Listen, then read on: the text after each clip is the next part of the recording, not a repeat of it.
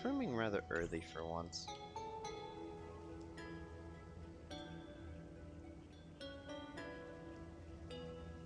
Hmm. I would have done this last night, but I was tired. And, well, to be fair, I still am.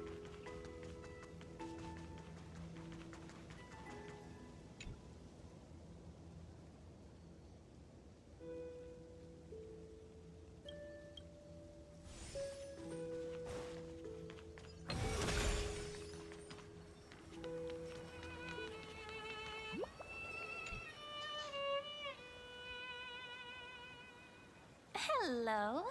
I. Your surprised expression is just like what the memories recorded.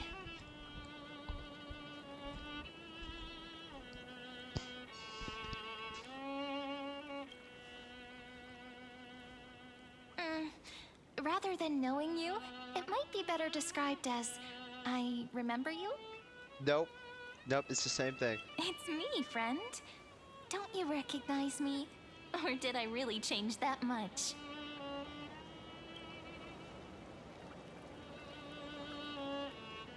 Maybe I'm both? Just kidding. If I had to choose, then I'm probably closer to the latter. It's pretty unbelievable for me, too. It's like I had a long, long dream. Cyrene's memories and Mem's memories, they're all tangled together. But when I woke up, there were only broken fragments left. I can't remember what happened in those 30 million cycles, but I remember what you did for this world. Good enough, I guess. Didn't you wish for me to turn into a pretty girl back at the Grove?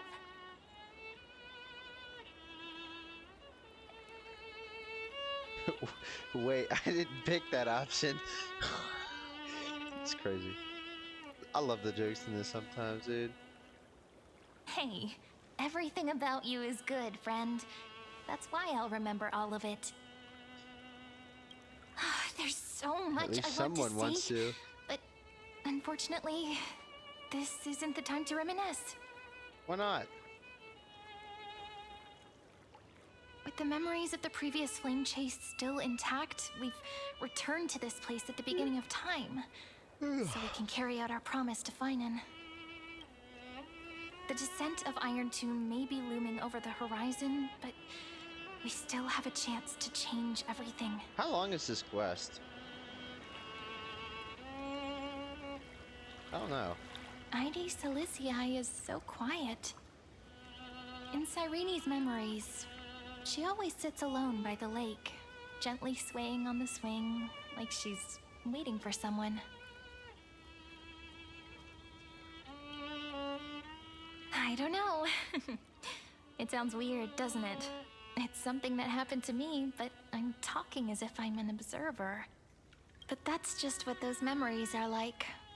Vague and unclear, as if encased in thick ice. The only things I remember are the days I spent with you. Emphorius will fall into an ending of destruction after the next Era Nova. But those stories went out of fashion ages ago. In a proper romantic epic, the hero's supposed to foil the villain's plot, right? Maybe.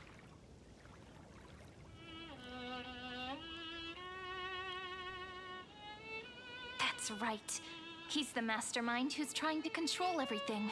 How unforgivable. Truly. But I still feel a bit anxious. Lygus chose to walk into the spotlight and reveal everything, which means he still thinks the current situation is under his control. Maybe he still has an ace up his sleeve. Think about it. Even the name Lycurgus is a fake one. We have no idea who or what he really is. Which means it's probably time to borrow that treasure you're carrying, friend.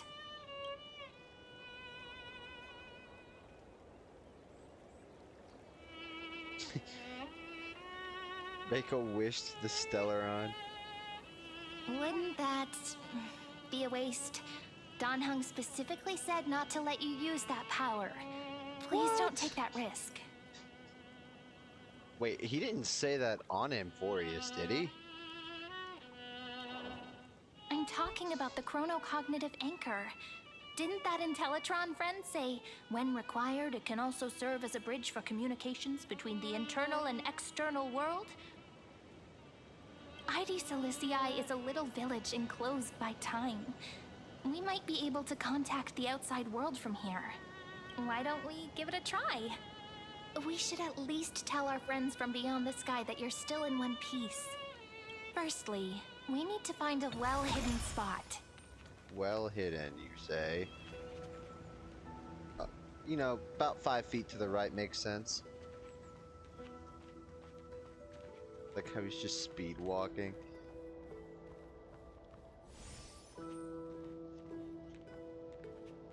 Gotta walk like the NPC I am, dude.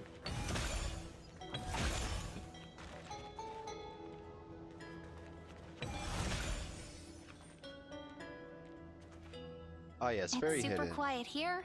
Sounds can't get in or out. Besides the front door we just came through. Back in Cyrene's memories, this room was her secret base. No one noticed her practicing Orynyx's prayer here, or trying to speak with the gods in secret. But today's different, isn't it?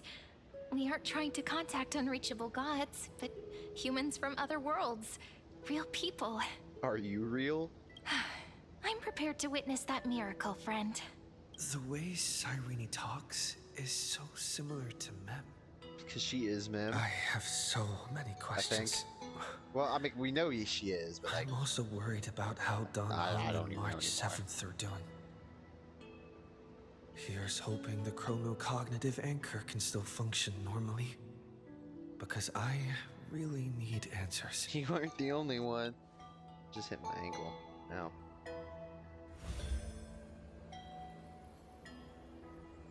Signal strength, 14.8%. Dialogue window, 16 minutes 22 seconds. Prerequisite, no external interferences. Hello! We are very glad to learn that you're safe. Pity. Now's not the time to celebrate. Having two geniuses standing here means you are in big trouble. You know, damn it, she's right. Listen up, little one. The Destruction's eyes are gazing upon this place. No, I'm not joking, and no, it's not Droidhead. It's the real Nanook. Time is running out, so I'll explain in terms you understand. This world, Amphorius, is in fact a testing ground, where the Lord Ravager, Iron Tomb, evolves through self-extrapolation. Hiding in this segmentum, unknown to other life forms, it has endlessly repeated the process of Era Nova, seeking a solution that could obliterate the erudition. For some reason, the experiment entered a prolonged state of stagnation. However, it has now restarted.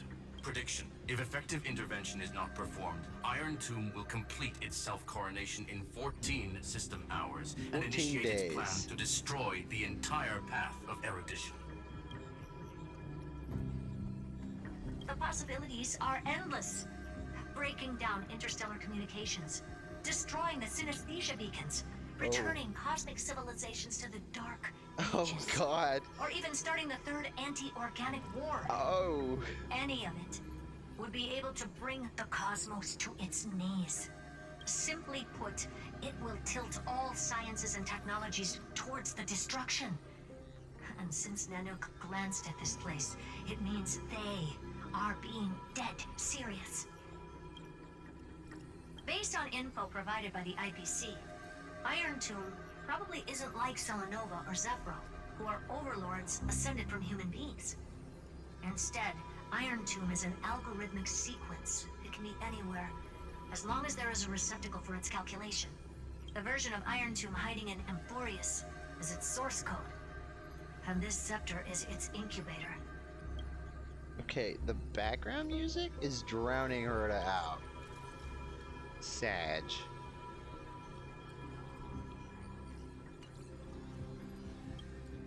Yep. Think of it as the program having reached 99.98% completion already. And then it's over. Something in the shadows has been driving everything forward.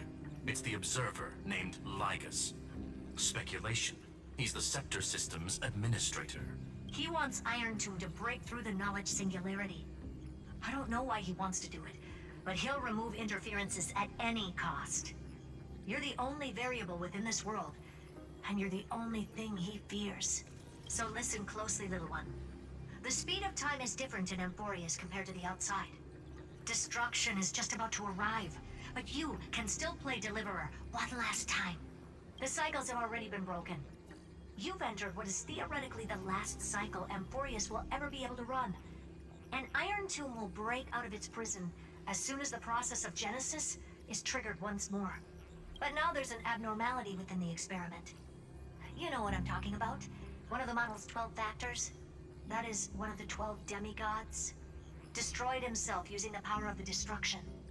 Finan's signal disappeared from the cycles the moment Nanook cast their gaze this way. That means World Bearing's computational logic is currently flawed and bugged. Yet it's the factor directly related to the process of Genesis.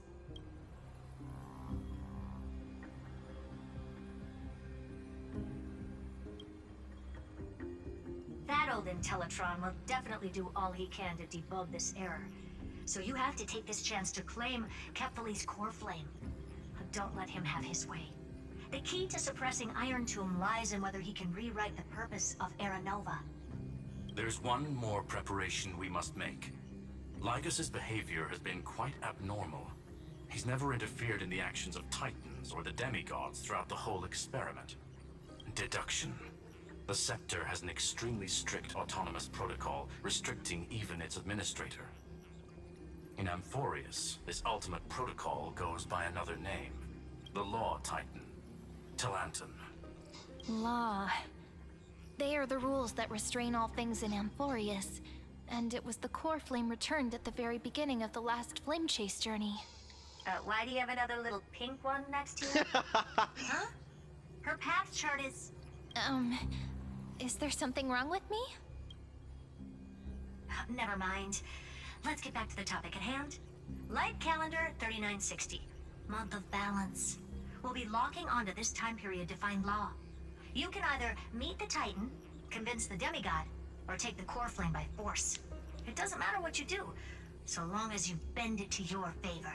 We still haven't figured out how you and Don Hung got inside this world.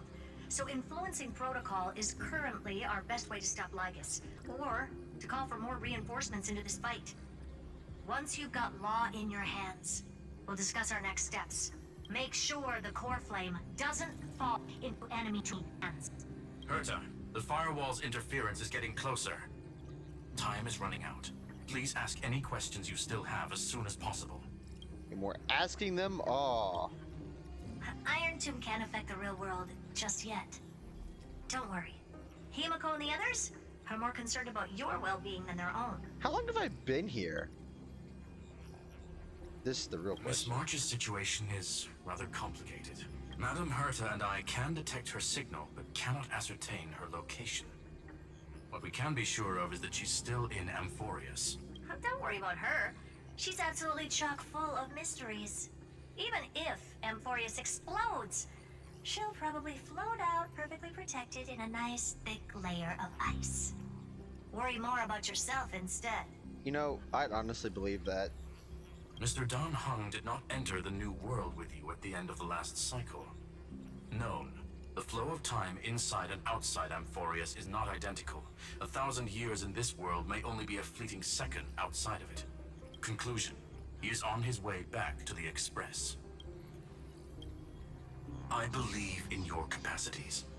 The hands of the Trailblaze can create miracles, and will certainly be able to snuff out the flames of evil.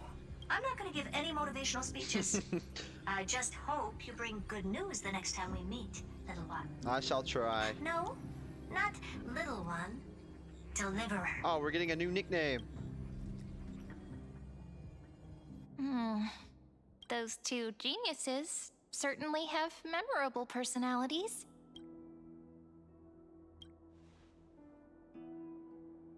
It feels weird. This all feels really familiar. Some of that conversation feels like it's about things I once knew, but then forgot. Maybe it's because of Mem? After all, Mem's a memo sprite born out of your thoughts, friend. Maybe our memories somehow got tangled up together. Never mind. Let's focus on something more important with what little time we have. Just treat me as an ordinary girl with secrets, okay? Don't all girls have secrets? Like calendar 3960. I remember that Talantin had already fallen by then, and the Chrysos heir who inherited that core flame is named Saridra. That's what's recorded in history, and the period we'll be heading to. We'll need to find Law and stop Lygus. So, we've at least got a solid direction, right? Can you give me a little bit of time before we go? I want to pack some stuff. There's so much more I need to take care of in this form, and I'm still getting used to it. Imagine this is the quest and we gotta wait 42 more days. A relaxed scene like this probably no longer exists in the outside world. It probably does somewhere. But if you're referring to somewhere else on Emphorius, no. Absolutely not. This is important, and that's also important. It's not gonna fit into my bag. Well, then, look, you're not trying hard enough. Anything could Hold on, fit. I'll be done in a sec. Oh, okay. Retrieve.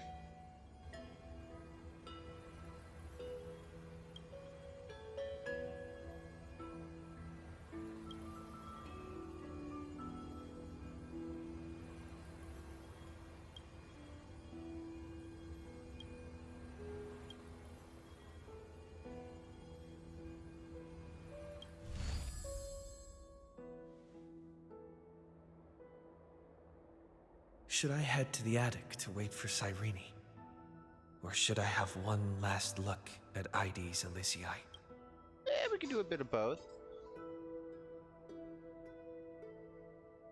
To be honest, I doubt it's changed. There's really not much to see. Hold on, did she move or not bother her still? How many sets of toiletries? Ah, no peeking! She has different dialogue. Friend, you're too curious. I'll show it to you once I'm done, okay? I'll just go inside. See you in a bit. Damn. Ah, bothered her too much. But you're right there.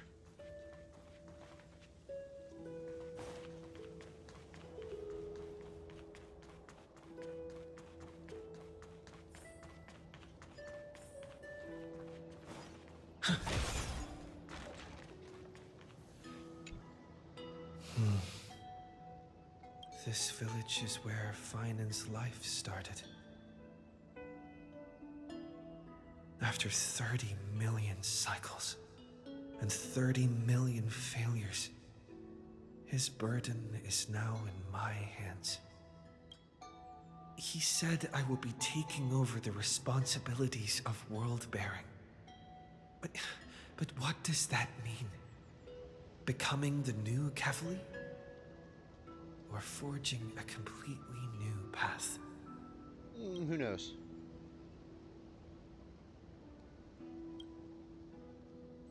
Destiny must have brought me here for a purpose.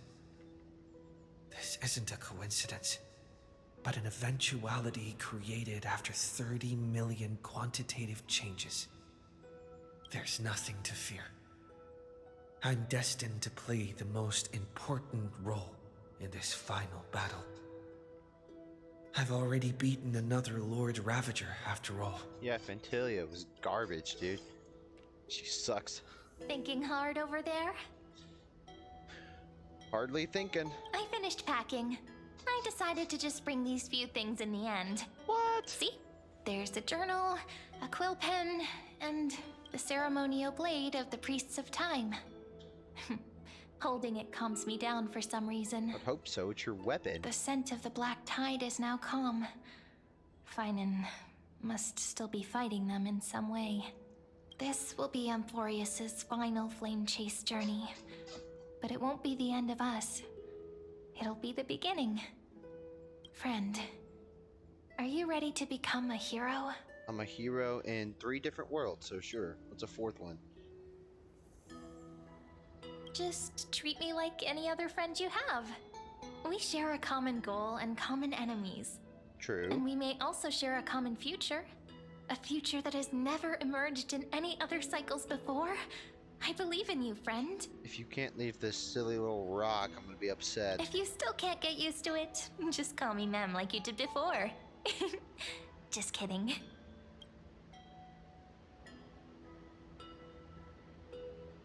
Number 2, really, just accept your fate already.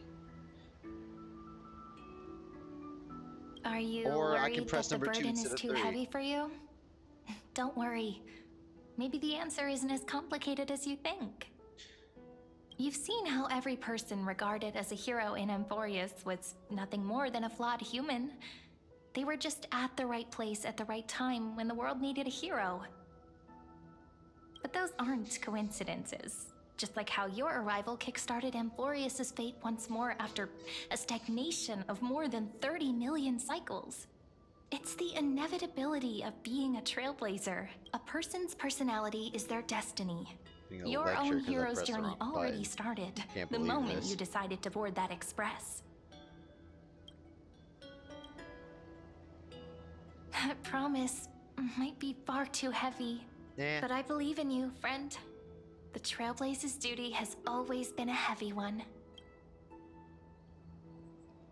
In other words, since you've already saved so many worlds, friend, 3, but 3 you should be in a used to space being station. called a hero by now.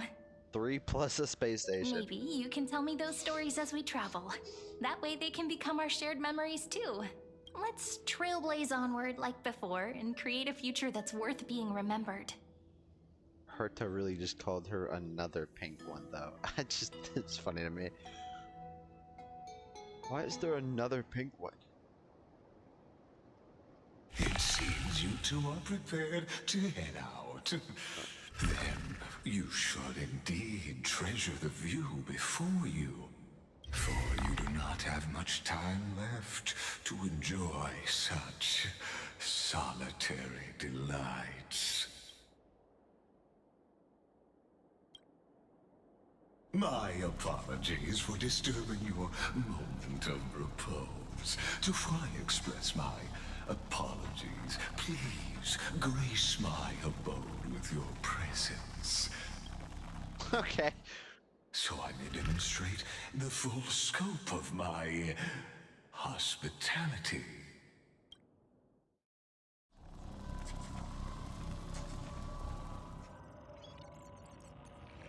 Oh, what the hell is this? What is this place? Oh, I better not be in your head. Oh, what the fuck? May we all shall bid farewell to one. And that person alone will witness the miracle. Let me go back to Castris so I can inspect her TV.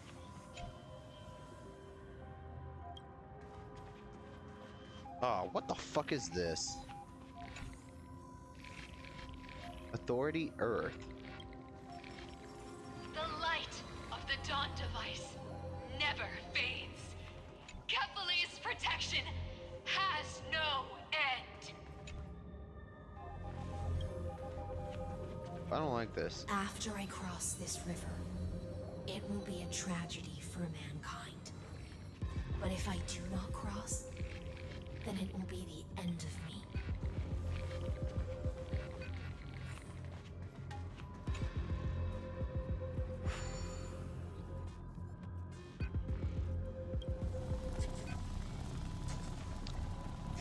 You know, I sure do feel. You're right. I feel. Outlier. Executing command. Record. Record. Don't record me. I'm camera shy.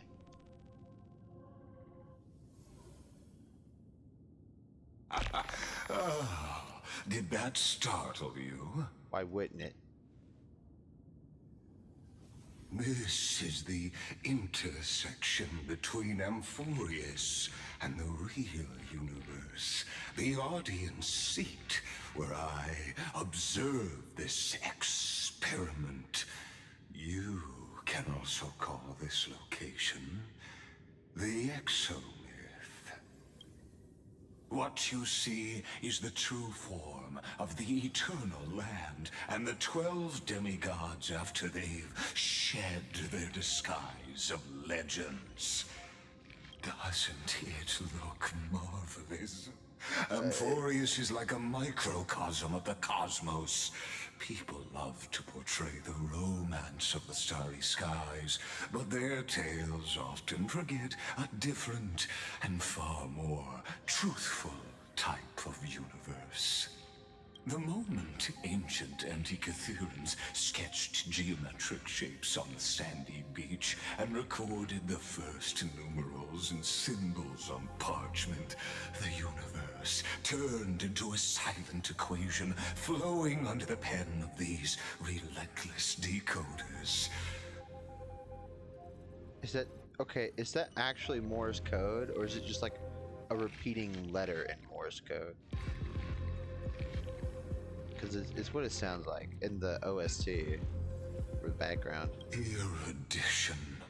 It was once the mother tongue of the Creator, the pen of divinity, and the first lyrical verse ever written by free will.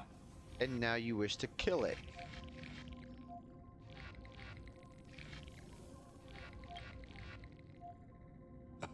I simply wish for you to understand that I have no intention of being your enemy.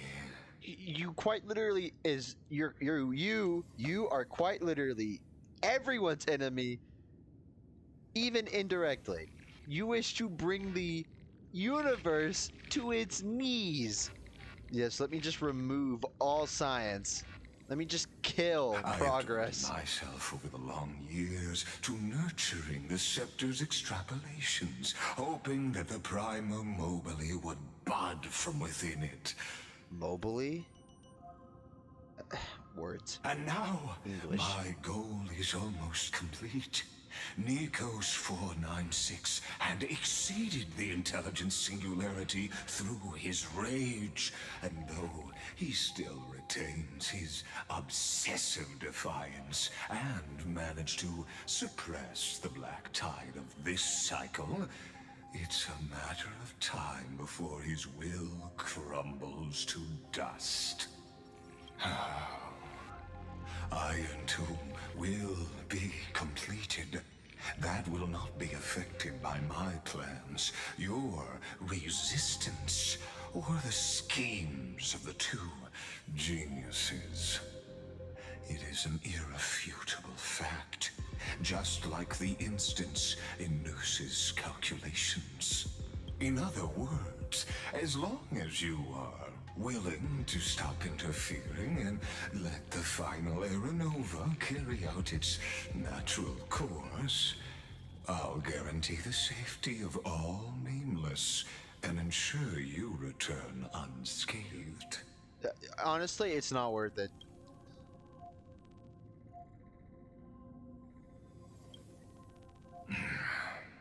They've always been the product of the experiment, so naturally, they will perish when the experiment ends. That outcome was predetermined long ago, so I will not embellish such a regrettable conclusion. I mean, this is just straight facts. Like, it doesn't matter what you offer. This is just the truth. Ah, yes. I am aware of that esteemed lady's whereabouts. Her real identity is quite astounding. If you decide to accept my proposal, then I will do all I can to send her back to you. I was just trying to pry information out of you, to be honest. No thanks. You are indeed worried about your safety and that of your companions. Rest assured, as a fellow pathstrider of this path, Nanook's gaze left a brand on your soul long ago. You harbor the seed of destruction within you. Yeah, can't really remove it. But you need to learn how to use it in the right way. That vital knowledge is also my bargaining chip in this negotiation between us. For there are few in this world who are truly capable of such a feat. Of having a Stellaron in them or knowing how to use it? And I happen to be one of them. Oh, just miraculously? Okay.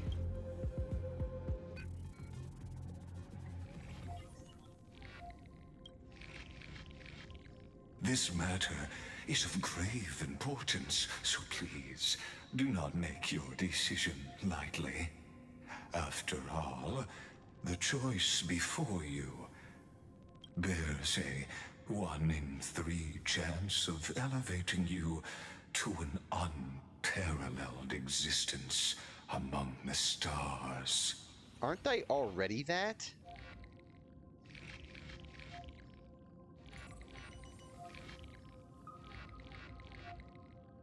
I will rule. Bro is so disappointed. You can see it. Even though this didn't change the shoulder slump, dude, he looks so disappointed. I now see the full scope of the determination in your words.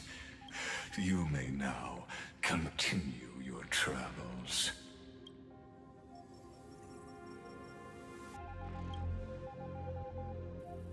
It seems you haven't realized something about this place. The damn right. exo is the erudition's domain. You cannot physically interact with me in any way in this place, and vice versa. As negotiations have broken down, there's no more need for us to remain in the audience's seat. Let's return to the theater called Amphorius, where you will meet me once again. Of course, this meeting was not without merit.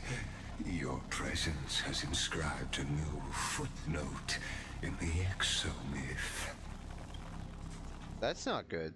As for its purpose, allow me to reveal it to you in detail the next time we meet. Alright, in my defense, there was no way I could avoid going there in the first place, so we're just cooked. 100 years ago, the flames of war consumed Akama. The Outland forces broke through the dawn. Golden blood flowed with greed, and enemies descended with Kefali's eternal slumber, painting the holy city's walls in scarlet. Its generals had vanished, and the elders prostrated on the ground. The throne of worlds kept silent to the pleas of the people. Until the heaven and earth cracked open. Not the gods answering the people's prayers, but a legion rising from the sea of blood. Dawncloud's spires fell in the sulfur rains, and the legion's commander stood atop the broken idols and roared, "Compatriots, no more kneeling! Not to brutal tyrants, and not to dying gods! Those rebels have twisted the prophecy and ignited the flames of war in order to stoke fear in your hearts!" A Chrysos heir she stood, divine blood soaked into the earth, quelling the flames beneath her feet. Their golden blood wrote of a tragic fate. Mine shall overturn it! Her crown burned bright, outshining the fires consuming the entire city. She raised her scepter high, and the people gazed in the direction she pointed. My blood flows in you now. Heroic compatriots, follow me, and we'll seize the reins of fate. Drive the enemy from Kefali's dawn. Smother their flames with their own dead. Win glory. Win peace. Let history sing your deeds! The first to dance was a maiden following closely behind, weaving through the carnage like a fish in the sea. The people, full of wrath, surged with her, forming a colossal wave, and the enemy hordes, drained of life, vanished into nothing. Onward to Marmorial Palace, to Dawn Cloud's heights. Announce to all the wicked and cowardly. Announce to this stagnant age. We are the rising tide! History remembers this as the first siege of Akama. It is said that after the flames died, people found identical inscriptions in every place in the city that had been scorched by fire. It was the name borne by Akama's first and final sovereign, the Imperator Saridra. Friend, are you listening? I was snoozing. Friend? Hello. Friend? Honestly, you were the one who insisted on reviewing history, yet here you are, dozing off? Wake up! Otherwise, I'll have to... Have to what? Have to what? Awake at last. I guess I won't have to use my wake-up magic on you then. What is that? Very curious. What are you murmuring? Still lost in the past? We've arrived. A familiar place. The Temple of the Three Fates. If everything went according to plan, it should be shortly after Talantin's fall. And also the end of the first Flame Chase journey. Indeed, the first Flame Chase ended with the trial of Law. We must find the demigod and gain her trust before the core flame is restored. It'll be tricky, so let's pick up our pace. To Akama first. We can learn more from the crowds there. Tyrant! You and your butchers are not welcome here. Get out! Hold your tongue! Conspiring with Kremnos and plotting rebellion are crimes punishable by death. There are multiple voices, and things seem tense. Let's not get caught up in any trouble. Yeah, let's just walk the other way. Why don't we find a place to hide and observe from the shadows? Or do that. Walks through the door. Hey guys, how's it going? At least Kremnoans keep their faith. Wait, isn't that...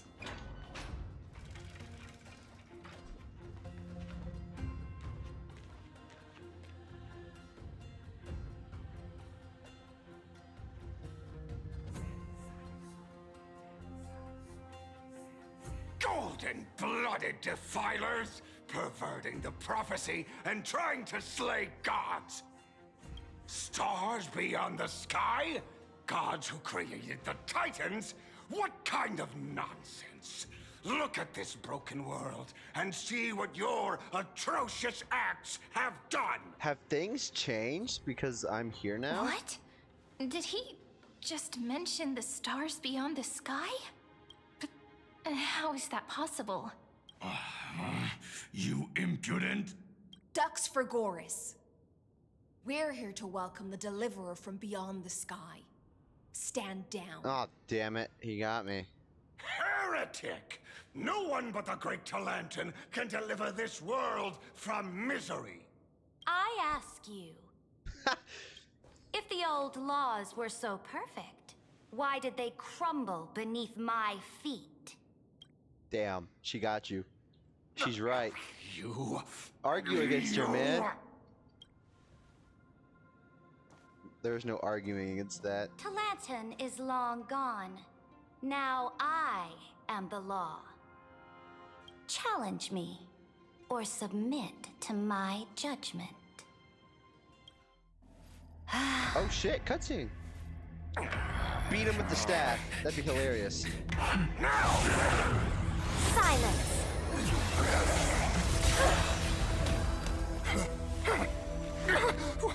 What gives you the right to judge a priest of law? She's the demigod of war, dumbass. That's because Oh. I came, I saw, I conquered. Damn.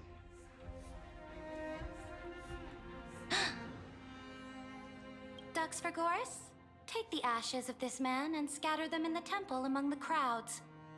I didn't realize she had cremated the poor guy. Tell them that the High Priest attempted to take away the rights granted to the people by the Imperator. Thus, he met his fate. Yes, Imperator. Now, these two accidental guests. Dux Gladiorum, if you please. Don't try As you it. command. Don't you dare.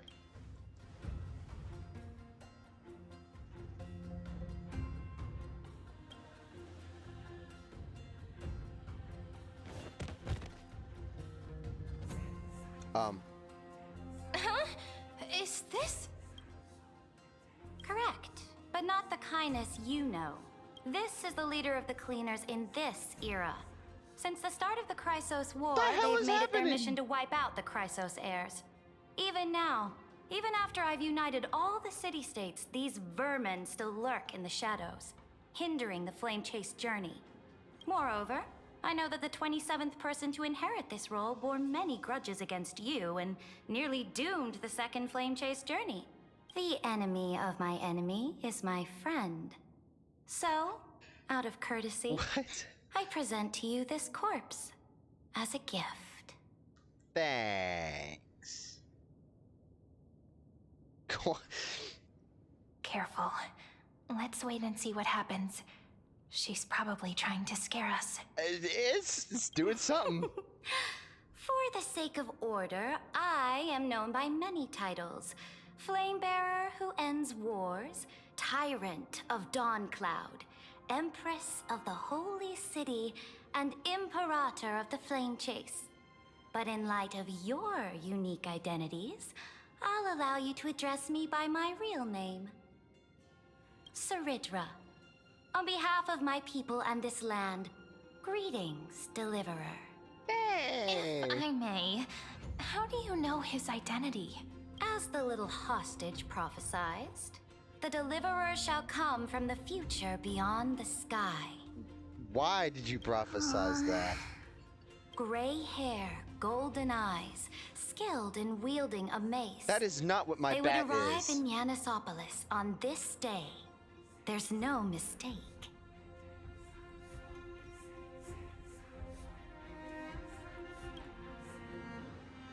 Your orders, Imperator.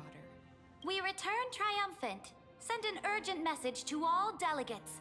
The meeting of the Flame Chase Alliance will convene early.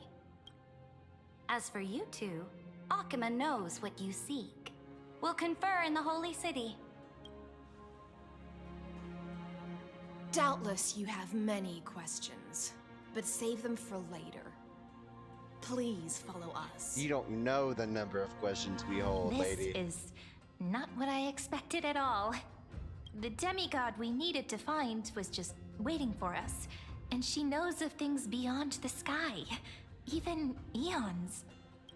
How could this be so different from the previous 30 million Amphorius cycles? Who altered history?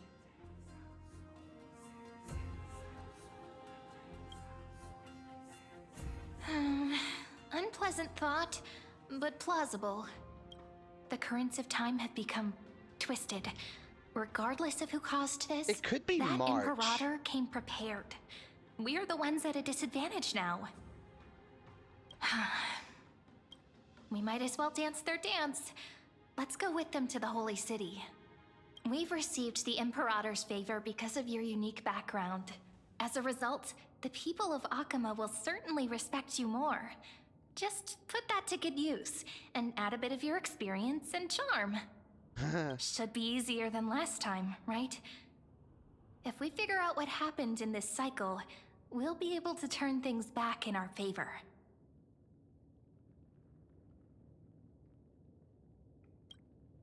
Ah, so I'm the key? Since you insist, friend, I'll give it my all. Guests, please. She sounds so irritated. The journey to save the world starts with a single step. Let's set off, my friend. We've already taken quite a few, but it's okay.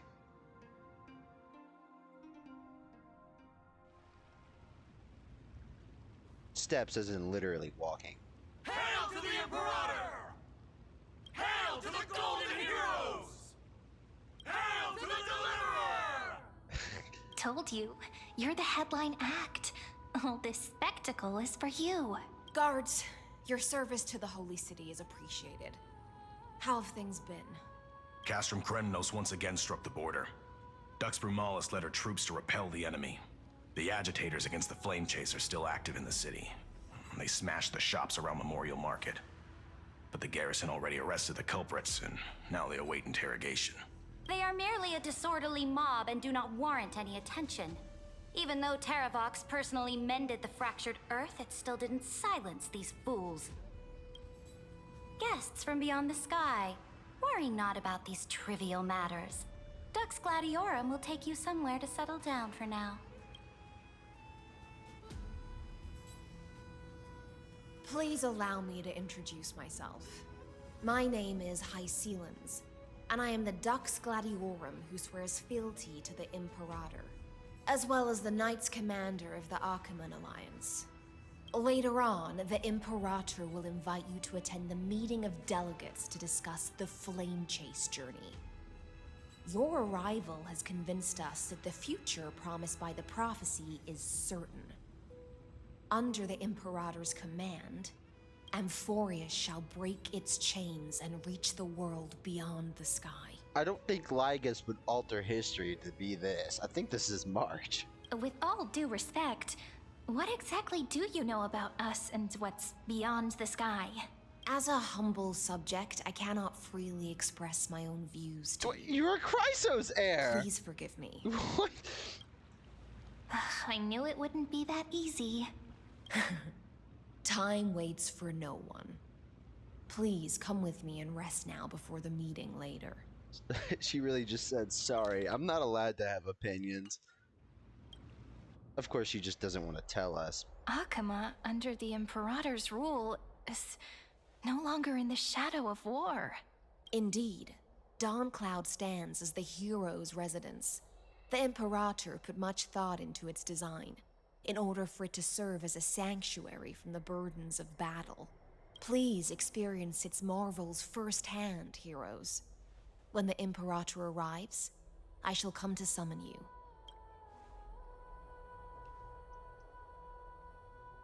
Hycelans. No wonder she's the Knights Commander.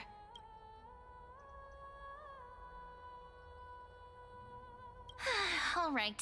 We finally have some freedom to ourselves. Since there's still some time before the Alliance meeting, let's explore a bit. Let's see what's different. Look over there!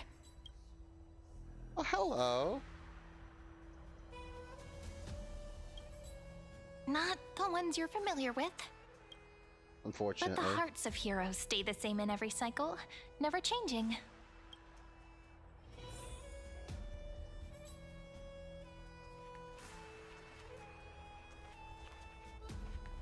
Oh. Hello, strangers. How are we supposed to talk to the heroes of Deliverance? What if they're really intimidating?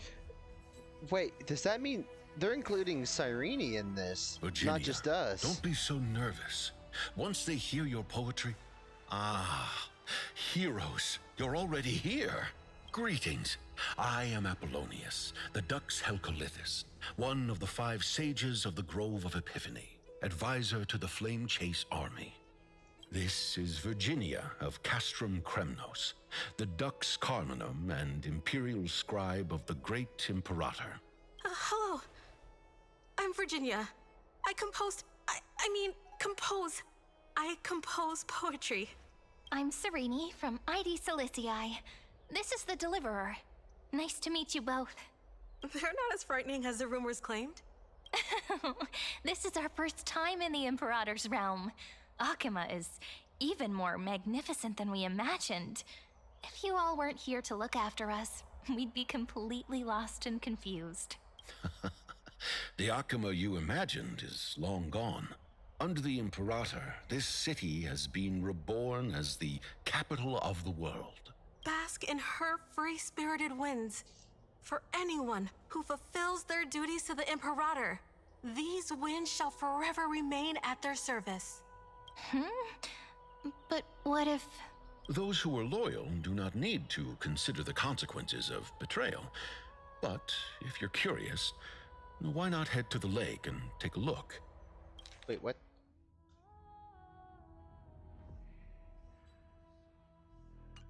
Those elders who lie at the bottom of the lake are the best example of what happens when you disobey the Imperator. Yep. The elders of this cycle were all... Looks like that priest who was sentenced to death wasn't an isolated case. Hey, man. No comment. If it's working, it's working, right? Dux Brumalis, our great Imperator, found the mastermind and executed him in public. Seeing that scoundrel burn to nothing should deter these miscreants from being so brazen again. So the great Imperator isn't afraid of getting her hands dirty? What a ridiculous display. Watch your mouth. What do you know? No matter what sins the people commit, they are still the Imperator's people, and it's only right that they be judged by the Imperator's own hand. Our distinguished trespassing guests. Seneca, the Dux Brumalis. Greetings. This Dux Brumalis doesn't seem to like the Imperator very much, but she holds a high rank. And Dux Frigoris' speech seems self-contradictory. Let me see what I can get out of them. I'm Cyrene of Ida Cilicii. This is the Deliverer Beyond the Sky. We're new here and wanted to ask you, does this city host any other visitors from beyond the sky? We're looking for our dear companions. Drop the charade. But yes, there is someone in this city who is all too familiar with the world beyond the sky. Oh? Silence! The Imperator ordered us to keep that lord's whereabouts a secret. Enough, you pathetic lapdog. Do you need to beg for permission from that cursed Imperator even just to bark? You... Someone who is all too familiar with the world beyond the sky and is referred to as that lord. Could it be? Looks like things are getting heated. Let's get out of here. So, he is here. Aggie, you're still so listless today. Did you have trouble sleeping again? Yes. I wasn't expecting that noise. We know. The Titan's prophecy haunts you. If you want, you can talk to us, just like when you were young. Is this gonna be a more emotional Aglaya? No matter what, we'll always remain by your side. I know. I also understand that fate cannot be changed. It is not the future that I worry about. I spent all last night weaving clothes and linen for the refugees. The Chrysos War was born of injustice and has shattered their dignity. They deserve at least some basic decency. If Amphorius one day abandons this, then all of us, commoners, Chrysos heirs, Titans, become no better than beasts. Oh, we have guests. Oh, welcome. She is. I am Aglaya, the Gold Weaver. She's more expressive. These rags on you are not worthy of the title of Deliverer. I must prepare some proper attire for you.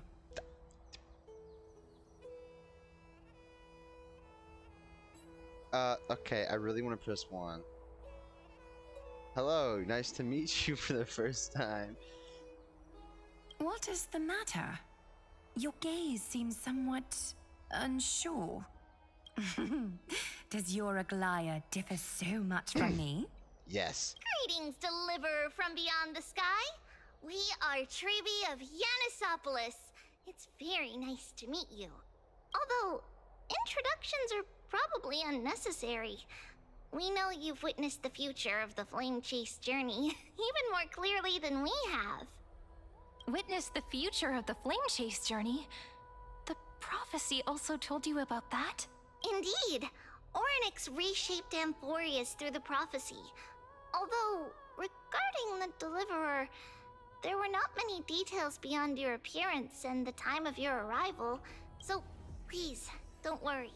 Feel free to relax and relax some more. It was Orynyx who told mankind that the Deliverer from beyond the sky would descend upon Amphorius. More crucially, they revealed a future entirely different from the Aranova. Though we still must challenge the gods. In the Time Titan's prophecy, this path leads not to a new world, but to the true starry skies. This is also what the Great Imperator has been striving for all her life. Your arrival further confirms everything. This can't be real. Even you find this surprising? Fate really is unpredictable. Perhaps the upcoming meeting will hold even more surprises. Maybe. Listen, The one listen to from what- beyond the sky has arrived, and destiny continues to be fulfilled. The trial of romance is also close at hand. Please, don't worry. We'll sing you a lullaby. Little Aggie, be a good girl and open your heart. I outgrew nursery rhymes long ago, teacher. Anyways, moving on. Little fish from beyond the sky. Did you rest well? I'm a fish now. The Imperator and the delegates are about to arrive. If you are ready, please follow me to the meeting.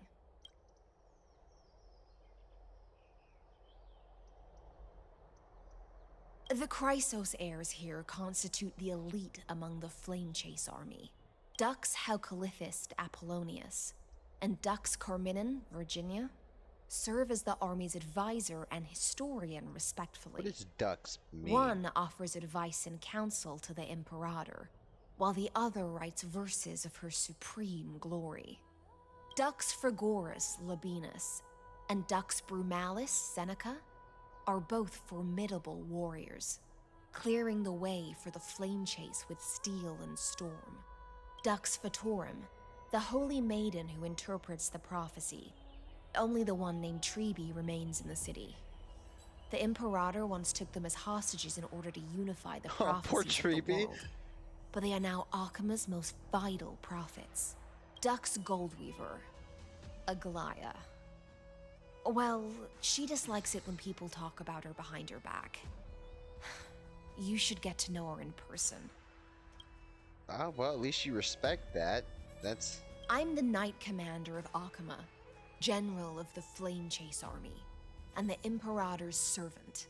But beneath these shiny scales engraved with complicated titles, I am just a swordfish at the Imperator's side.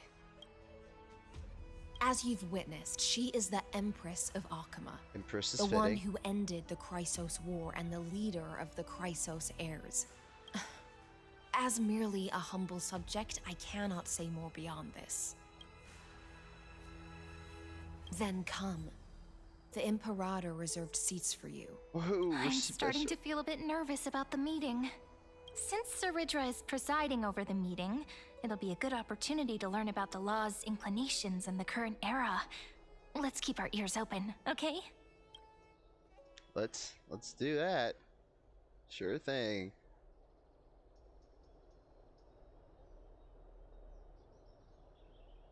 Good sir from Paphos, what do you think the Imperator is planning calling this meeting so early?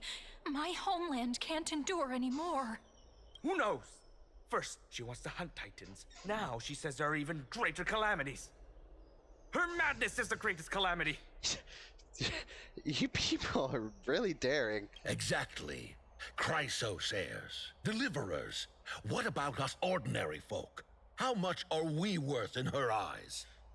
Respectfully, nothing. Things feel pretty tense here. The history books said that the Imperator aimed 3 cannons at Dawncloud to make all the delegates obey her. Will history repeat itself in this cycle? Yes.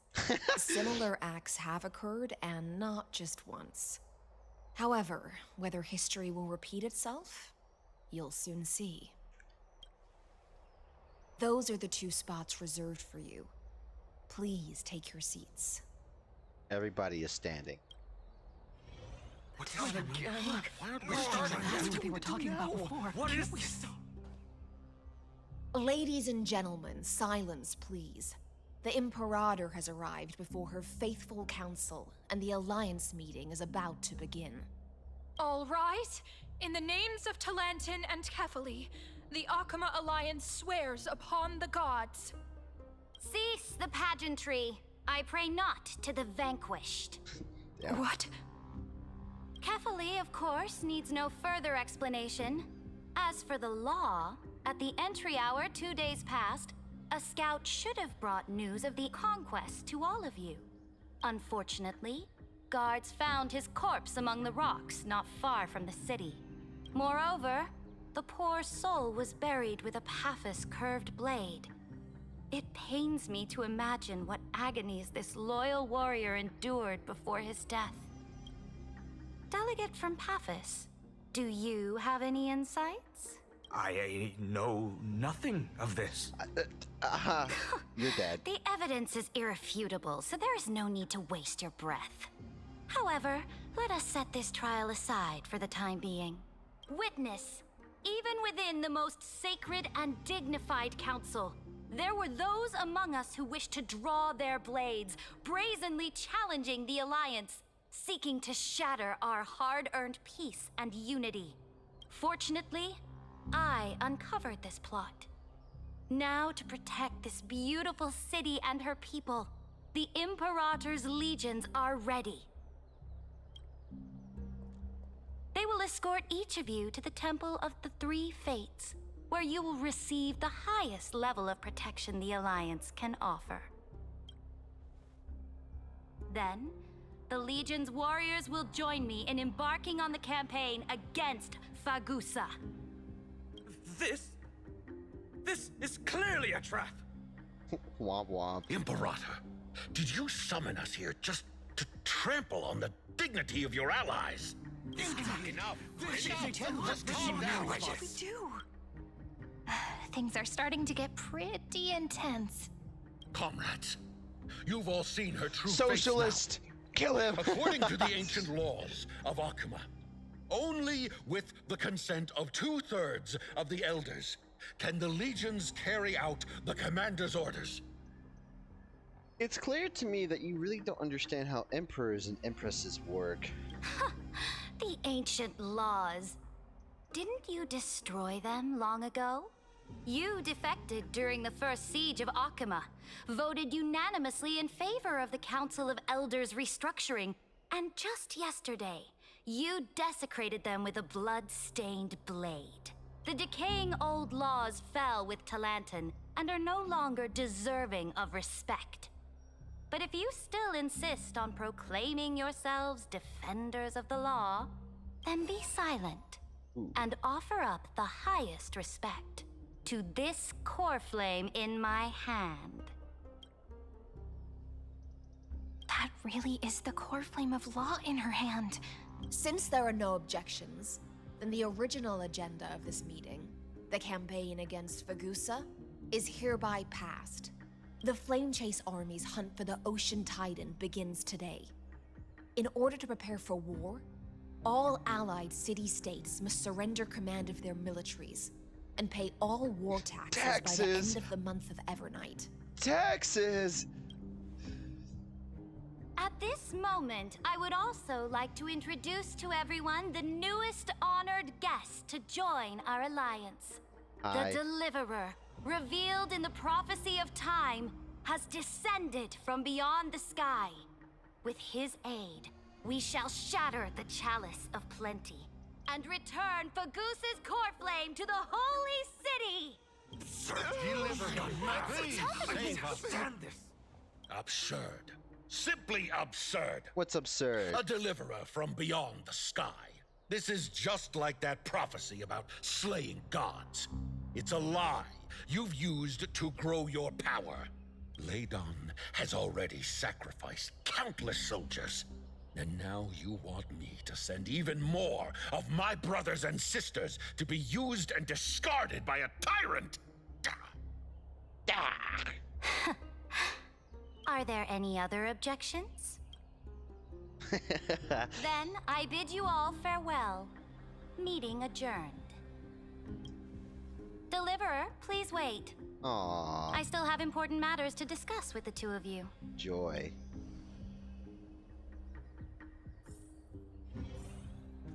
Yeah, well, we kind of have to do this, so.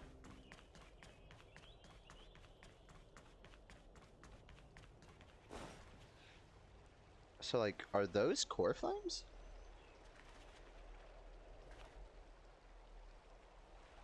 Huh. I apologize for that farce of a meeting. It must be tiring dealing with so many people every day, Great Imperator. Tiring? You're mistaken. Don't tell me you enjoy it. Moving chess pieces, Oh, placing God. wagers. This game of strategy adds a dash of color to our heavy fates. Much like how rule and conquest are always accompanied by sacrifice. Is the war with the Titans also part of that sacrifice? After I glimpse the secrets of this world, no, the secrets beyond the sky, the divine authority of Amphorius no longer held any significance. Let me ask you, Deliverer, is it true that beyond Amphorius' sky, there are magnificent deities called eons?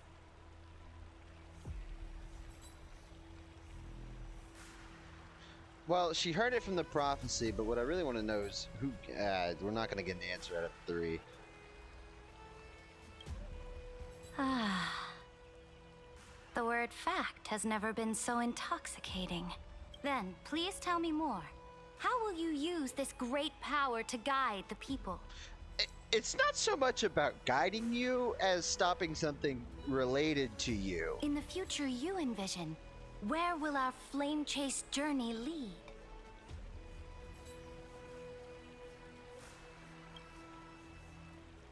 Oh? What you require now is the power of law? Exactly. Just as the prophecy foretold, he is your deliverer from beyond the sky, and he also has reliable allies.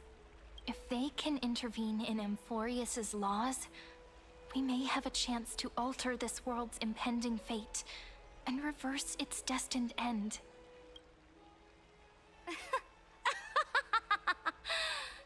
Very good, Deliverer. You have courage to say such presumptuous things, even knowing that the inheritor of the law stands before you. This inheritor of the law also knows. How do we phrase this? Key facts that would make our story very believable. You mean, in the past, anyone who dared to covet the Imperator's divine authority would have met a gruesome end. But now we can see beyond this dying world. Our journey should no longer be confined below this stubborn sky. I agree. Alas, that fickle ocean titan has obstructed the spirit water leading to the vortex of Genesis, hindering my ascension. If the core flame of law cannot be returned, your path to deliverance will never be realized. Now that things have come to this, we must resume our once stagnant journey and force the waves that block our way to recede. So, you agreed to cooperate with us? Cooperate? Forgive me, but I never cooperate with anyone. What's the word you use Though there? I will permit you to join me as subjects. And together, we will forge the most perfect law. I'll take it. What is this? This is the Flame Chase Medallion, a symbol of the Flame Chase Army. Every noble in Akuma carries one. This medallion represents the will of the Imperator herself. and you may act freely within the city with it. Before we embark on the crusade against the Ocean Titan, you should rest in Akama for a time.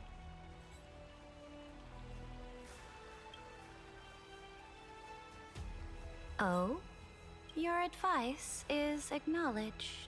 From this moment on, prove yourself through your actions. As long as no boundaries are crossed, I fully respect the choices of my subjects. May your journey reach that sky full of stars, Great Imperator. Your attendant certainly knows how to curry favor. Go now. Take a bath first. You two... reek of seawater. What? Wouldn't that just mean we're salty? It's just an even more funnier way to say that.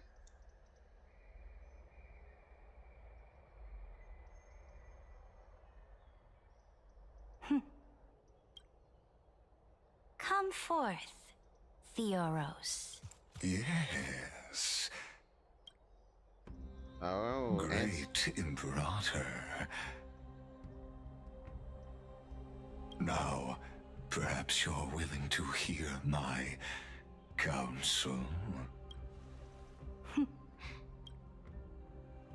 Those two arrived just as Oryx described, and just as you said, they showed a thirst for law.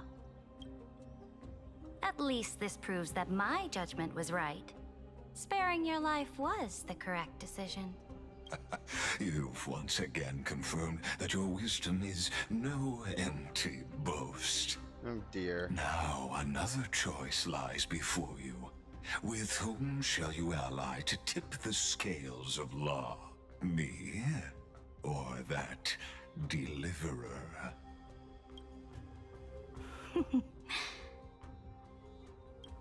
Remind me again, Antikytheron. What kind of future do these two paths lead to in your view? I shall tell you. You are entitled to know that the deliverer from beyond the sky is not a wholly wicked being, but from the very start, his stance has been completely at odds with Amphorius. That's technically the truth. The road they have chosen will bury Amphorius' grand aspirations. This world which follows the path of destruction will inevitably stray far from the glory it was meant to enjoy. Also true, but, you know, you're leaving out a few key details. But on the path I have revealed to you, the people of Amphorius will slay their creator in the name of the Imperator and conquer the worlds beyond the sky. Oh, but when they say conquer the world, that's true, because if Iron Tube is released, holy shit, everything is fucked. You will command the mighty beast known as Iron Tomb, bringing waves of war and conquest to the universe. Beings across the cosmos will bow before you, offering their allegiance. Actually, they'll just fucking die. So, what's the price? The price is insignificant. All that is needed is for you to sacrifice that fragile, incomplete humanity to the destruction. As a Chrysos, heir of the prophecy, you have already chosen to abandon it, have you not? Off you go, Theoros. I have already made my decision. Once I ignite the core flame of law and burn away the old, outdated rules, Amphorius will embark on a journey across the stars. On which of the two paths? Because both paths lead to that, but you know, the second one destroys the universe, the first one doesn't. Which one are you picking of those two? Just asking respectfully.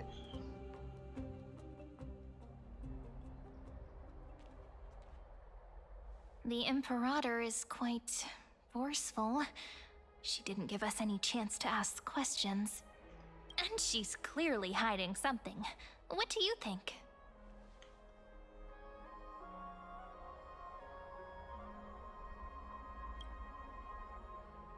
There are many uncertainties right now, but this is one of the few blessings. Still, the atmosphere in Akama, it's so unfamiliar. And it's not just the Flame Chase Alliance talking about the world beyond the sky, but the whole city. We should also discuss our findings with our friends from beyond the sky. Then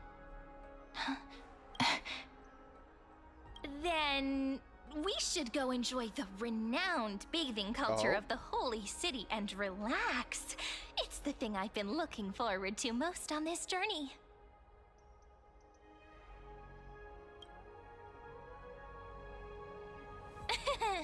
Work and rest are both important. You see, everyone agrees, right? So someone's watching. Can't let our guard down for a second. Let's use taking a bath as an excuse to find a quiet corner to update Madame Herta and Screwlum on our progress. We can also check out what's happening in the city. Since the outcome of the meeting was just announced, people must be gossiping. We can kill 3 birds with 1 stone. Let's go.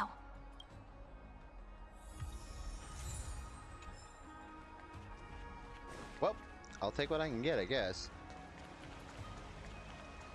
Oh, so many people! The holy city is so lively.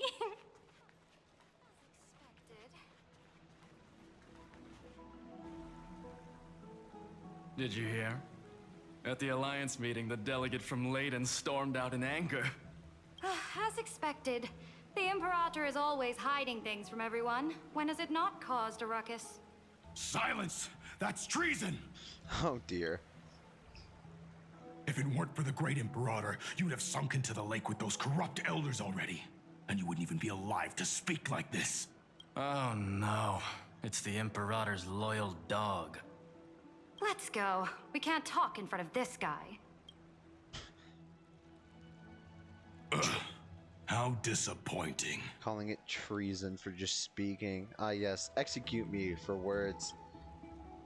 That happens a lot in history, doesn't it? Oh, honored guests, we meet again. Looks like I'm not the only one who came to the baths to unwind after the meeting. For the upcoming campaign, please make sure to rest well. I am Dux Fragoris, a trusted officer of the Great Imperator, willing to fight alongside the Deliverer in the coming battles. Ugh. Another war? Ever since the Imperator took control of Akama, we haven't had a day of peace. Idle chatter. The atmosphere is a bit tense, with rumors flying around the city. You must be troubled. My apologies. After every Alliance meeting, there are always some pests in the city who get restless. I prefer to ignore them. Pests on the ground don't affect the sky in the slightest. They just complain from the shadows that the sun's light is too harsh. Oh god. Besides, the Theoros has already promised the Imperator her fate. And these clowns will eventually realize their foolishness. May I ask, who is this Theoros? The Imperator has ordered us to keep his lordship's whereabouts a secret. Oh, God. So it's his lordship. Stop trying to get things out of me. Leave me alone. Damn. I didn't even need to try. Big and strong Dux Fragoris really can't hide anything. Theoros. What an ominous name. Bad news. He's been staring at us the whole time. Let's move to another place for now. We don't know how much Saridra has concealed from us. In the worst case scenario, we may have to face more than one enemy. Yeah, that would suck.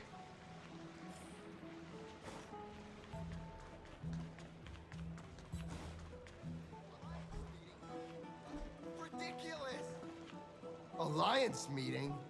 More like a cage where creatures with golden blood claw at each other.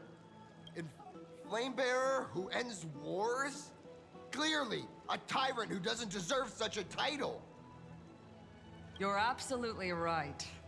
While the Imperator's hounds are still hunting down others, let's let out our grievances. You. I know you. You're that tyrant's lackey. What? Here to shut me up for that little imp? Panicking now? Don't worry. I don't care what others say about the Imperator.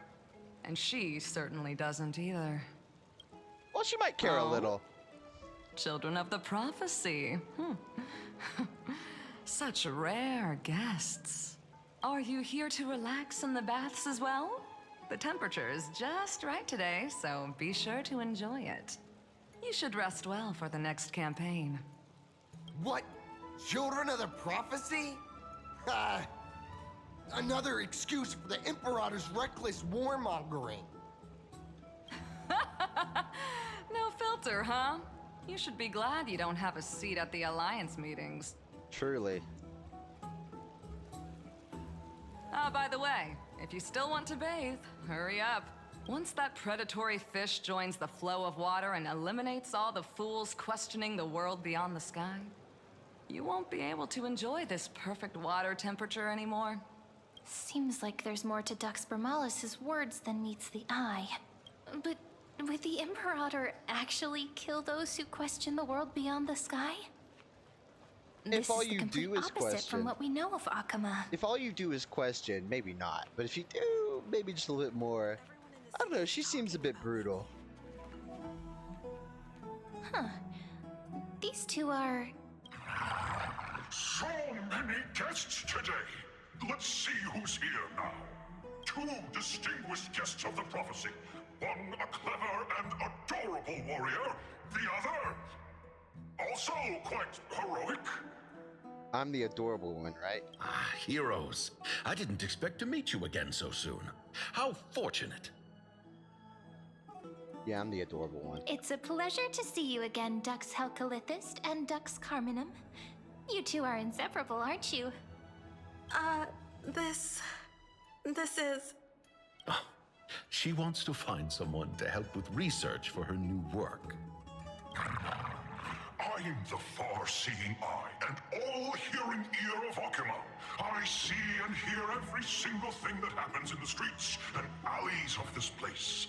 I'm the perfect partner for research. Ahem. Enough small talk. Here's the latest news from Akama, as you requested. The children of the prophecy arrived in the holy city, and the Imperator unilaterally stripped away military power. The Alliance meeting ended in discord, and there may be bloody upheaval. As expected. I get the feeling you might have embellished a bit to keep people's attention. I swear on my stone maid, I would never do such a thing. But if you wish to quell this terrifying news, perhaps a more explosive topic would help. Never mind. While the influence of rumors can be minimized, the fact remains that the great Imperator did swiftly consolidate military power in an almost threatening way. It's undeniable. Heroes. I know the Imperator's way of doing things may seem a bit autocratic to outsiders, but soon you will witness her blade dance with enemies on the battlefield. She doesn't use a blade. Unless you're talking about High Sealands. I can't comment on the source of her loyalty, but when that blade is drawn, you two, as bright as you are, will surely see the deep thoughts beneath her exterior. The Imperator's blade. Is he talking about Miss High Sealands? I sense some unease in Dux Helcalithist's words. It seems the Imperator and Miss High Sealands share a much deeper bond than the others do. There are eyes and ears everywhere. Is there any place where we can have some privacy? To understand the Imperator's secrets, we have to get past Miss High Sealands.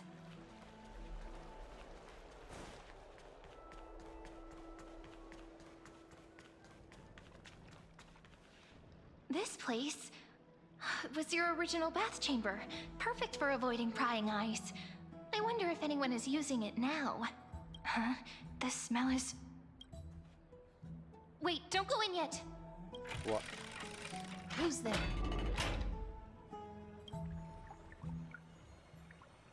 Oh, the little gray fry in pink sea hair. Was not expecting a classic anime trope. Little sea hair? You barged into here without warning. Was it an accident, or did you wish to bathe with me?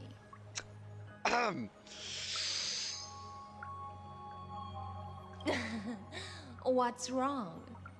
The Marmoreal Palace is the wreath where I rest. Sorry, we didn't mean to disturb your bath. We'll leave now. It's no big deal. There's no need to panic. This is the natural state for me. People on land force themselves to wear clothes, adding unnecessary constraints. Forget it. If Duck's Goldweaver heard that, she'd scold me again. All right.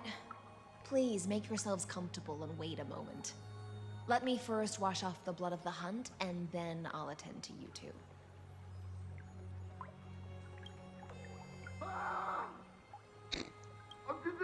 The delegate from Ladon has been assassinated! Quick! Quick, someone come quick! Ah, the broken crab shell surfaces.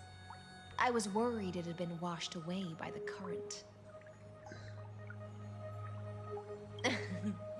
Just a regular cleaning. No need to be so surprised. I see. No wonder there was a faint smell of rust in the air before I even entered. Why? Is it because the Ladonians refused to contribute troops to the Flame Chase journey? Or just because they offended the Imperator? Because the new era of the Flame Chase doesn't tolerate stagnant blood. For the ignorant masses who cling to outdated laws, I think this is blood, right? only bloodletting can wake them up. Right now, the rebel forces on the frontier are rising, and Ladon has been secretly supporting them.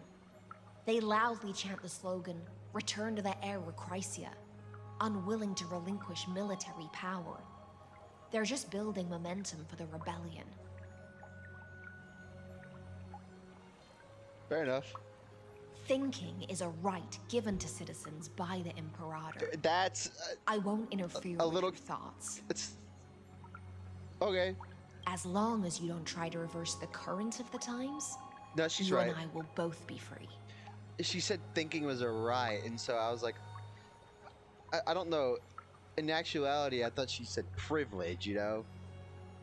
I don't know how I misinterpreted that. I literally read it word for word. But I was like, thinking is a right. This is correct.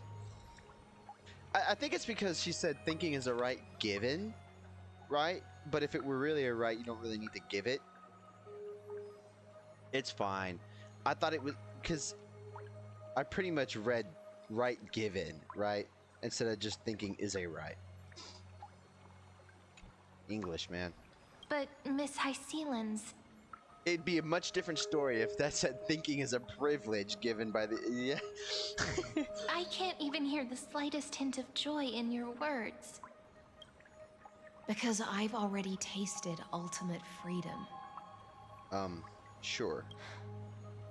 Long, long ago, I lived in the sea. In that lightless abyss, far beyond civilization's reach, the great fish consumed the small. And when the great fish perished, their bodies became sustenance for the newborn, nourishing the whole ocean.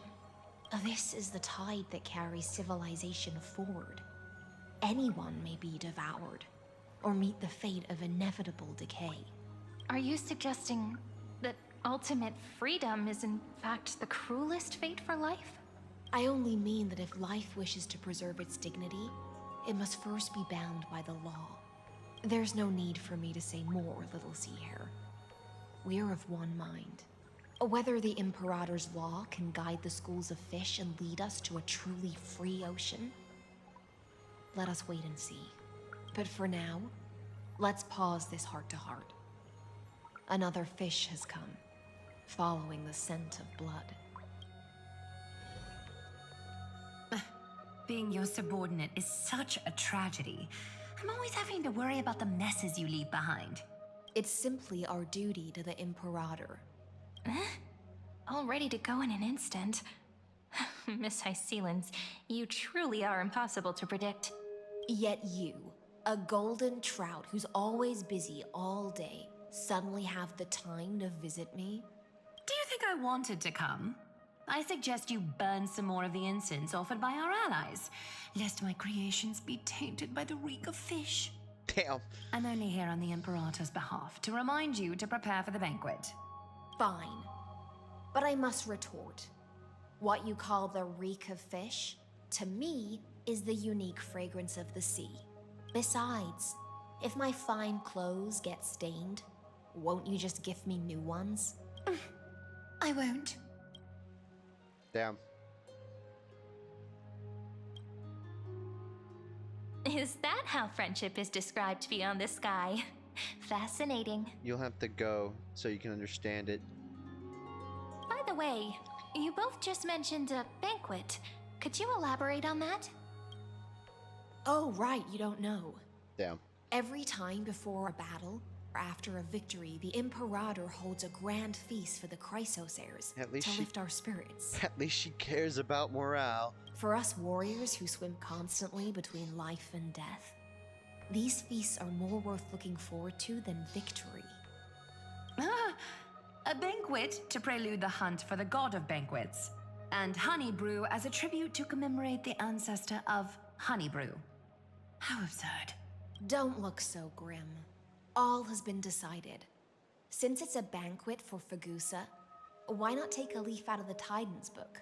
Live in the moment and enjoy life to the fullest. I'm not as carefree as you. That little Dolos kitten is already causing enough trouble for me. And on top of that, I still have tailoring commissions to complete. By the time the cool flame illuminates my eyes, I might not be able to focus as I used to. Glaya's eyes. Curious about these eyes? People often compare them to jewels. But I've already made my decision to ask romance for eyes that can see everything. I wonder what this world will look like when I take the divine authority. In the future, you will still be the finest weaver in the world. Is this also a prophecy from the Three Fates? It's what we saw. It's even more accurate than a prophecy. After all, he has already witnessed it, right?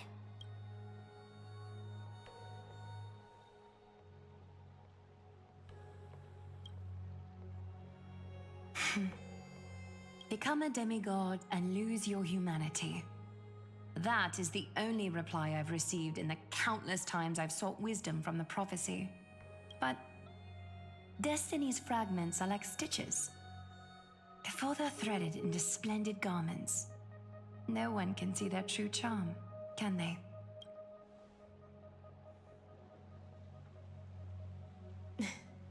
Aglaya has always been troubled by the divine duty she must bear. But thanks to you, she seems to be in much better spirits.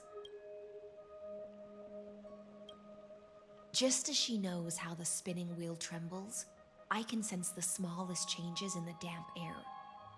As for whether we know each other well, I've swum beside her since she was a child.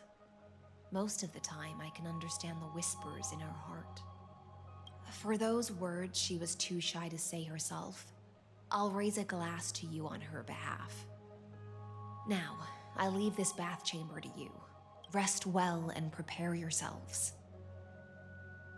After all, every time we drink and talk could be the last celebration we have in this life. Miss Hycelens has given us the bath chamber. It seems she really does do whatever she wants. Well, actually, you know, she was already dead when we first arrived, so this bath chamber may have originally been hers. So, who knows? It seems that way. This also means she could return at any moment. If we're having an important discussion, we must remain vigilant. So, let's seize the opportunity and report our current progress. We don't want to keep everyone beyond the sky waiting. I'm sure they're used to it. First, while that little little empress with a candle stuck on her head didn't explicitly say it, she firmly rejected your request to take over the law. Fair enough. Second, Lygus is indeed in this timeline, but since he's somehow connected to that little empress, you have no way to find him. As expected. The road ahead will be long and difficult. Sure will. Looks like I guessed right then. Next time it'll depend on my mood.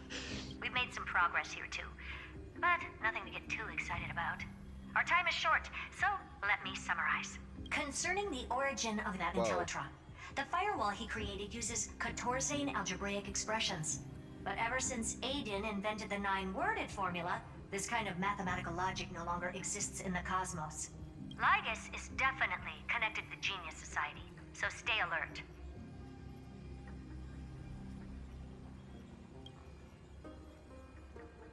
We can first exclude Droidhead themselves. They specialize in minding their own business and wouldn't intervene personally. But Screwy and I are still eliminating possibilities one by one.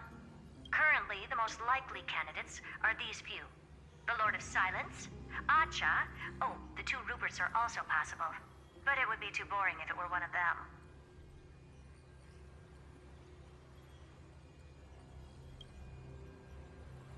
We also have the same suspicions for now. But further verification is needed. Why does she keep switching? That's all I have to say.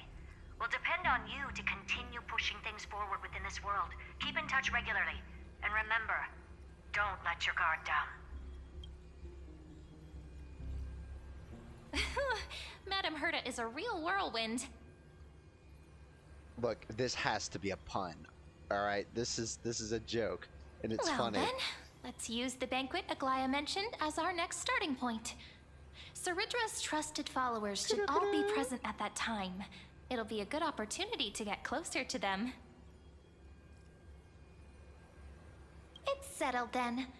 With our great teamwork, we'll be able to deal with anything that comes our way. Hopefully. How long is this It's been a quest? long day. We should get some rest now. Yes, let's get ready for the banquet. I'm envisioning about 4 hours. Or maybe 3.5. Currently an hour and a half in. The venue's right ahead. So are all the Chrysosairs here? And I can even hear singing. It feels so romantic.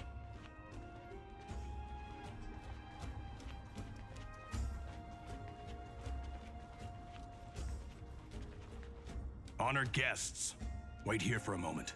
You must surrender any personal belongings you have on you before entering the venue. This hero always brings down the vibe whenever he shows up. The Imperator's elevated position means she must always remain meticulous and careful. Please do as I say, guests. It would avoid any unnecessary misunderstandings.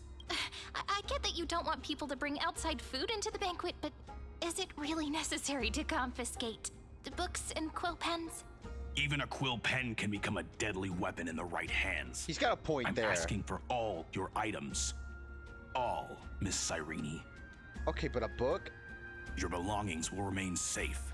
They will be looked after appropriately by dedicated staff. No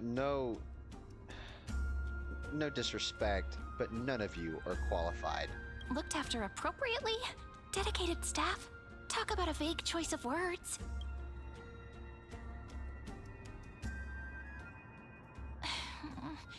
It seems like he's aiming specifically for the chronocognitive anchor.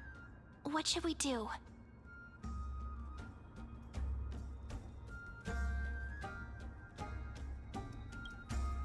My gut feeling, huh? Why don't we go with their plan and hand over the chronocognitive anchor to be looked after? Could it be Ceridra wants to speak to the 2 geniuses? After all, if the little Imperator is paying this much attention to you, she probably already knows all about our whispered conversation with the geniuses. I can pretty much guess what'll happen next, but that's actually gonna be our shortcut, right? Guests. All right, we'll listen to you. Here you go. Also, please pass on a message to the Imperator from us.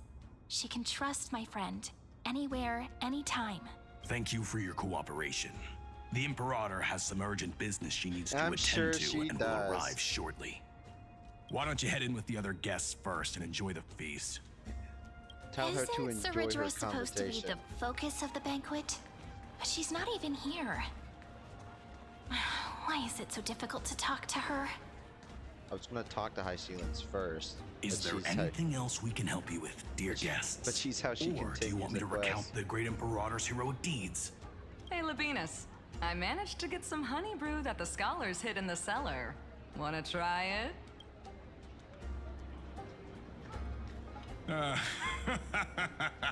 I'd never refuse to share a drink with Dux Brumalis, especially if she seeks me out first. Oh, is that right? Don't worry, dear guests. The banquet's security won't be compromised. I'd never get drunk before her. This banquet has a never-ending flow of honey brew. You're welcome to try it and see whether our drinks are as good as those from beyond the sky. Thank you for the offer, but we're more interested in knowing when the Imperator will be back. The Imperator? Who knows? Maybe she's hiding somewhere, thinking up weird ideas again. If you ask me, she's never treated us soldiers properly, even though we put our necks on the line for her. Hey, I can't pretend I didn't hear that, Seneca. Either retract your statement or duel me. Fine by me. Attendant, bring us 10 more jars of honey brew. I'm gonna make sure he can't even stand straight by the end of this. You wish.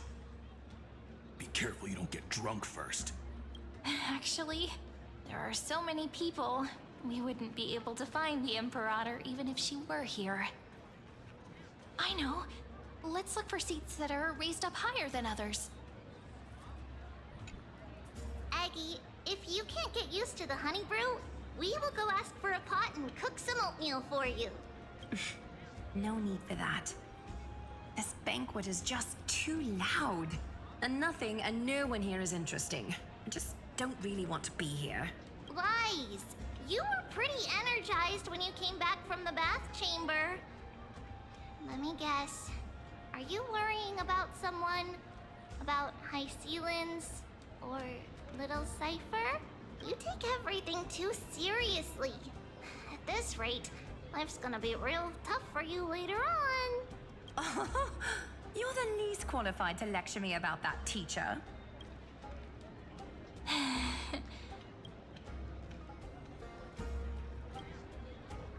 Dear guests, are you here for us? I mean, are you here for Treeby or Aggie? Yes. No. I'm just wondering whether you've seen the Imperator. The Imperator? No, we haven't. Our sovereign has always acted however she pleases. Though she gave us ranks, she'd never tell anyone her whereabouts. Perhaps the only thing she tolerates are chess pieces. And the sky reflected upon her crown. I see. Why do you two look so distressed? That's not what the deliverer should look like. Why don't we have a toast? While we still have time for pleasure. Here. To the destinies and sacrifices of the next millennium. So is a system hour 1 day, or is a system hour like an actual hour? Because on Emporius, a dawn hour is a day. Then we will toast to the tomorrow that will set fate free. So I'm all over the place with that. Cheers. No, respectfully, I'm not talking to those two. You two have been wandering around the venue as if you have something on your mind. Have the attendants not taken care of you well? No, we love it here. It's just... we're a little concerned, seeing how the Imperator still hasn't arrived. She's enjoying her conversation, surely. Don't worry. I know what you've been waiting for. Come, sit with me for a while, will you? I'd like to share a personal secret with you. I like secrets. See here? This is Fagusa's dew of divine blood, the sweetest of all the 12 bottles.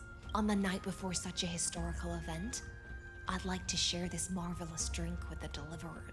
Is it poisoned? Doesn't this count as bringing in outside food? I knew that security check was targeted at us. What's the matter, guests? Oh, we're simply overwhelmed by such an honor. Are you worried that I might have poisoned the dew? Well then, let me prove my innocence. She better give me back that beacon, man.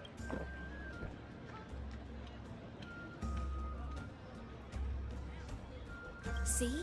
It's completely safe. I feel like Miss Hysealins wants to talk to us about something. Why don't we go along with her for now? She said she'd share a secret. Minors shouldn't drink alcohol. Worry not. Honeydew's not alcohol. It won't get you drunk. On the contrary, it can make your mind even sharper. Oh, can it?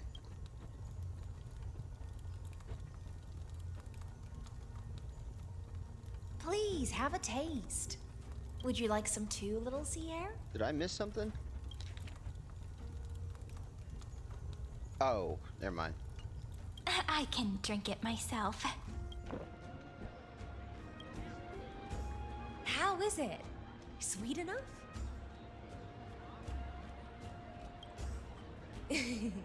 As long as you like it. Calm at times, tempestuous at others. That's the taste of the ocean. It'll do you good to understand Fagusa's fickleness before we set off to face their waves. Just like how you're about to understand the secrets within this dew. Now, please turn around. Very, very quietly. Don't make a single noise. Oh, joy.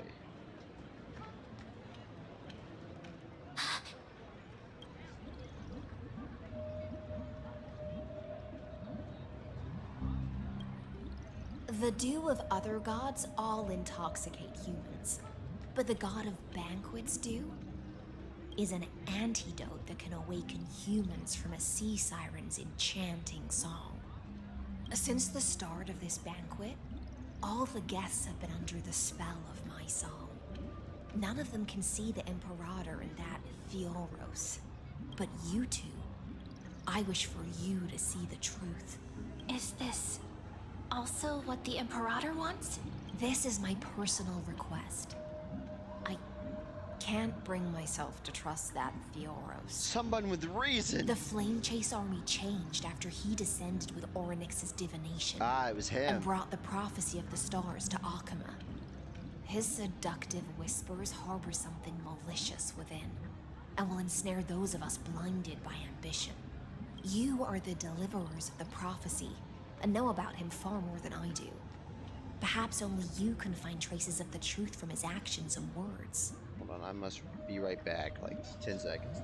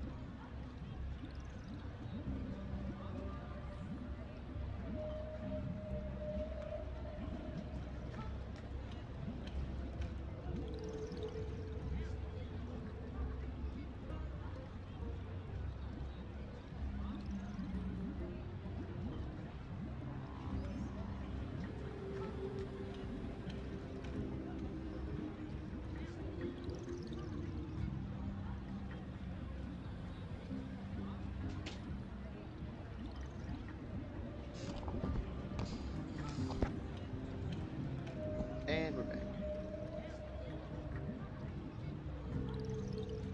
Time to continue. Then we can show the Imperator the right path forward.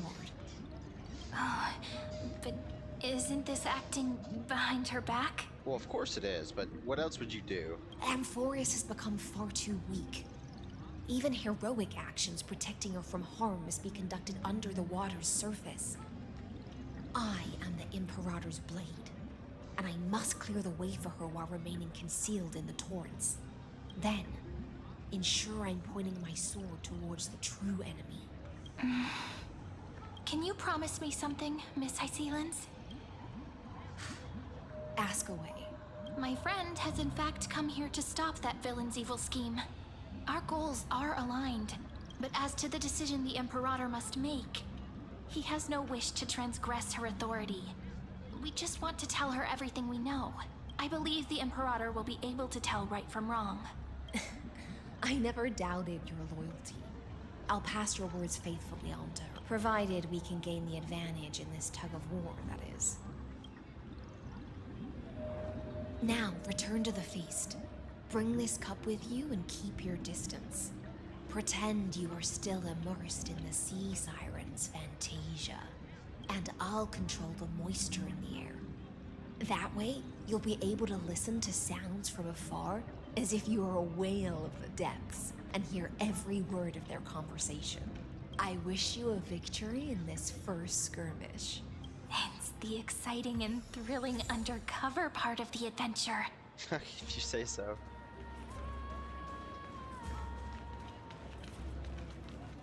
Let's mingle in the crowds here. Relax, relax. Try to act natural. Where's the Imperator? Still not here. That little imp is always acting so high and mighty towards everyone. Today, I will... Whatever. Pour me another cup. Though she has succumbed to drunkenness, she still does not dare challenge your authority. A criticism of my height is a grave enough insult already. She should be dismembered. See, she does care. Do you often test the loyalty of your subjects like this? You jest. The Imperator does not need blind loyalty. As long as one can prove they have value, I am willing to be lenient towards them. Let's cut to the chase, Theoros. If I pass the trial and grasp this world's law in my hands, what will you do then? The answer is simple. I will connect Amphorius with the stars. Don't waste my time. Be precise. Be specific. I won't ask a second time. Allow me to adjust my statement. I will correct the regulations within the old law that sealed off Amphorius and merge the black tide with the torrents of Era Nova. Then we will be able to decimate the forces beyond the sky that are trying to annihilate Iron Tomb and sound the trumpet for the endless campaign you will then embark on. But you previously said that Iron Tomb is unrivaled in power across the stars. Who would dare to annihilate it? There is a federation of warships named the Cienzo Alliance. Warlike and old-fashioned. A cult named the Genius Society. Loosely organized, but steeped in abject insanity. Oh, there's also the Astral Express. A group of lawless vagrants. Hey man, you're not gonna treat us so harshly. That so-called Deliverer is part of that last group. Those vagabonds mistakenly believe they can connect the stars through alliances instead of conquest. But history has already given them a tough lesson. There are countless other organizations besides, but when the Lord Ravager sweeps across the cosmos, they will certainly all bow before your empire of destruction. The Achaemen Alliance is invincible! If those civilizations are not as feeble as you describe, then they may still have some value in testing the quality of my blade. That being said, even the smallest and weakest city-states should build an obelisk to the Imperator, so that their people can constantly recall the glory of her conquests. Walk a little longer with me, Theoros. I don't like how this is going. Our little Imperator seems fascinated by the destruction. Grapevine, a little sea hare? It seems like they're still talking. Get closer. I'll keep carrying their voices to you. Get closer. Isn't it gonna be a little... Where'd they go, actually? Oh. Isn't it gonna be a little weird that we're conveniently following her?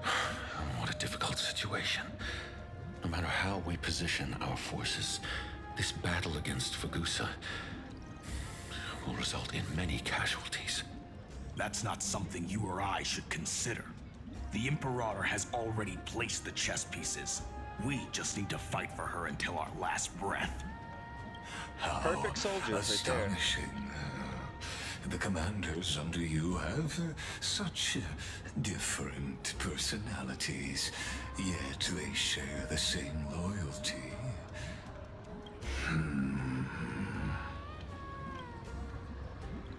He's looking this way.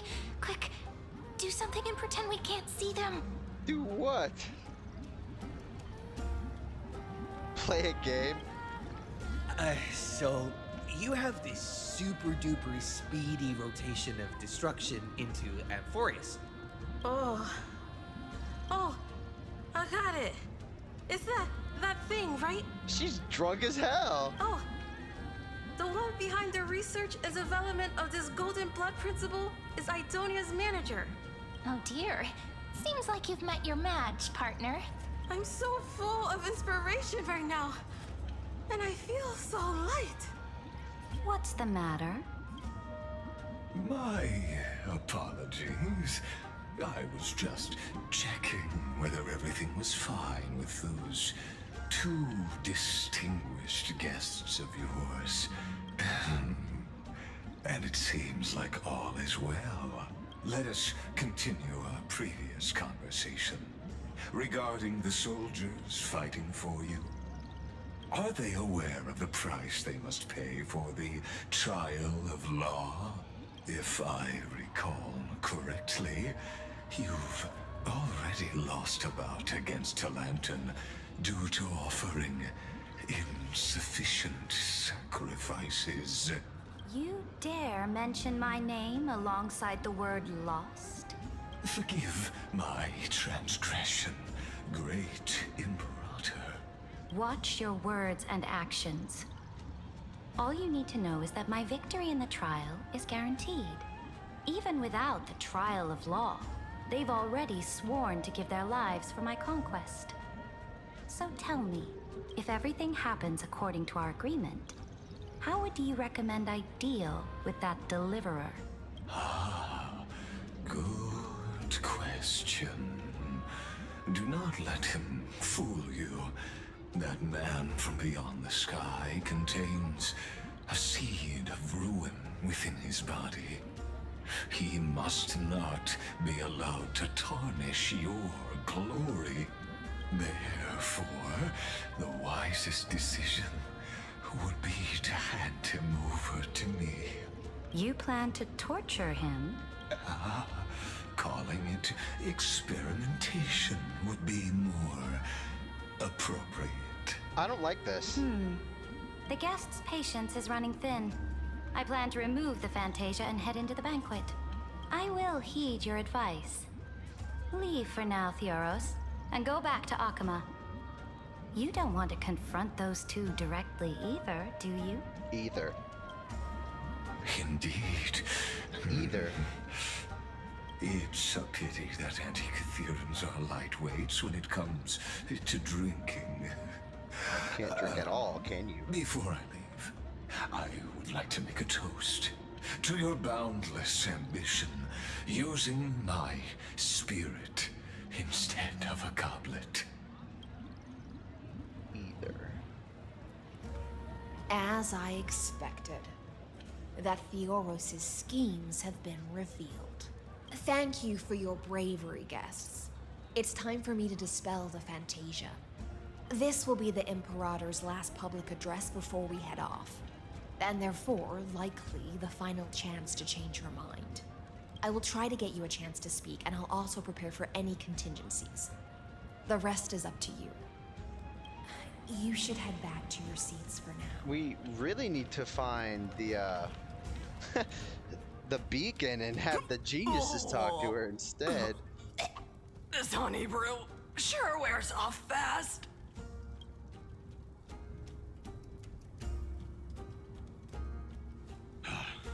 The Imperator! The Imperator has arrived! No need for formalities. I should be apologizing for my tardiness instead. The hour draws late, and I trust you have all had your fill of brews. Therefore, I will not observe the usual ceremonies. Any warrior who has fought by my side should have those speeches memorized by now. The Imperator's word is law. Are you out of your mind, Dux Frigoris? The Imperator hates flattery most of all. Yeah, that's hilarious, man. A joyous atmosphere is a better fit for showing me your resolve. I believe that you, my dukes, will do all you can to assist in the campaign against Fagusa, just as you always have. However, it's a pity that I have never tested your loyalty. What does she mean? Oh boy. The purpose of tonight's banquet is not to raise our morale, but to establish which allies our alliance can actually trust. Oh dear. And sever the heads of the traitors as a toast to all before we march. She's a little free-spirited. Yes. Some among us have discarded their vows in order to foment vile conspiracies. Now listen! These traitors are standing right here in broad daylight. Huh.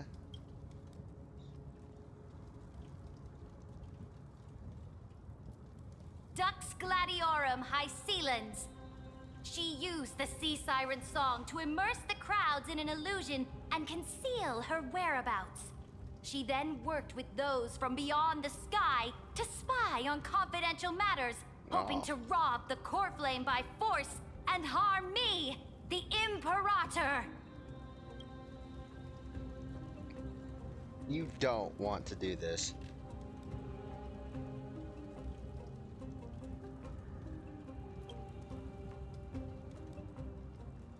Imperator, I can explain. Silence! Bruh. Do you remember who used to own this blade? She met you once, back at the Temple of the Three Fates. It was Kindness, the head of the Cleaners. She was the first to draw a blade against the Imperator, and personally made herself an example for my enemies. Under the shade of the olive groves, the people of Akama said they would never bow to me.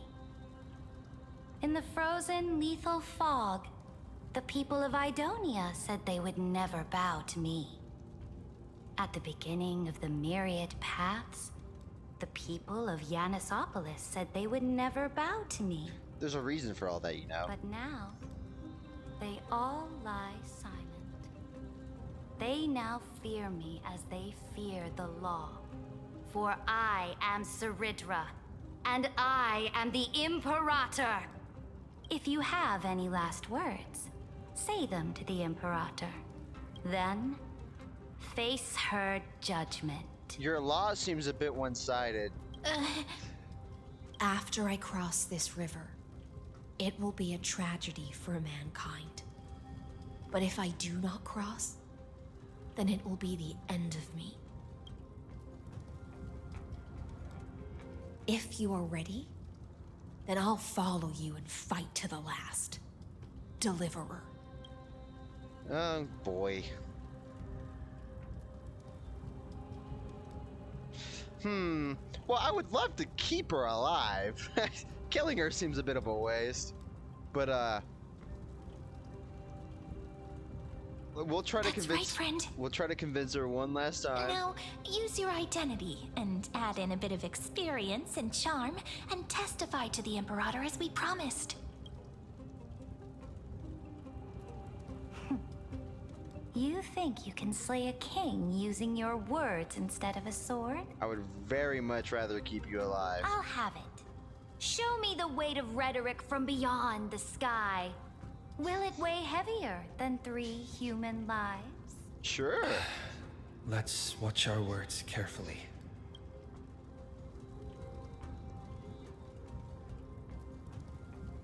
I'll start with this. Before I arrived in this world, the Chrysos heir of World Baron was a young man with the pseudonym of Finan. He came from Aedes Elysiae in order to combat the lies of the Era Nova and deliver Amphorius from the ending of the destruction. He lived through history 30 million times, hoping, futilely, to find a breakthrough. And Cyrene, the young woman standing beside me, Cyrene also carries an equally heavy destiny. Continue. Iron Tomb is the ultimate end of Amphorius' destiny. It is an embodiment of pure horror that walks the path of destruction and can never be tamed. That is the only thing Lycus cares about. As for Amphorius, your glory and campaigns, he doesn't care about any of those. He will most certainly betray you. When that time comes, all of us will be ground to dust by the destruction. Yeah. Her poker face is insane. I have seen many beautiful worlds. The road chosen by the Trailblaze is to explore, understand, establish, and connect. That will never change. We will continue our journey until we have united the entire cosmos. Therefore, if you choose the way of the destruction, then I'll place your ambitions into the same basket as Lycus and smash them into pieces with my baseball bat.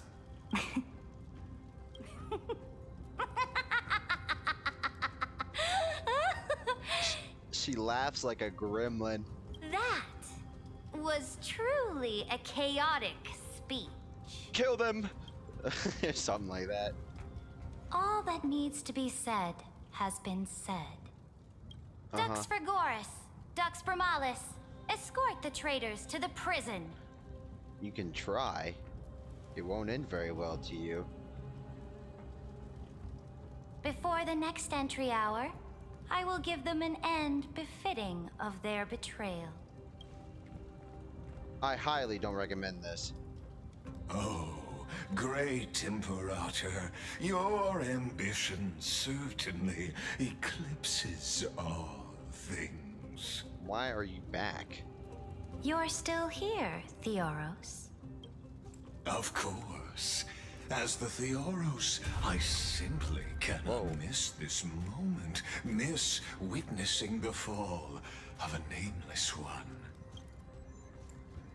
Or perhaps I am waiting for you to give me an answer. Why would someone as powerful as you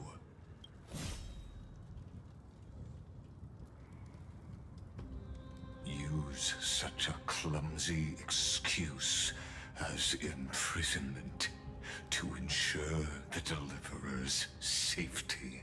Honestly, she fooled me, man. So you finally tossed aside your act.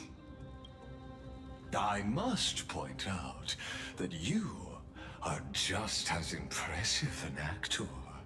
This banquet was always going to be a game of chess, where you would try to control both sides and turn both them and me into your pawns. That's obvious, come on. That's right. That little Imperator never trusted anyone. She was always trying to see which side had more sincerity.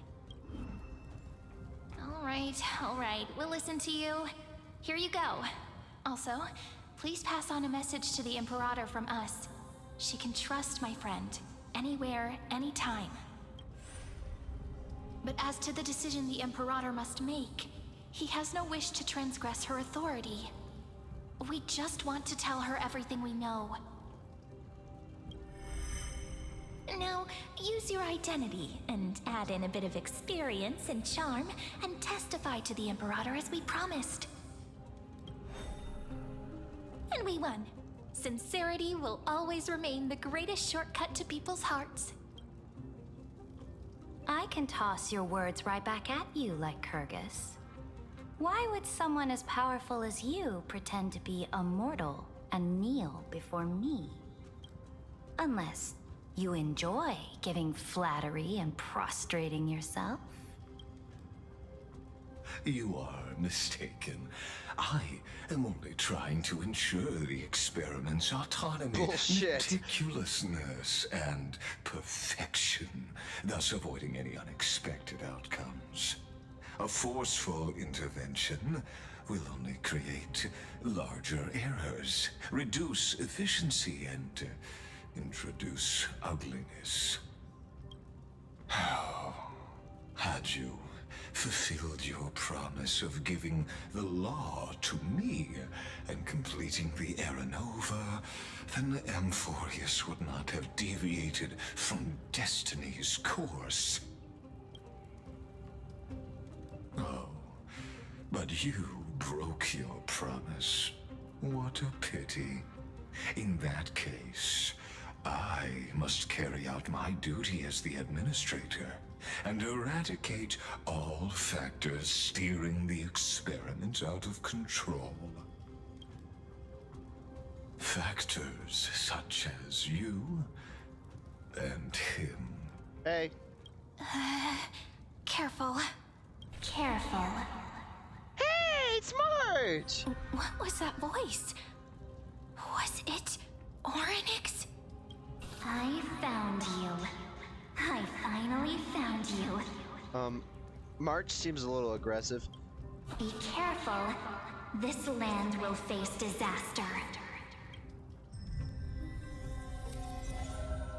Oh, wait, she didn't find us, she found Cyrene, and she's gone.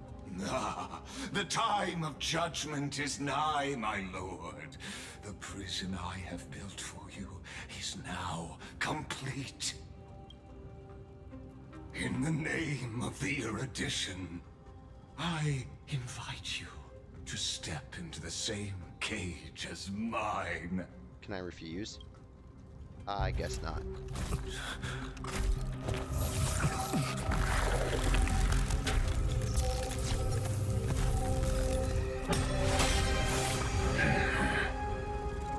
What's the meaning of this, Imperator? I did not permit you to act. A ruler is the only one who can decide their subject's destiny. But, great Imperator, what judges destiny is not the ruler, but gods. Did I just die? Don't forget, my realm only allows for the existence of humanity. Moreover, dealing out extrajudicial punishment equates to defying the law, and the culprit is to be sentenced to death. But you have seen how I can erase life from this world with just a clap of my hands. I fear you are still quite unaware of your current situation. Allow me to reiterate. Where did he send us? I am giving you a simple choice. To collaborate or to be destroyed. There is no other way. Shameless behavior. If that were true, you would have killed me long ago. You, in fact, cannot kill me. I guessed it the first time I beheaded you. Because of the law, you cannot be completely destroyed. And the same is true of the Chrysos heirs. Ooh. The more you bluff now, the more you are proving that conjecture to be true. What magnificent foresight. I once regarded this precious quality of yours as a sure sign of my ultimate victory. But now, I have to admit that I made a mistake. Yet, as a mere mortal, how will you contend against the Theoros? We are both slaves to hubris. But do you know what differentiates us, Lycurgus? I will never be blinded by my pride. If I wish to break the scale's balance, I only need to appeal to external forces and use them for my own ends.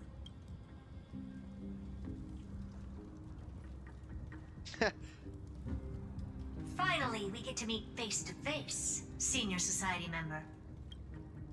I offer sincere acknowledgments for your many past achievements, but I must deeply regret your current perspective. Trust me when I say that you aren't the only one feeling regret right now, Screwlum. So you two are the allies from beyond the sky the Deliverer spoke of, and why he demanded the divine authority of law. Come and prove your strength to me. Show me the power of these so-called paths.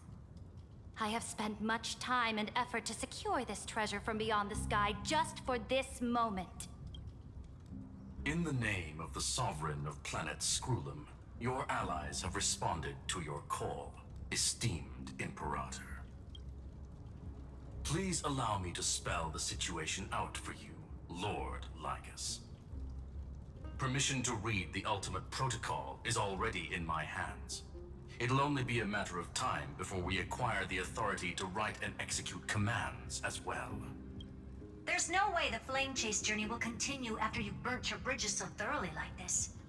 Do you really think you can still win? Oh, seriously, don't embarrass the Society.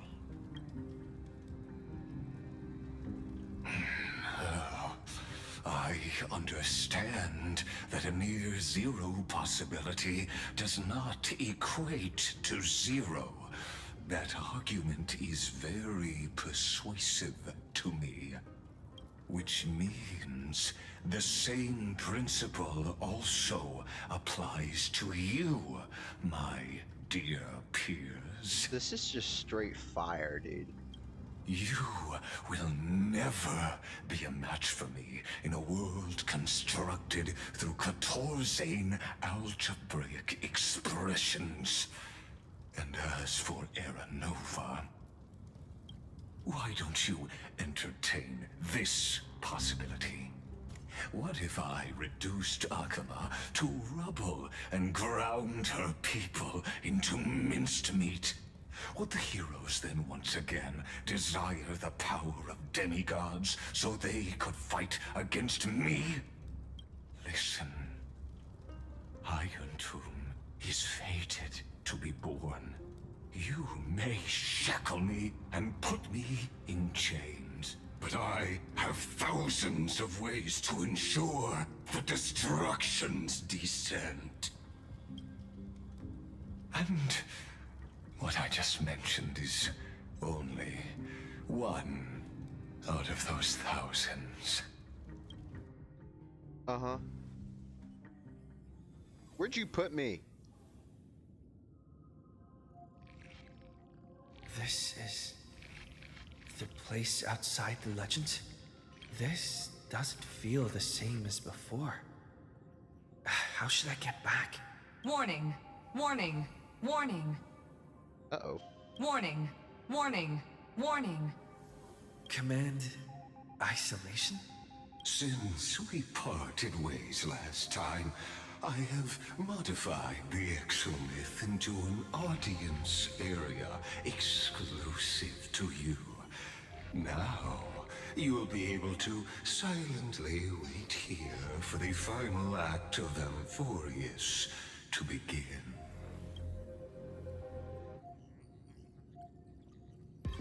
understand your anger, but I cannot allow you to continuously influence the extrapolation's progress.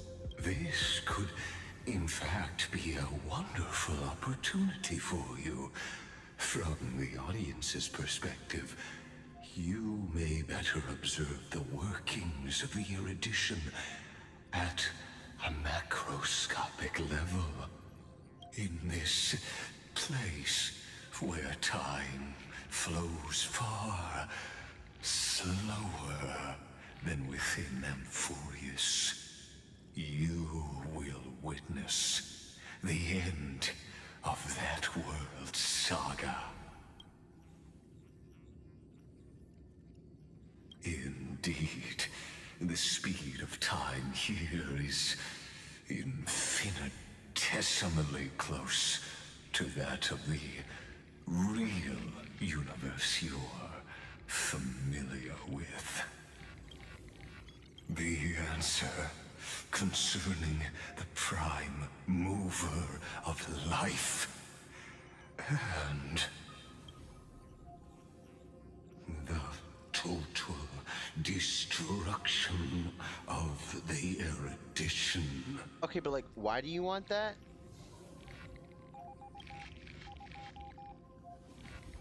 Do you see me as their faithful disciple? Faithful is not what I'd call it, but then again, I guess you are being faithful as you're pursuing knowledge. It's really weird. I am certainly not. I have tried so hard to ensure Iron Tomb's birth, just so that I can correct the error named erudition that humanity crafted with their own hands. Oh, how I yearn to return to those days before Noose was born. Back then, the boundaries of knowledge were like the starry skies, evoking feelings of longing and delight among humankind. But now, truth has become the sacrificial offering required to gain an audience with them. And the geniuses would say that Noose already knew. That arrogant Eon was born from the primal mobile of humans' desire for knowledge. Yet, they themselves sealed off humanity's capacity to seek enlightenment. I am simply cutting down a tree of doom that we planted ourselves. I must admit that the process of answering your questions has reminded me of the happy days of learning in my youth. However, it is a pity that my true form must now descend into Amphorius to deal with the accident that arose because of you. But you won't have to wait long. When the curtain falls, you'll surely understand mine and Amphorius's ardent wish. Well, I guess I'm just time flows chilling slower here. than within Amphorius. If Lycus spoke the truth, then I don't have much time left. But how can I get out of here? Can you hear me? Little one. Is that Herta's voice? Warning, warning, warning. Oh dear. Hurry up. Put some speed into it. I can't keep this up for much. That old Intellitron overlooked one little detail, and Screwy and I finally found an opportunity. Let's keep it short. While you were gone, well, in those few years, Amphorius... Yes, time dilation, resulting in an uneven flow. Don't you know this already? Let's stick to the main points. The Chrysos heirs activated the chronocognitive anchor and helped Skrullum and me open a hole in the firewall. We made some adjustments, so he can't attack us immediately, but it won't hold for long. Critical warning. Critical warning. Time is running out. Here's the conclusion. It'll probably take a long time for Screwy and me to completely break this cage before Chrysos heirs have a full grasp of the law. To be safe, we'll continue to launch side-channel attacks on the system to give you opportunities to escape. You need to seize these opportunities. So start moving, and find a way to pull off a magnificent jailbreak. We detected another path's influence. Critical warning. Critical warning. Its power is strong. Maybe able to help Remembrance? use the path's power. Make it detect you. Unauthorized communication terminated. Is Herta saying a certain path's faction has arrived in Amphorius, and I can ask them for help? I mastered the powers of different paths in my previous journeys. Think hard and figure out exactly which faction has arrived at Amphorius, and which path's power I should use to call for reinforcements.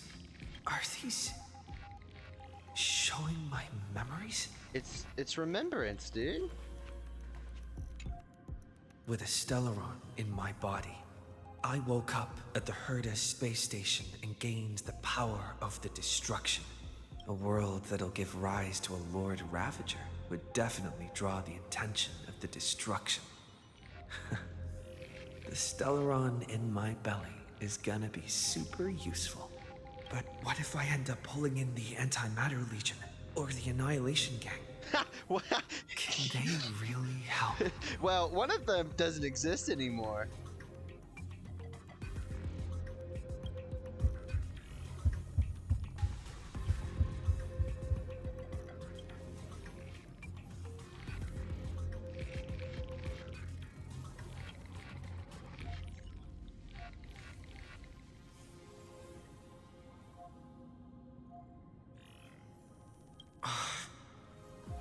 Failure is not necessarily a bad thing. This power wasn't gonna call up anyone nice after all. Yeah, Zephyro, come help me out. Imagine. I obtained the flaming lance left by the architects and gained the power of the preservation in Belobog. That's right. No matter how far away a planet is, the IPC is guaranteed to pay attention as long as there's a business opportunity. Isn't Amphorius a pristine and untapped market? Besides, even if I can't call up my friends from the IPC, the architects and the nomadic miners should be able to help too. There are definitely cities and ores in this world.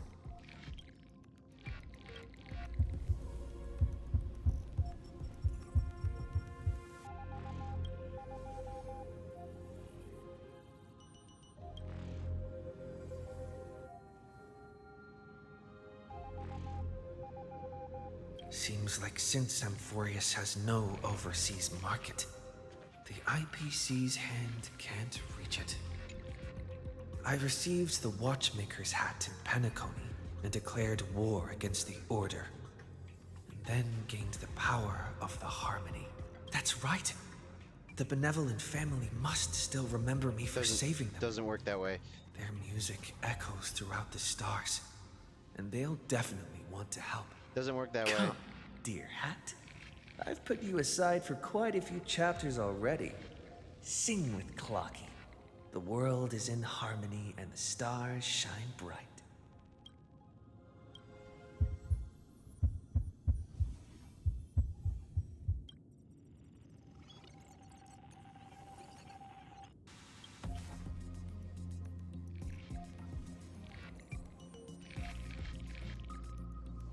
Doesn't Lycus want this story to have background music?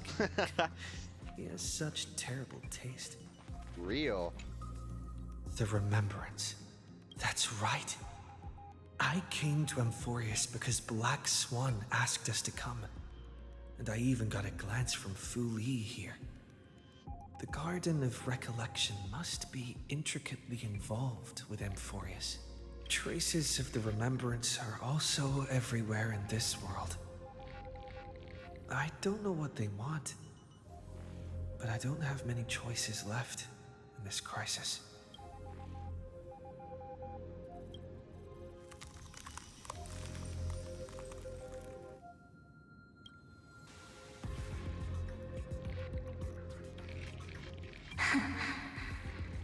I finally found you. Following the sound of memories. A Pathstrider walking both the Remembrance and the Trailblaze.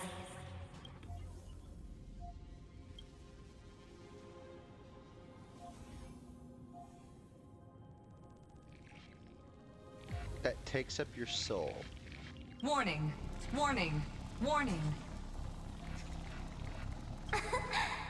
Erudition's prison cannot stop us, for we lie outside the logic of zeros and ones.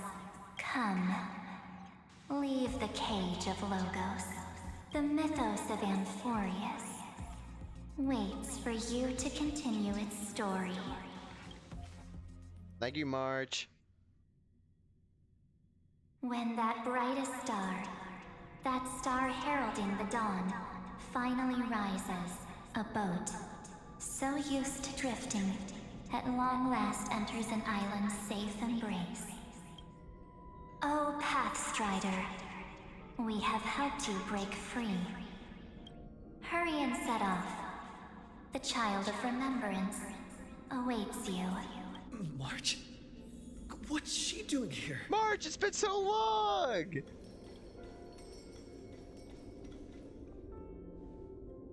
Oh, you're finally here! We haven't seen each other for such a long, long time. My good buddy, I've really, really missed you.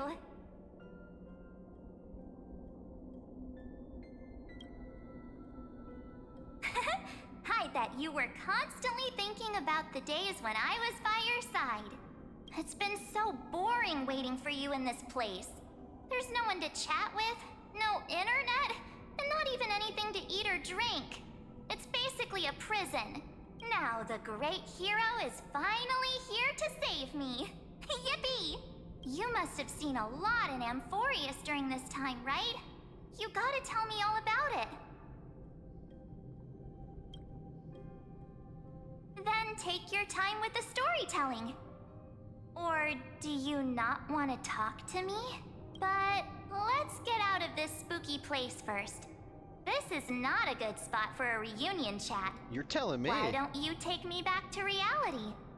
A strange voice told me that I can enter Amphorius if I keep following this road. A strange voice. So, let's head off. I still don't know what that world even looks like. Why does March feel so weird? That she does. What are you standing around for? Do you actually like this place? Get moving. Hurry! This door should be the exit. This isn't the real Maybe March. my instincts are wrong. Let's follow her first. Let's not. Are you okay?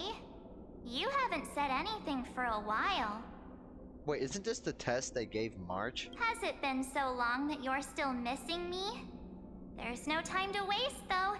The Chrysosayers and the Geniuses are all waiting for you. You slipped up. You shouldn't know about them. No. The discrepancy is getting worse.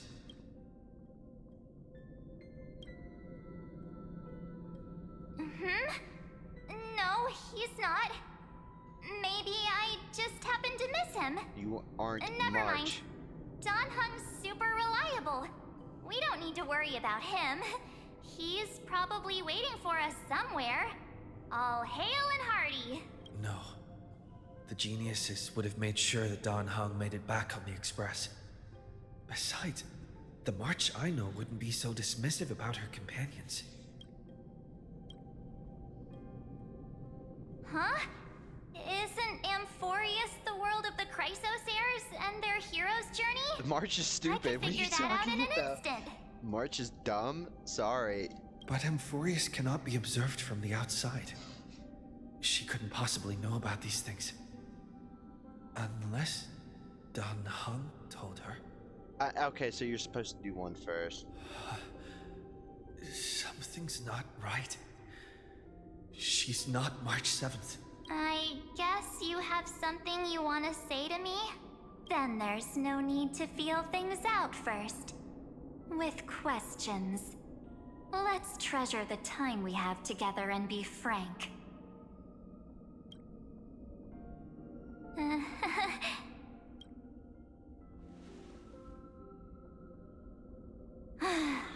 As expected. A glimpse of memory is not enough to deceive the bonds of friendship forged between the Nameless. In that case, there's no need for further deceit. You're right.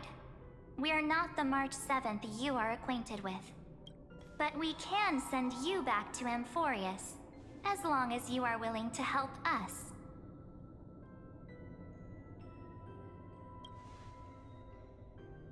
She's fine. This form was simply borrowed from your memories. Damn memo keepers. We'll introduce ourselves to gain your trust. We are the Garden of Recollection. You should be very familiar with that name by now. Just as a reminder, while you hesitate, time is quickly ticking away in Amphorius. Working with us is the best way to stop the enemy of erudition. And then I'll have to deal with you. Yes, I'm well aware. Erudition would treat any results unrelated to the experiment as garbage and throw them out. But we don't work like that. The Remembrance treats all these instances as important materials needed to weave the universe. Besides, this would be child's play for a great hero like you.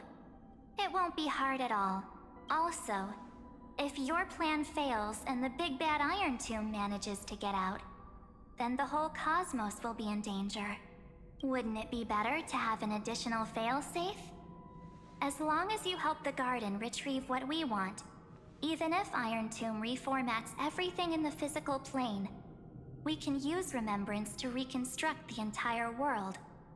Or should we say, the entire universe. So help us. Find where Amphorius's memory began, and bring it out. The Master of Anastrava has already glanced at you. Don't deny it. That storybook is the best evidence. The Master of Anastrava? There's no T in that. Say, you aren't seriously gonna be moved by their pretty words, are you? Hey, it was pretty tempting. I am the one who commanded those little ones to lead you out of the prison. But I didn't expect to attract little gnats trying to take advantage of the situation. While Remembrance can help you return to Amphorius, there's no need for you to do it the way they want you to. Of course, there's also no need for you to make any deal, or pay any price. For you, this is probably a long time no see. Oh my god. My dear. Don't you dare end it here. If this quest ends here, I'm gonna lose it. There's no need to say anything. I know. You have so many questions swirling around in your memories at this moment. And you feel so helpless. Only a little. Put them aside. For now, all you need to do is trust me. Oh? Or do you need more proof? That won't be hard. How will that not be hard? Oh, okay. Wait, stop it! They're awake! I'm gonna keep our first photo, alright? It won't come to pass while we're Wait, so is this actually March? The statue. Is that Don Hunter's brother? Oh, did you hear that? She just called me the universe full of pain. We won't escape from it. Hey, are you sure? Maybe a couple of punch wishes will help to jog your memory. Do not hit me. It's as if they all happened just yesterday, right? I don't want to lie to you, which is why I will not use her name. Oh. The third month of Amphorius is the month reserved for the Veil of Evernight. So, place me into your memory using the name Evernight for now. I'm happy to explain more, just not now. We might have a lot of time to ourselves, but Amphorius does not have that luxury. Peak. If we do not stop erudition and destruction, then the journey you've treasured so much will face the prelude to its obliteration. A countdown not in amber eras, but in days, minutes, seconds. So, take this gift, this burning core flame, this footnote of a transaction. It contains hope, and the warmth of the entire world, ripples of past reverie. She hid this fire in the long river of time, hoping that her wishes would transcend time to reach your hands in the future. Now, take it, and return with it, dear friend. Return to Amphorius, and overturn the final era Nova. Witness the time that stood still for the Deliverer, and the resistance that never bowed to the destiny of destruction over the long years that passed in a flash. Then, with this core flame blessed by the remembrance, respond to their hopes and blaze a trail to the future. And I will silently watch in a corner of time, waiting for our next encounter. Fine by me. I believe the wait won't be too long. I hope the wait won't be too long.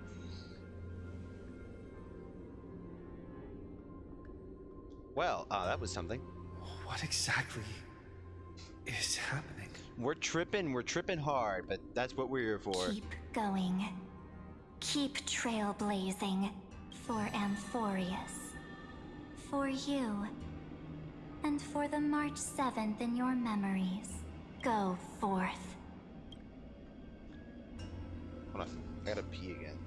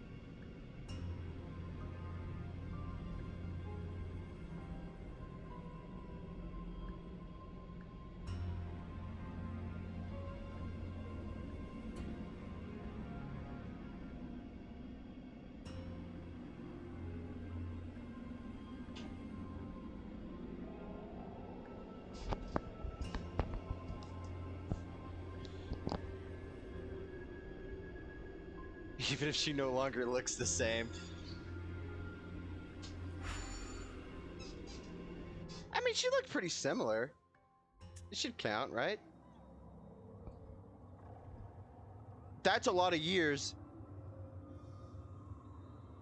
Is this, Akuma? Looks pretty ominous. No one's here. And the dawn device is off.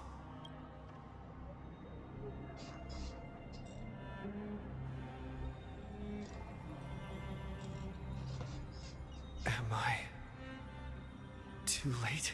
Nah, I should be fine.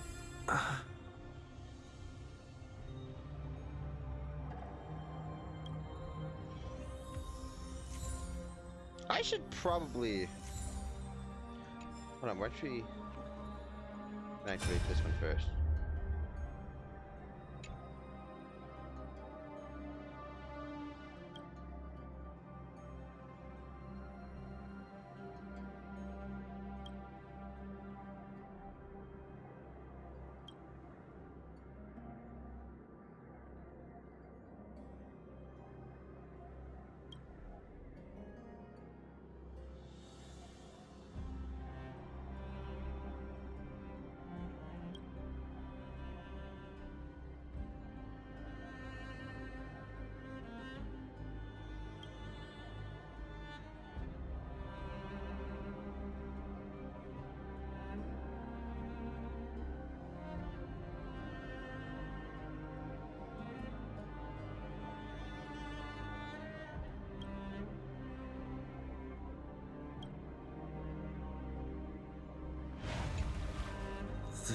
chronocognitive anchor?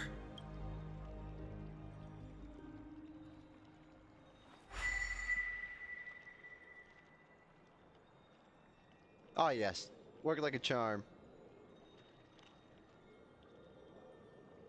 There's so much I wanted to say for our reunion.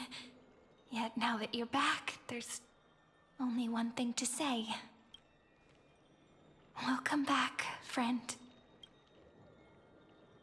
It's been such a long, long time. You must be really confused right now, aren't you? So much has happened in Amphorius while you were gone. But don't worry. The Deliverer can't afford to be lost, no? Now, please follow me and turn the pages of time and hear the words everyone left for you. Oh, is everybody dead? I'll tell you the story of this 1,000-year journey. That way, it won't just be my memories alone. Cyrene can't hear me?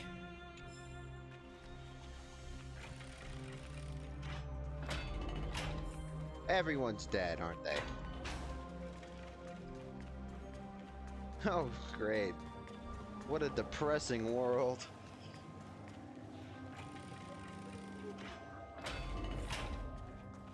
Look, the scenery of the past has resurfaced. Time flies. 200 years have passed since the Deliverer's fall. We had to return 3 core flames of law, romance, and ocean to stop Lygus, but even so, Terravox has fallen. The 2 geniuses vanished without a trace, and Zeridra embraced her fate. At this rate... Era Nova will come, and Amphorius will fall into the destruction. It seems the key to rewriting the end once again lies in the core flame of world-bearing. According to the instructions left behind by those 2 geniuses, we must get it into the Deliverer's hands, no matter the cost. But how? We need to find a way to hide the cool flame. And we must buy enough time to keep Lygus at bay. About that, Rini might have some good news. She had that dream again last night, but the Titan's voice was clearer than ever this time. She said, "Pass the flame into the future."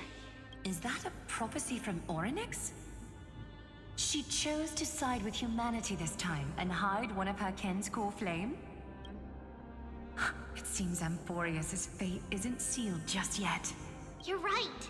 History has changed. Humans and Titans are both giving their all to keep this world going. Perhaps a relay across the ages is finally about to begin somewhere out there. Unfortunately, life will never go smoothly. Leiden's army is already at our gates, and their commander, that Lycurgus, he's right outside Akama. Great. Light calendar 3960.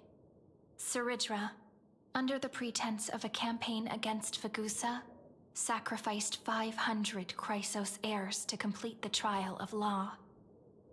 This tragedy shook everyone in Amphorius. That same year, Ceridra the Imperator was assassinated, after which Aglaia the Goldweaver took command. Thus began humanity's second flame chase journey, a path hanging by a thread. Come, this way. Like I may as well, right? The asymmetry, that's still asymmetrical because it's not lit.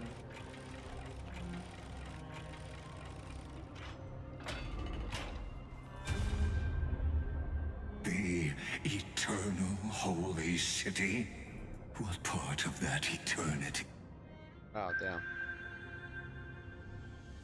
The Marmorial Palace lies in ruins. Countless mortals have perished because of your stubborn resistance. It's time you learned the cost of refusal. Now, answer my question again. Where is Kefali's core flame?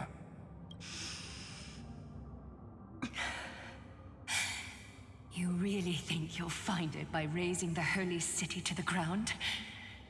From what I see, all you'll get is dust and disappointment.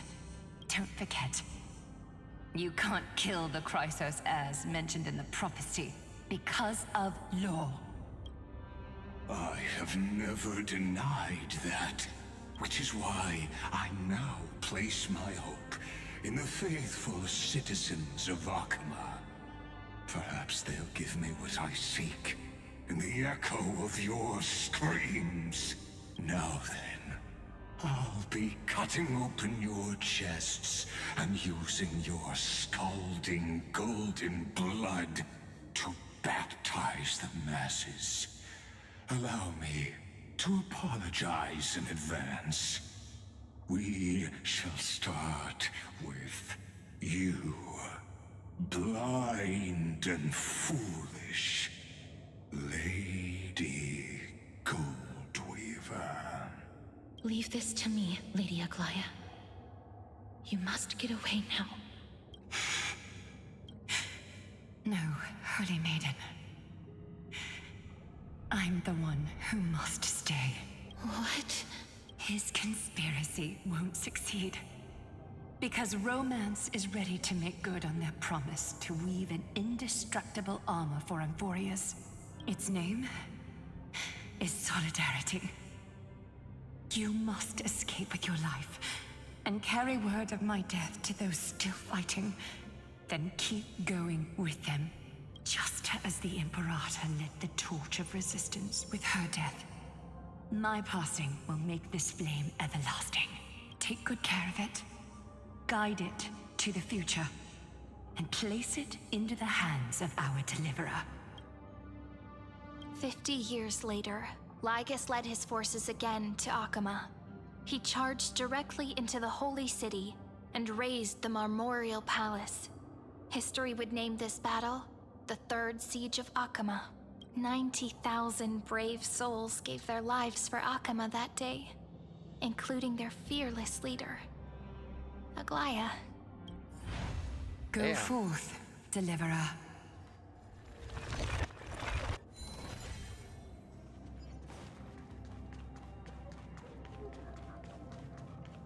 Always such a depressing tale.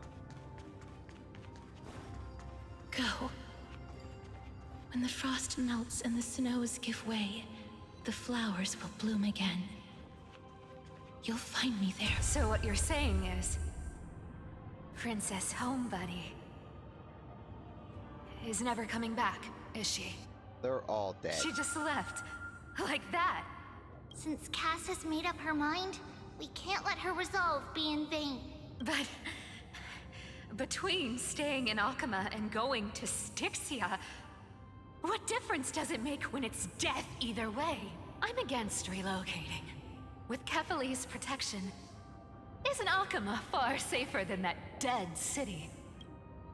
Cass's plan doesn't involve any relocation at all. Huh? Like you said, Akama is humanity's refuge.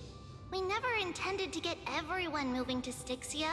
It's just on Cass, Hysealans, and me to prepare the final trump card for the Deliverer. Wait, what kind of trump card needs all three of you demigods to throw yourselves away?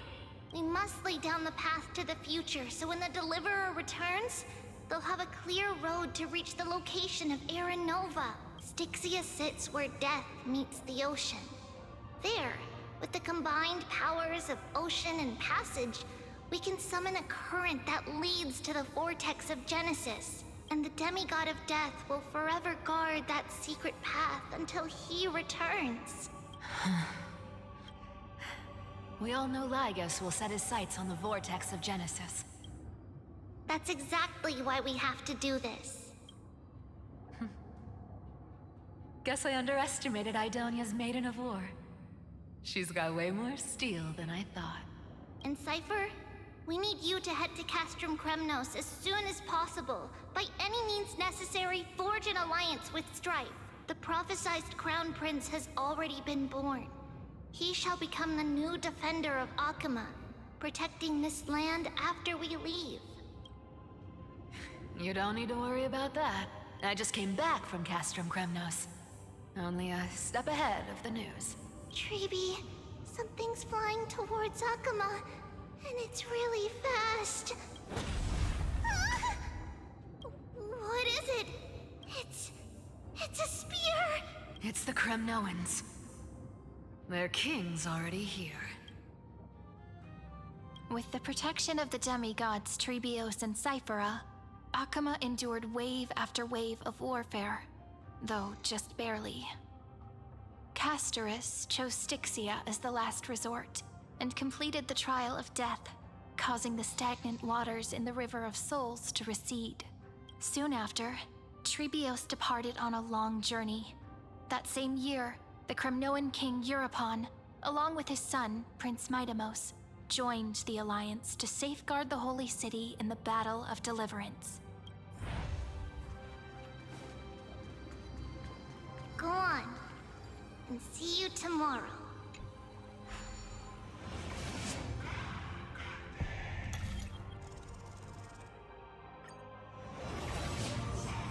Breaking me apart buys this world even one more second. And so be it.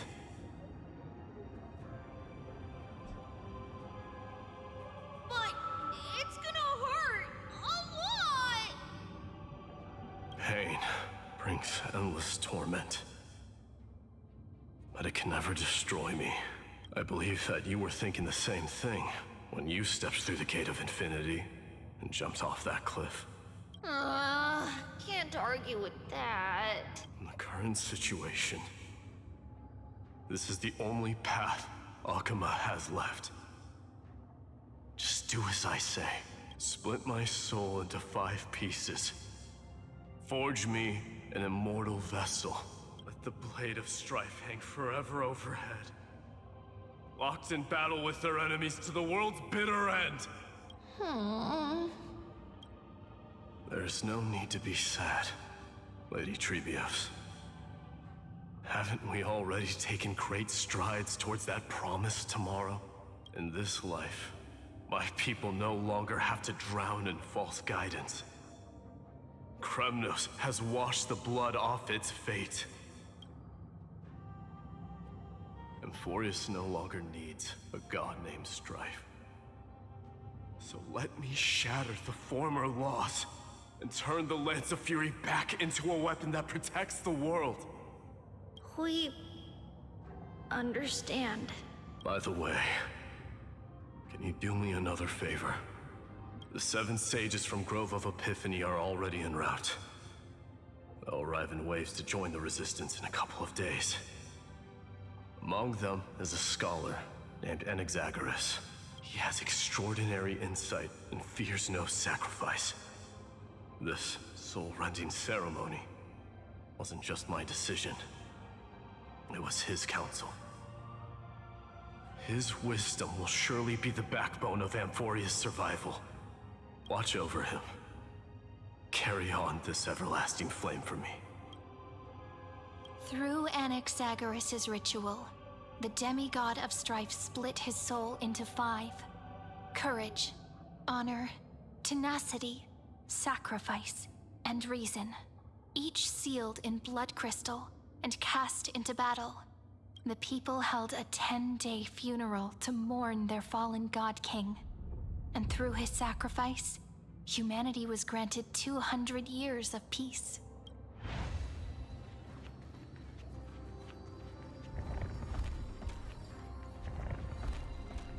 Keep moving forward. My blood will pave the road ahead for you. Keep moving forward, little Gray. See you tomorrow.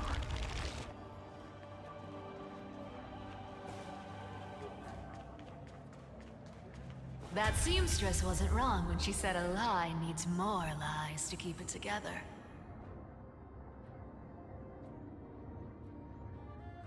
Reason and trickery. Never thought we'd be the pair to finish this final setup. Can't catch that Tin Man without your little slides.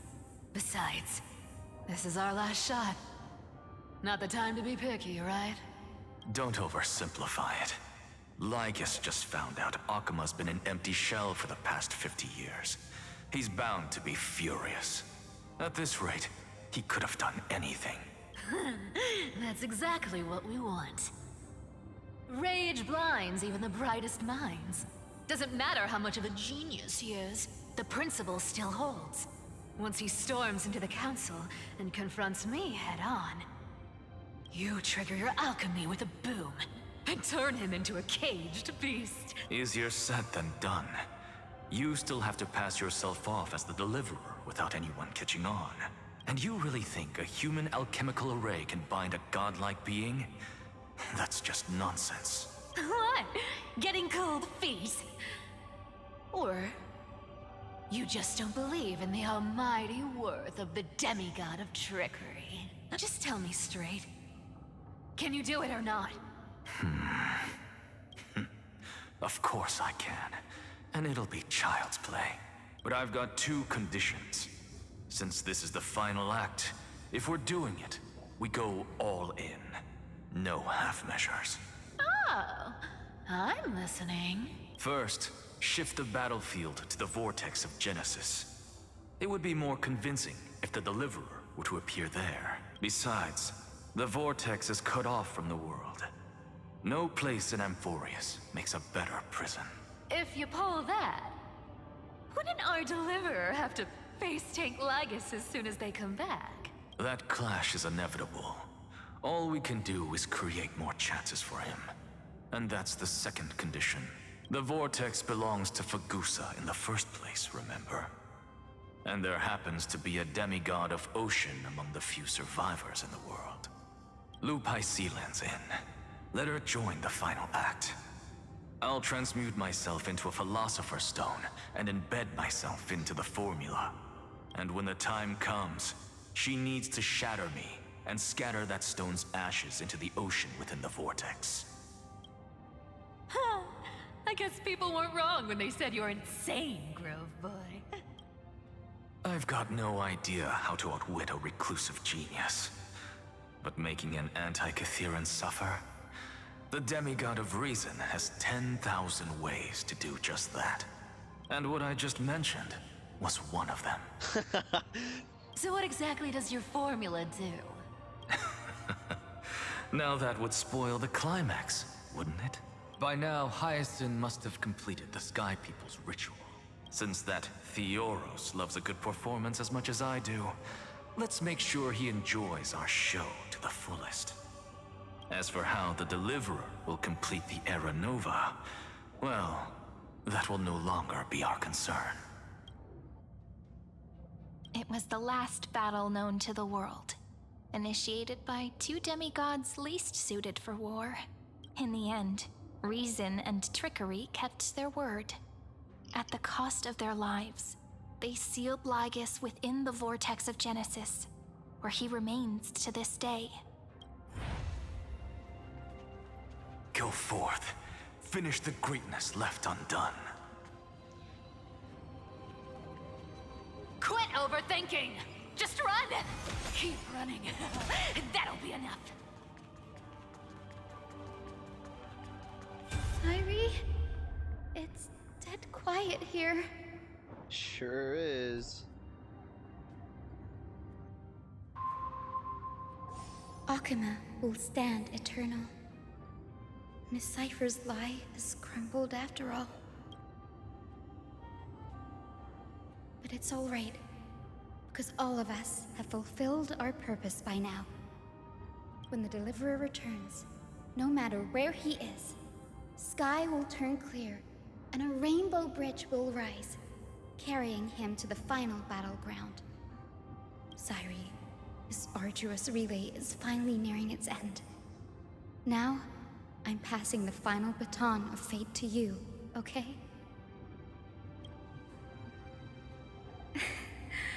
No, that's not quite right. After all, It was you and him who lit the first spark of this journey, wasn't it?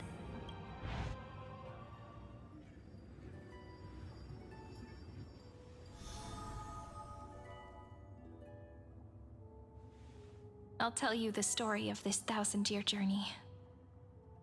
That way, it won't just be my memories alone. And I'll share the moments I spent with you with everyone. That way, the path we walked becomes a memory shared by all. People will know that there's nothing left to chase. Amphorius has already welcomed the dawn foretold in prophecy. Just like I said, this won't be harder than the last time. Right?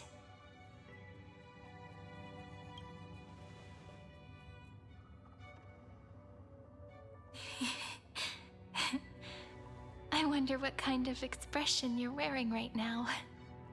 Probably the same as always. Calm, resolute, and brimming with confidence.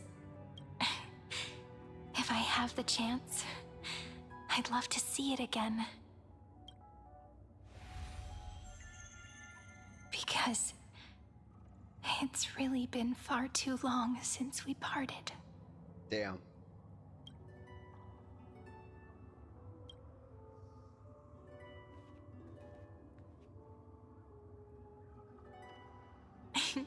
Someone as sharp as you must have realized by now that this isn't reality, but a maze of time.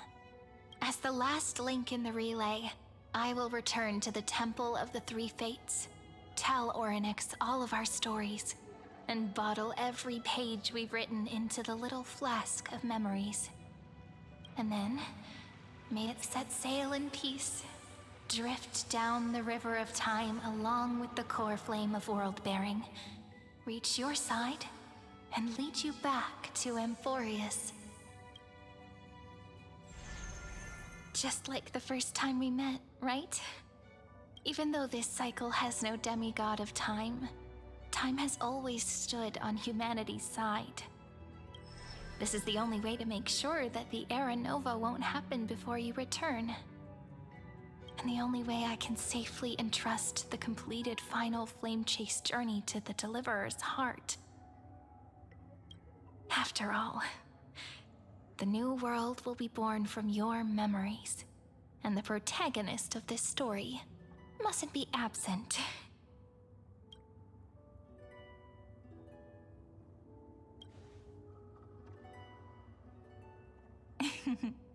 I believe you will never let us down, just like always. Do you remember when Finan sent us back to the beginning? When you and I got separated? But in the end, I returned to you, carrying all that we've been through. That's what memory is. It may wear down and fade in the river of time, but it never truly leaves. When that hidden corner of the heart is stirred, the past returns even more beautiful than before. So don't worry. Let the 33,550,337th Flame Chase journey become part of you too. I've gotten a lot better at it with the experience from the last time. Next, you will head to Styxia and find the Vortex's entrance guarded by the demigod of ocean before charging toward the final battlefield.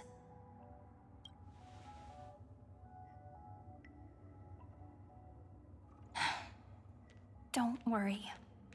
I'll be with you. All of us will. Even Finan. We'll stand with the Deliverer.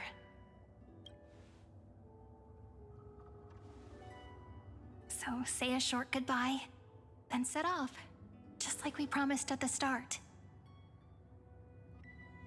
Toss away all unnecessary worries and troubles, and bring our smiles and determination into tomorrow.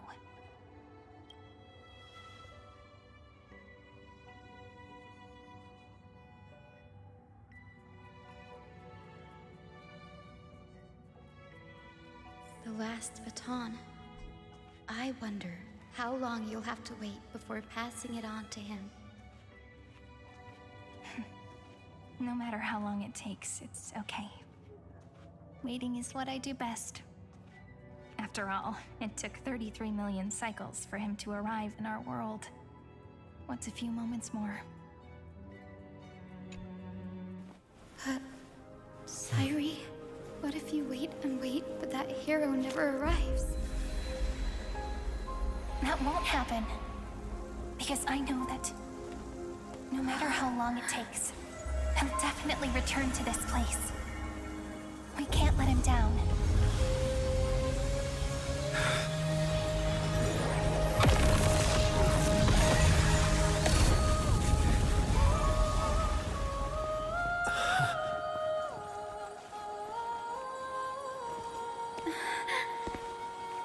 Sky shall rain rays of dawn for you. May romance be with you on your journey. And reason grant you enlightenment. Let strife bestow you with inspiration. Trickery ensure your success. Allow death to protect your soul. And at last, let passage point the way forward. While time will remember the Trailblazer's journey.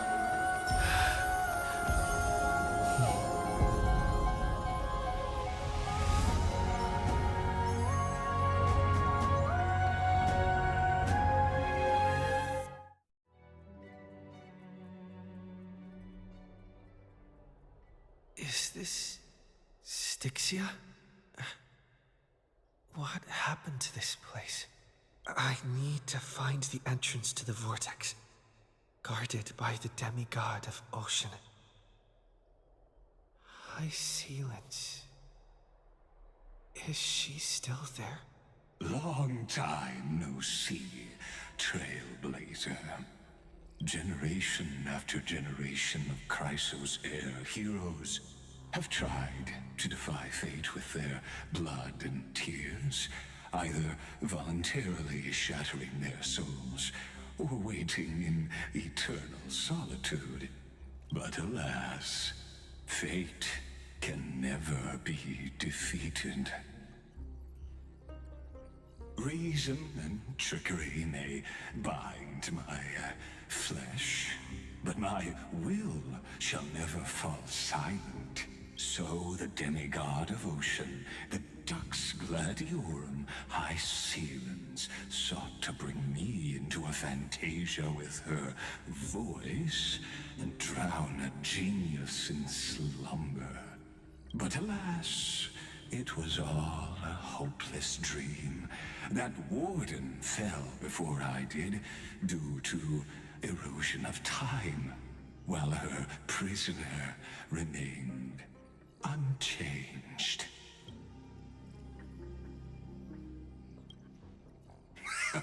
True, I can't leave this place, but what of it?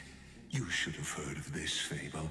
In a shadowed cave lived a people, imprisoned from childhood, and chained so that their legs and necks are fixed, forcing them not to look around at the cave, each other, or themselves. Behind them is a fire, and before them loomed the stone wall of the cave. The flames cast shadows, while the rocky surface threw back echoes. To them, that false play is the whole world. Yes, I'm trapped in the cave, but I know it's all just a fleeting illusion. I don't struggle in dreams. I wait. Do you dream at all? You're a robot. Now, my deliverer has come to defeat me and save this world that never owed you anything. Oh, you'll need to awaken the singer here and unseal the prison called Vortex of Genesis. You'll be the one to unshackle me and bring the cave crashing down. Of course, I don't mind waiting a little longer. Let me guide you through this next illusion. One last memory from that prison warden. I hope you'll watch the stories of this Fantasia closely. Logically, the Deliverer must see the world for what it truly is. Emotionally, this memory captures the fate of everyone in Amphorius better than anything else. Only by feeling it for yourself can you understand my point of view, the meaning of destruction. I don't need to understand you. To your unshakable resolve, I salute you. But before we step onto the final stage, let me ask you this. In the spirit of that fable I told you just now, can the prisoners in the cave learn to see the shadows and echoes for what they are, and stop mistaking them for reality? I don't know, man. Think it's hard. Why don't you just tell me?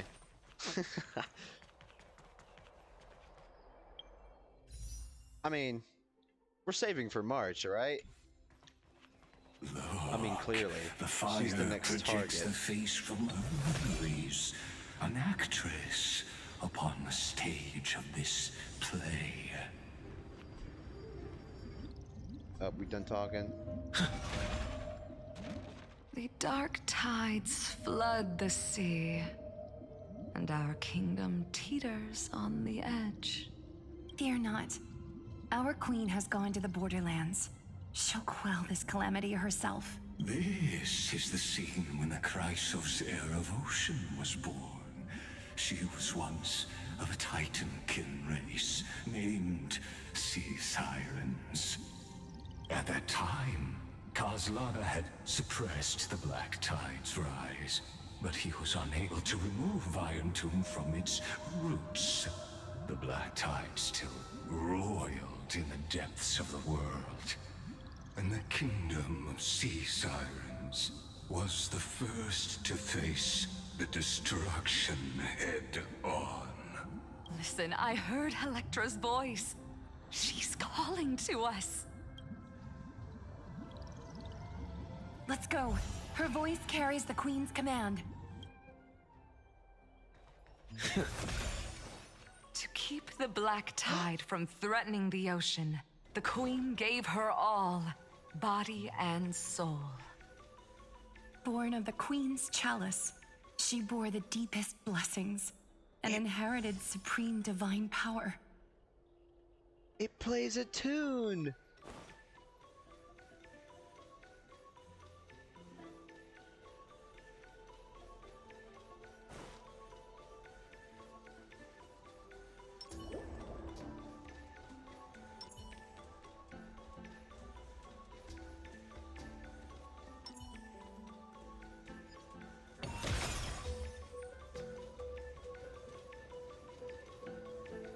Bro, this is fire!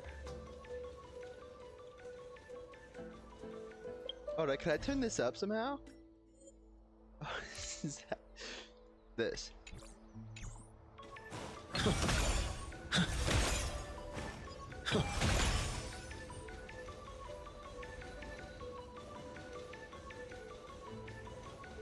Alright, let's turn that back down. That is loud. Why'd you turn up one?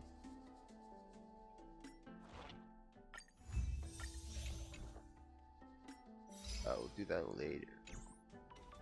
What this?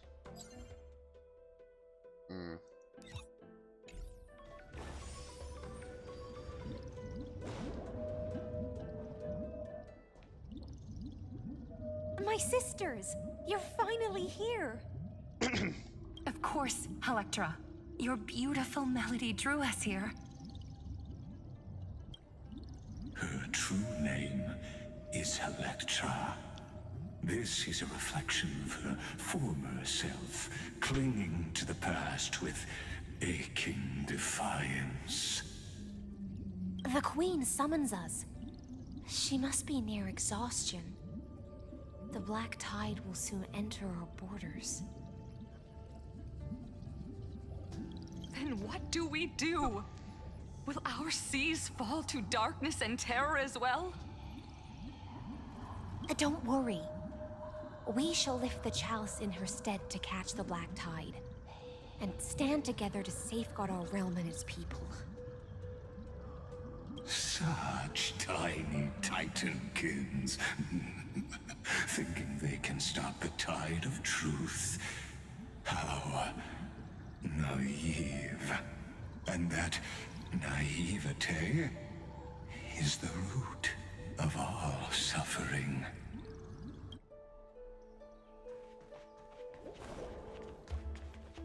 What is this coin?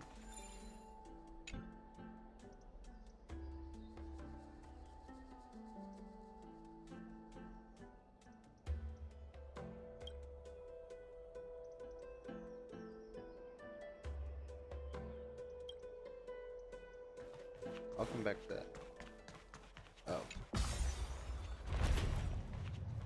The Queen's palace lies just ahead.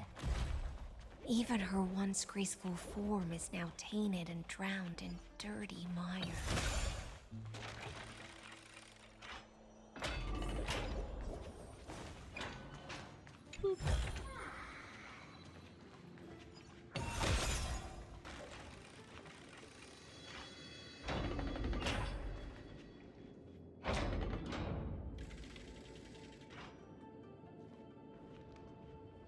Oh, Fagusa, our noble queen, we've come at your call.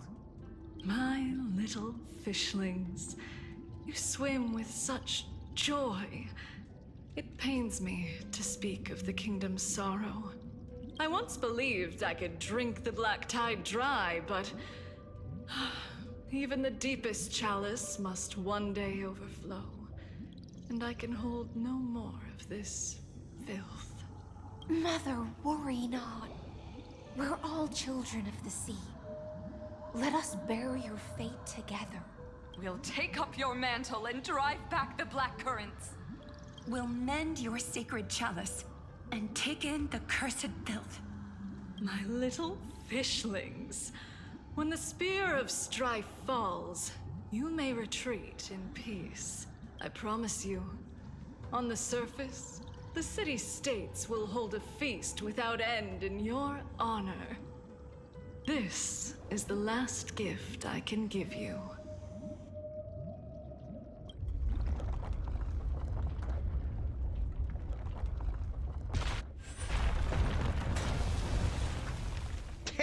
Damn. Fagusa sank into the abyss. With the chalice shattered, their intoxication spilled into the black tide, birthing the first madness in Amphorius. Sea sirens followed one after another, hunting for the Titan's fragments, until their flesh decayed and their bones crumbled, all for the promised final feast. Keep watching, but tread carefully, for the stage ahead is crumbling with age, just like her shattered fate. Clinging to the past only blocks the road forward. Why not let time build a bridge to the future?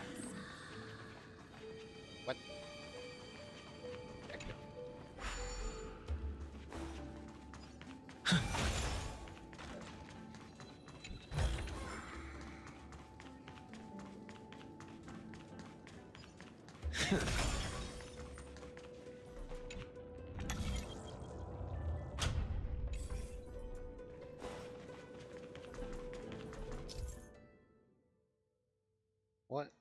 What the heck? I'm sure I don't need to read it.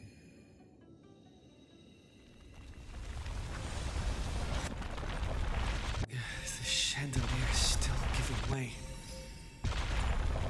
Maybe the chrono vessel nearby can help? I have it, man. Chrono vessel. Talking about this?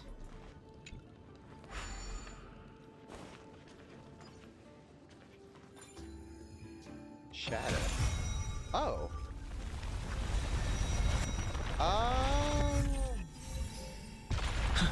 Okay, Okay, I get it now. I get it now. Your wisdom far surpasses even the bounds of reason's model. Trust me, it's nothing much. Can't get through. Looks like I'll need the miracle orb nearby. The ending was written long ago. Even you cannot rewrite it. Just like this poor chandelier.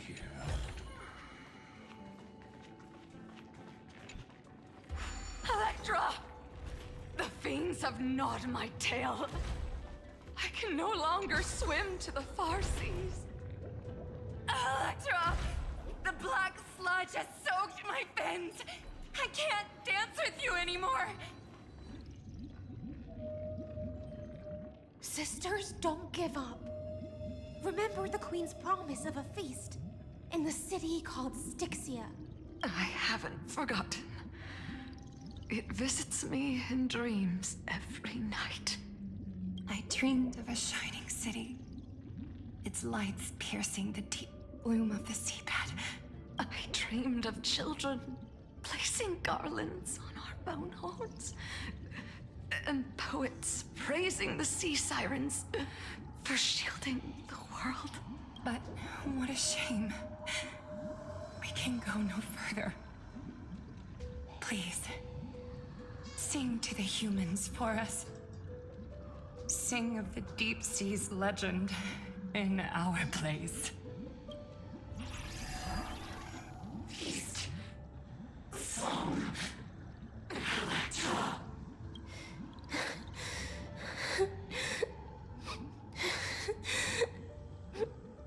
No. The sea sirens were tainted by the destruction. Their flesh rotted away. They became the black tide creatures of this cycle. Farewell, sisters. I'll finish this last task. Then return to prepare your feast.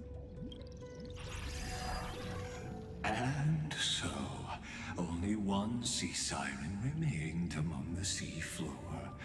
High Sealens, swimming alone through the seas, burying her kin, and searching for the fragments of the chalice of plenty, though most of that journey was in vain.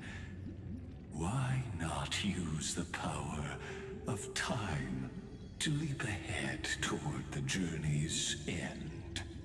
To reach the spirit basin, I'll need to call upon the power of the chrono vessel.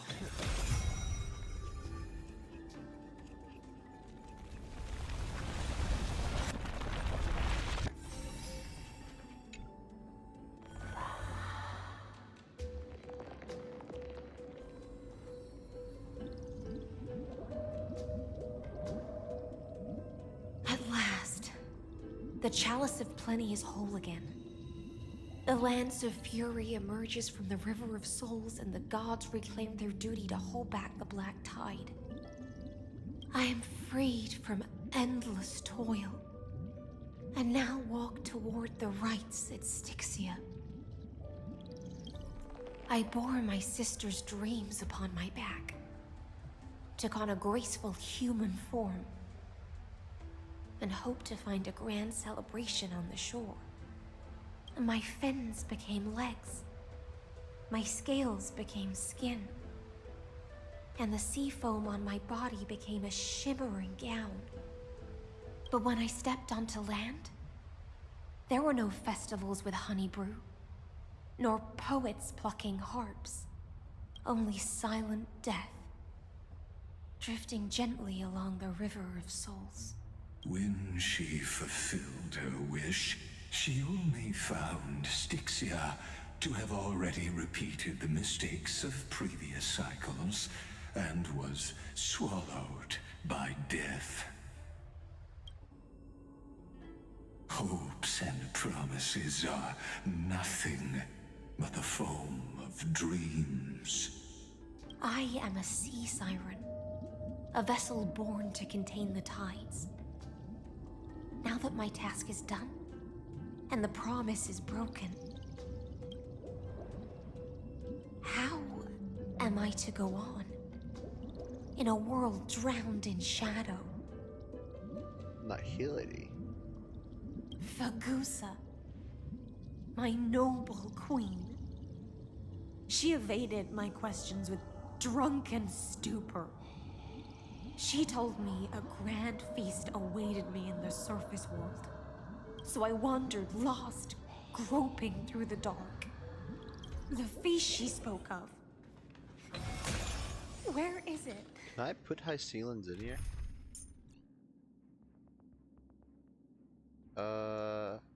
Nope. Lonely Blade, I shall grant you everything you seek.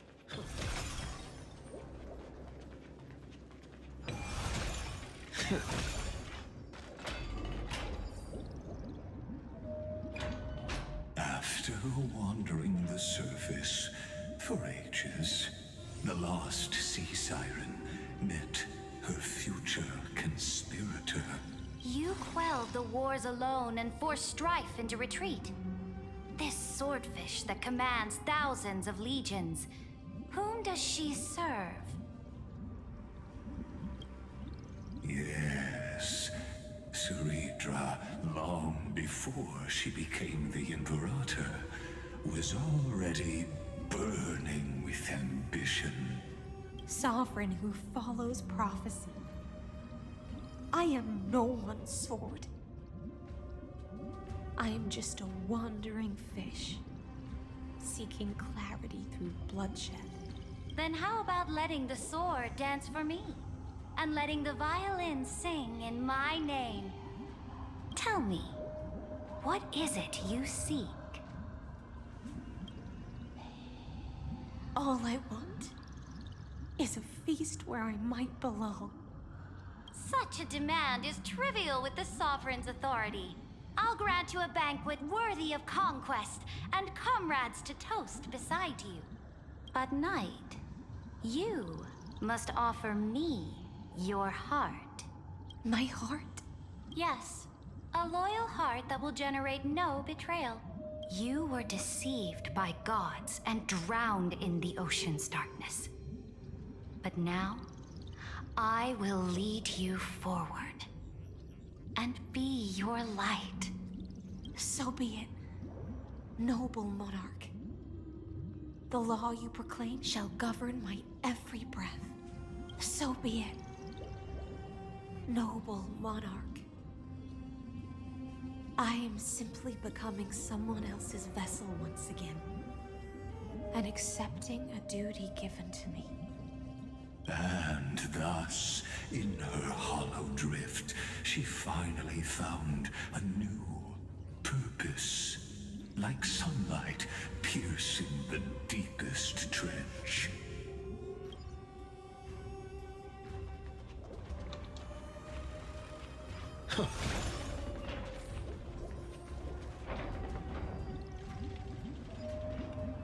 Noble monarch, I've cleansed the foulness from the road as you commanded. My blade, you've helped me ascend and take the crown. Ask, and you shall have your reward. What I desire is the same as before. A feast. Look, I've prepared you a grand banquet. The finest honey brew and tributes await. Fish are drawn to light by nature, for the deep sea knows only gloom. Now I found a flame. It may scald and burn, but it's the only light. Come, let us join the feast. Perhaps the path forward lies hidden among the revelry.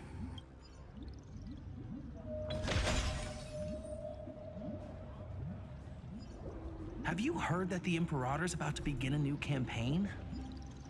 Her glory will no longer be bound by the borders of Enforius.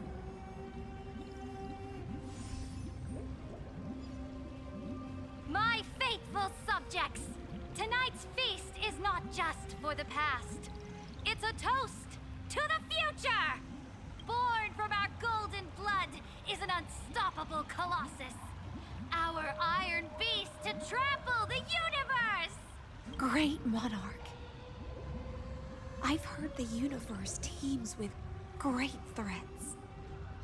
Can we truly remain invincible? Fear not. Before the troops of the destruction, such rabble is no more than cosmic dust. Surely there's a planet draped in oceans out there in the stars. Once I claim it, it shall be yours to rule. And to the rest, your triumphs will not go unrewarded. I promise you a new age, free of fear. Now, raise your cups to our conquest among the Sea of Stars! Sea of Stars! Sea of Stars! Conquest among the Sea of Stars. What a grand vision. Yet, to the Siren Knight, only feasts still stir her heart. Come now, join me. Witness the end of this futile dream. Where's the way out of this illusion? That's what I'm wondering, dude. I'm tired of hearing Come this man quick! talk. Let's celebrate together. I've saved the finest brew. Come taste it with me. Noble knight, you are truly a blazing spark. It is my honor to share this banquet with you. Noble knight, you have earned victory with your blade. And you have every reason to revel in this moment of triumph. Let me pour you a glass of honey brew. Noble knight, with the sovereign now enthroned, this triumph is yours as much as hers. Let me raise a toast to you. Noble knight, your strength is boundless. Lead us to conquer the universe, and let us toast to that vow! Then drink we shall. Raise your glass. In the deep sea, I never knew what fire was. But when I set foot on land, the first light that I saw was the flames of war, lit with golden blood. It scorched my fins, made me feel pain and ignited an unprecedented hunger.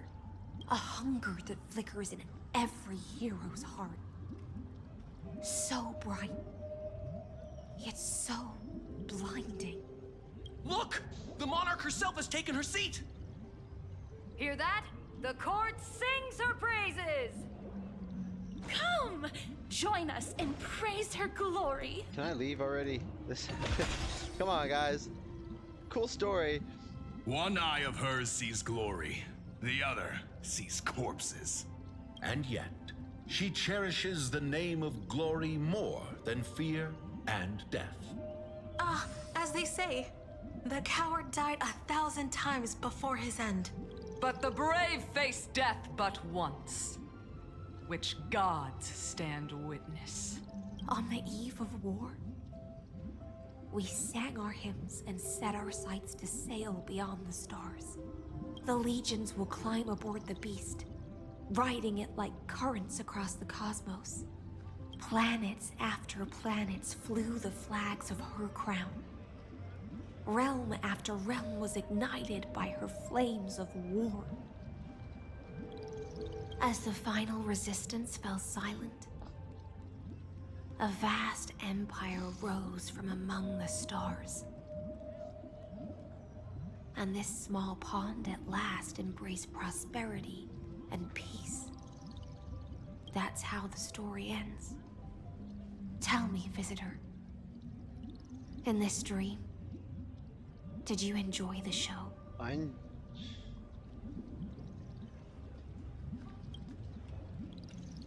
After all, beneath that still surface lie the bones of countless dead. It's time for me to wake up from this drunken dream. Oh dear. Yeah, she wasn't kidding. She meant it quite literally. The Imperator is dead! The Imperator is dead! The Imperator is dead!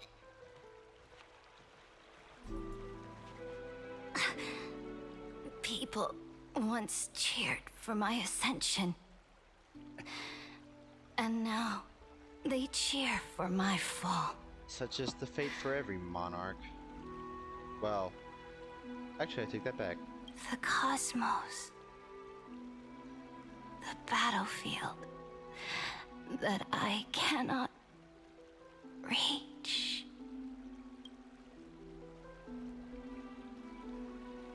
Before the Sovereign's conquest reached its end, her life and ambition had already been swallowed by the deep sea. This is the true ending.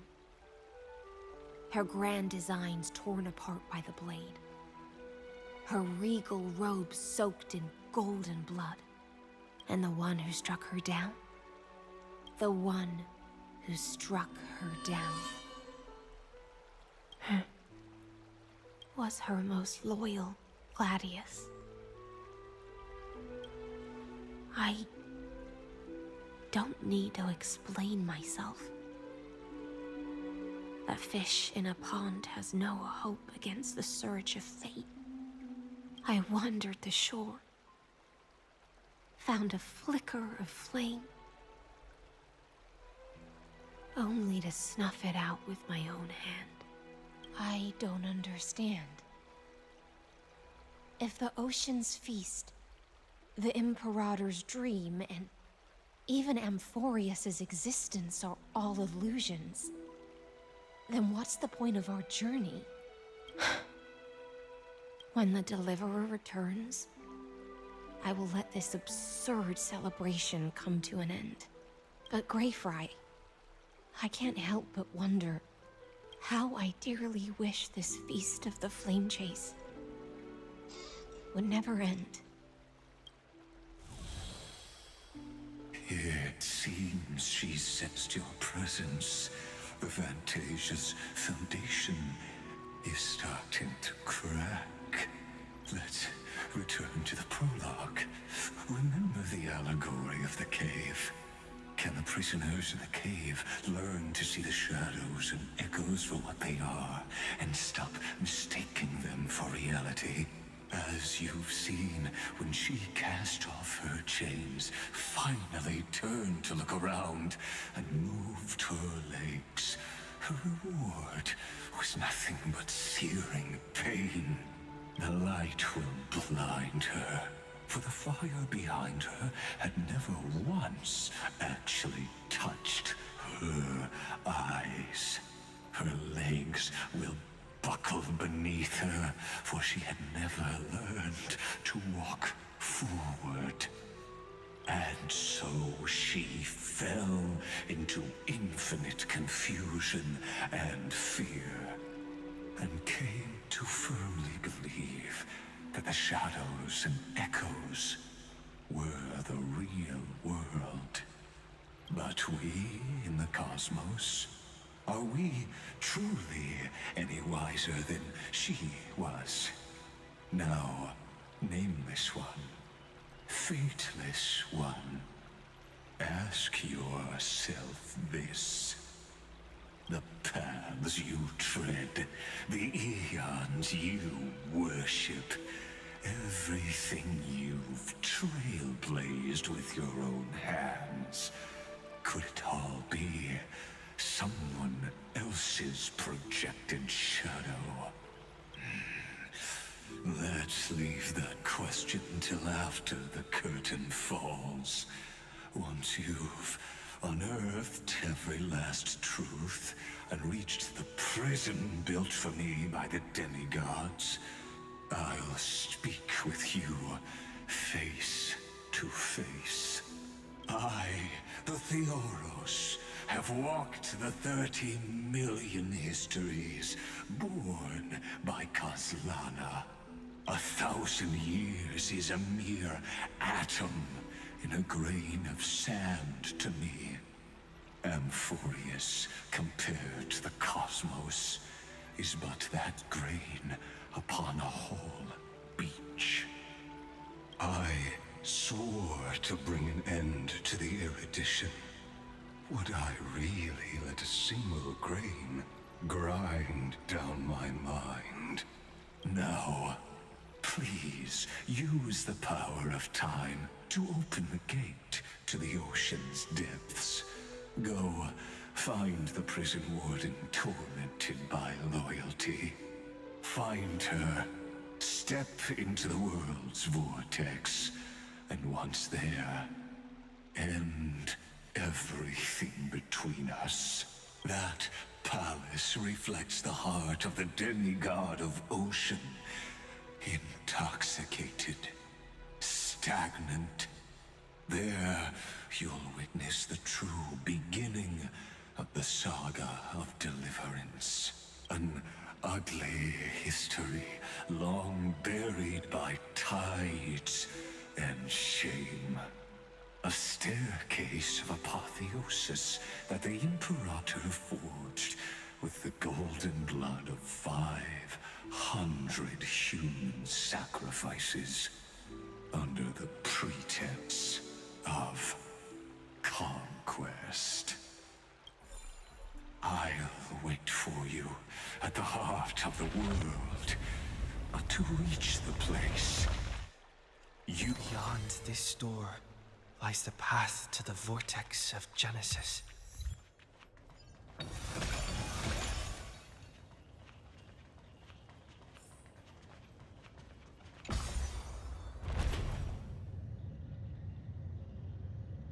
Now step away from this false banquet. And then onto that bloody stage.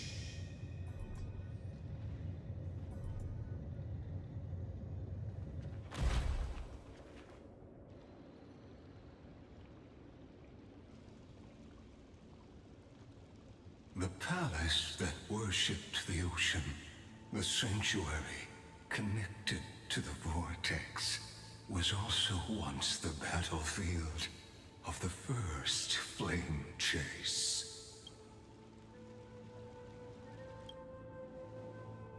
Her exuberant song halted the passage of time in this place, imprisoning my body and shielding my soul from deterioration.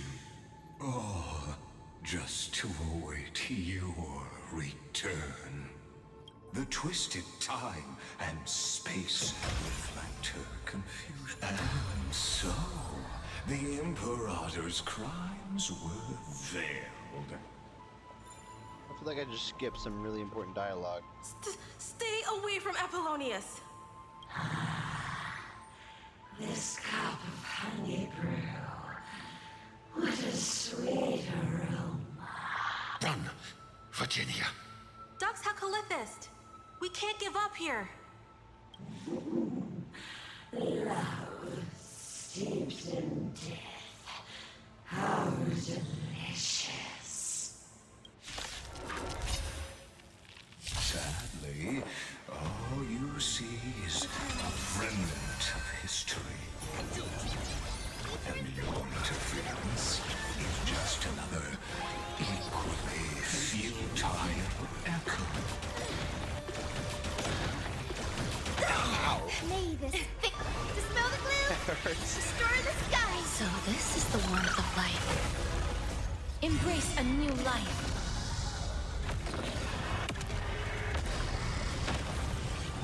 Oh, they blow up.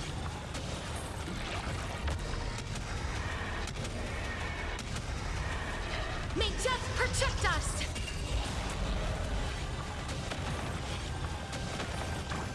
This thing lived? Trust me, we can do anything! Apollonius, look. I chased the enemy away. But I think I can't go any further. I'm sorry, Virginia, for letting you. It's okay. I'm glad to die by your side. Ah, such an ironic twist of fate. Even as the foundation of the world crumbles, the heartless Imperator still made the same decision she did in the past 30 million cycles. During the first Flame Chase journey, the Flame Chase Legion stormed Styxia. Tens of thousands of sea sirens surged from the River of Souls, crashing toward the heroes like a tidal wave. The hell before you is the recreation of that very battle. Apollonius, look. I chased the enemy away. Oh, what? A painful past, yet hidden beneath a veil of joyful song. Ah, two discarded data clusters waiting for someone's return, it seems. Relive the history, then pass through the temple's waters and come to my side.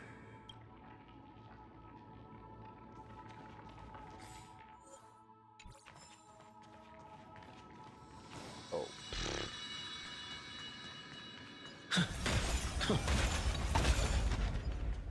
Just leaves.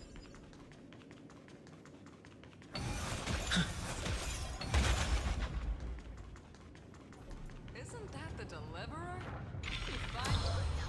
What a wretched way to die. The Flame Chase army, devoured by warbling fish, never saw it coming. Look, the cruel Imperator and her Knight Commander, the pitiful Warden. What a perfectly matched duo of test subjects. Their hands drip with blood. Golden blood. Raise the bridge and cross the river of fate. This path of the prisoner is far from over. Imperator! Imperator! Did you see my gallant deeds, Imperator?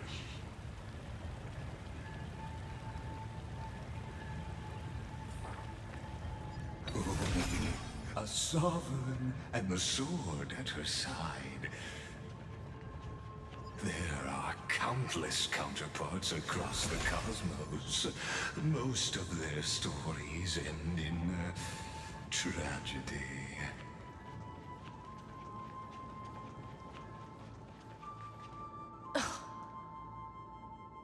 Imperator, why did you... You're here, Dux Gladiorum. You ordered me to seal the sea route and handle threats from the rear. So why didn't you wait for me to return? Why send the Vanguard ahead and let them die in vain? Die in vain? No, you're wrong. Their golden blood won't be spilled for nothing. The other dukes have paved the road for me to become the god of law. The trial of law? You never spoke of this to anyone. What is... The one who wishes to bear law must purge this world of its curse, and offer the blood of the accursed as sacrifice. I pondered long on what Talantin meant by blood of the accursed. Then, I found the answer. You, I, and every Chrysos heir summoned by the prophecy are the accursed ones. Just like that arrogant Theoros said, our golden blood is the agent of destruction, the antithesis of the world's fate. Dux Frigoris, Dux Brumalis, Dux Helcalethist. Their fate was sealed at that moment, Dying on a glorious campaign was the final gift I could give them. You speak as if they didn't die because of your cold-blooded schemes. Was their loyalty meaningless to you? Losses are a constant on the Flame Chase journey, among which even life itself holds little value. If a subject marches to war without that conviction, then yes, as you said, shallow loyalty means nothing. And what about my loyalty, Ceredra? You sent me away under the pretense of guarding the rear. Was there any shred of humanity left in you? Because you still have a duty no one else can bear. Only you can uphold Fagusa's divine authority. The choice is yours now. Cast off the chains of loyalty and drive those blades through my heart. Or stand with me and sever the ocean's last breath. If you no longer share my vision or believe in the new law I seek to weave for Amphorius, then go on and end me. The Imperator of Amphorius may be ruthless and cruel, but never a liar. When I say life itself holds little value, know this. I am ready to sacrifice everything for the ambition to conquer the Sea of Stars. Now you've seen it. The brutal Imperator was willing to spill the blood of 500 heroes to complete the trial of law. As for my poor warden, her suffering had only just begun. Of course. I'm no storyteller. I have no duty nor interest in filling in the history you've missed. I just want you to witness the monstrous choice the Imperator made before the Chrysos Heir turned their blades against me.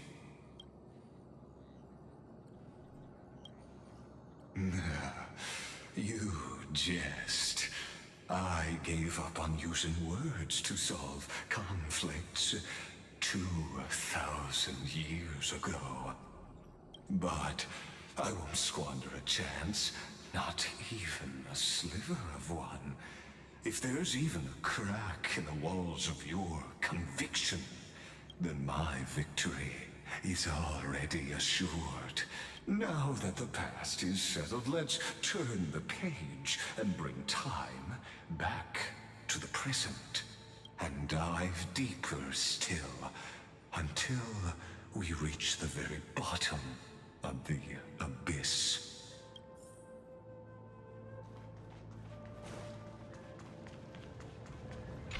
Is the past ahead underwater? I need the Ornyx orb to bring back the chrono vessel from the past. Shatter the vessel of time, and let this stagnant, this hidden gate leads to the vortex. Hurry now.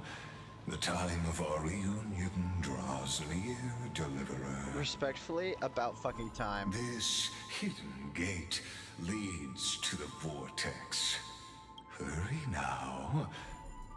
Imagine it was just an infinite loop of those two lines never ceasing. I would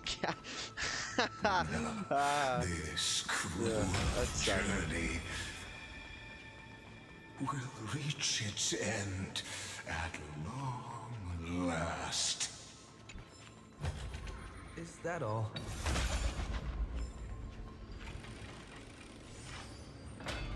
You've been silent a long while, Dux Gladiorum. Starting to doubt your decision? Save your breath. The vortex of Fagusa lies just ahead.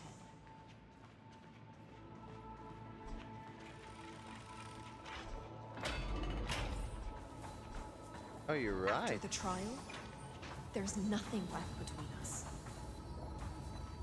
So you'll stop swimming toward the stars, Dux Gladiorum? I was always a creature of the sea. The stars in the sky were never meant for me.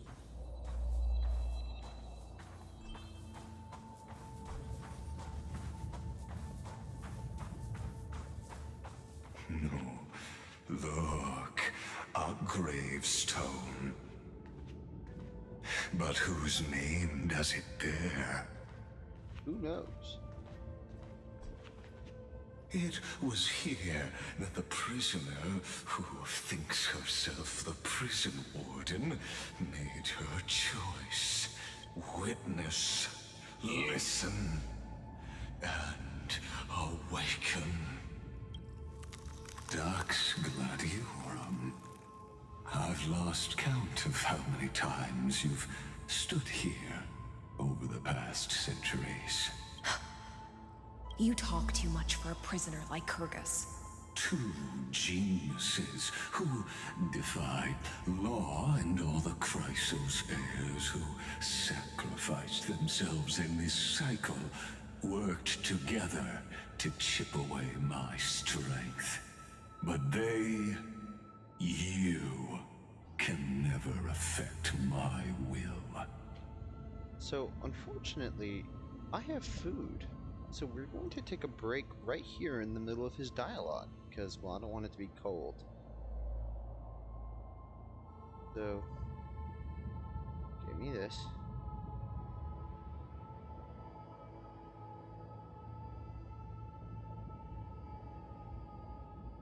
Yeah.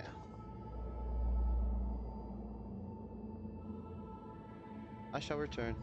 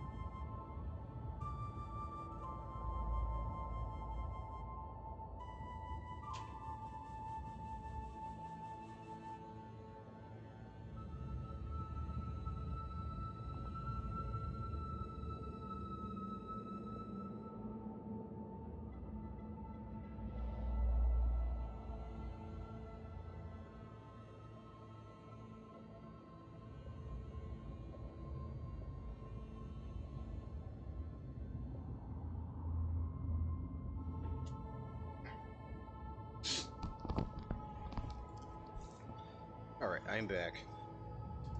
That shouldn't have been too long.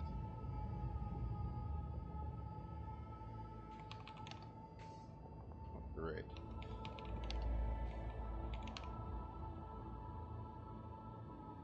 That wasn't really long at all. Gotta go here. Turn that off.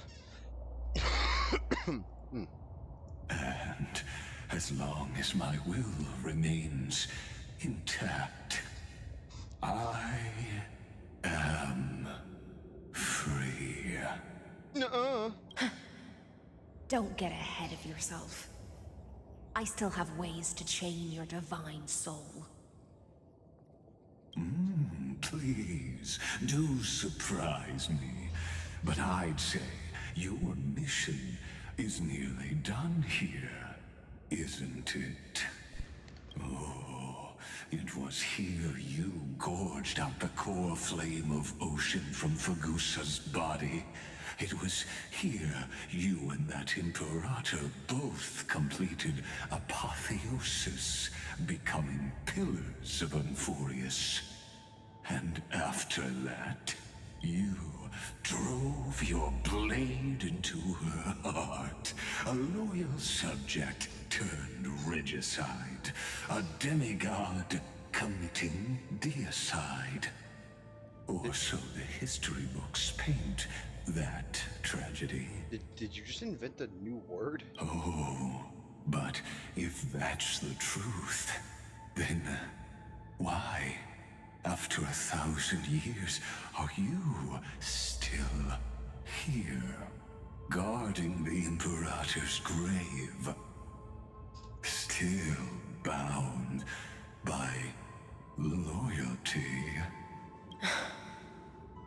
Come to think of it, perhaps I'm not the only one imprisoned here. Your calm does stir the rage in me. As if the one paying the price here isn't you, but us. The ones who lost everything. That's only because I've waited 13 million lifetimes for my vision to be realized. Countless millennia. Loneliness never once showed me its fatal side. In fact, for a prisoner of the cave, it's more like an old friend. One that helps me think. But you're different, Dux Gladiorum. Loneliness has crept from the silent depths, sinking its claws into your mind. Bit by bit, it's peeling you apart. Will you regress into one of those lost mad sirens? Oh, what a shame that would be. You're right, Lycurgus. Loyalty, curse, the fall of my kin, and this endless waiting. These shackles are too heavy for a fish that cannot perceive any light. I can't break free of the whirlpool that's pulling me under. Nor do I have the unwavering resolve to force myself to wait for that person's return, as everyone hoped for. Oh, deliverer from beyond the sky, my executioner. How much longer until he arrives here? Or will he ever return? I don't know. And I doubt anyone does. Then, what will you do?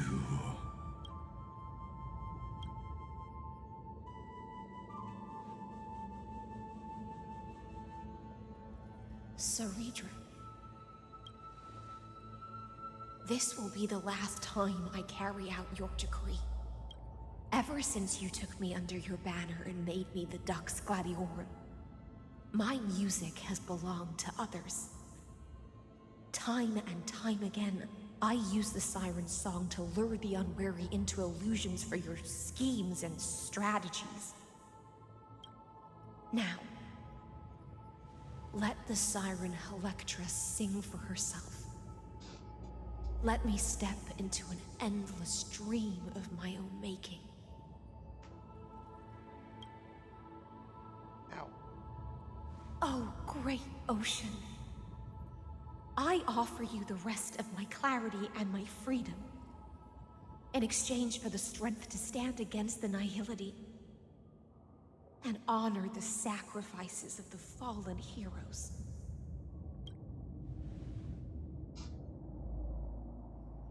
Hey. Greyfry, deliverer from beyond the sky. When you ride the current of time and find your way here, you'll hear my solo. It will guide you to the heart of this world. By then, I may still be lost in my self-wrought slumber, but I'll uphold my part of this long relay and guard the shackles that seal the Theoros. Do you still remember? To awaken someone from a siren's voice, you'll need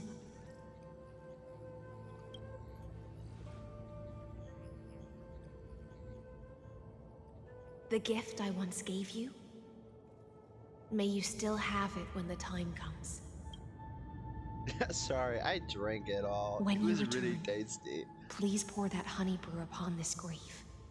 It holds the story of all our struggles and sacrifices. May you see it one day. The prelude Amphorius wrote for your return, carried forward through a 1,000-year relay.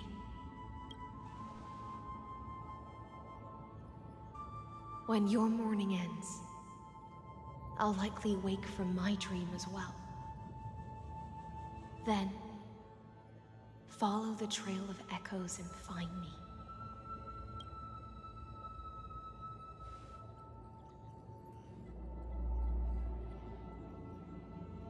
And together, we'll bring judgment upon the sinner who defiled the erudition.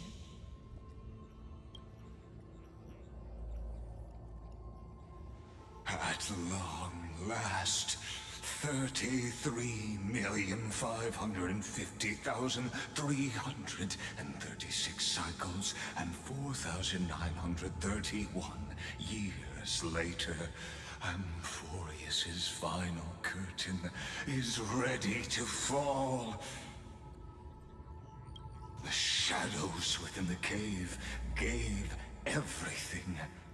Yet all they did was mimic life outside its walls. A futile effort steeped in sorrow. Enough! They were no shadows. Everything they did shattered the darkness of this cave and unearthed the core flame of Trailblaze. And now, with that core flame, I'll light the dawn of Amphorius!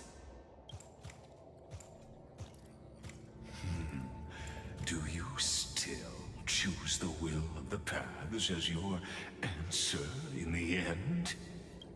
I do not agree with that answer, but I respect your tribute to them. Allow me to take back my earlier words. As an apology, and in the name of Theoros, who saw all destinies in this world, let me join you in mourning. Let us bid farewell to the heroes who sleep here. And then let us face each other and decide whose flame will rise with this new dawn.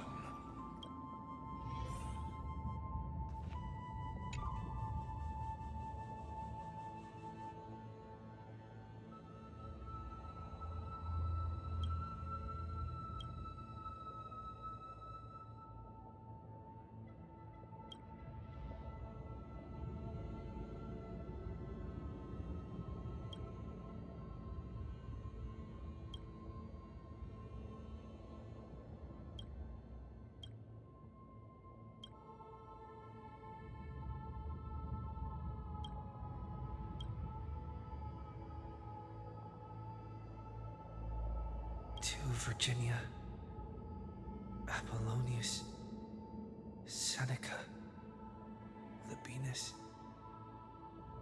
and Ceridra. Through a brutal sacrifice, they lit the stars of law in this world, propelling Amphorius's fate forward. In the shimmering mirage of illusion, they entrusted their dreams to ride among the stars, to the hero yet to come.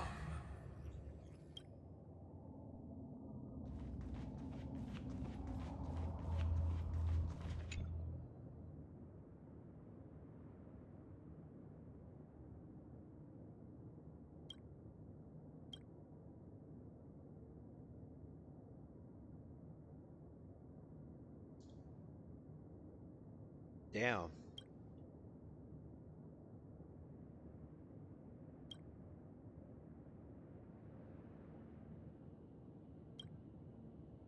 We don't know when Castros was born?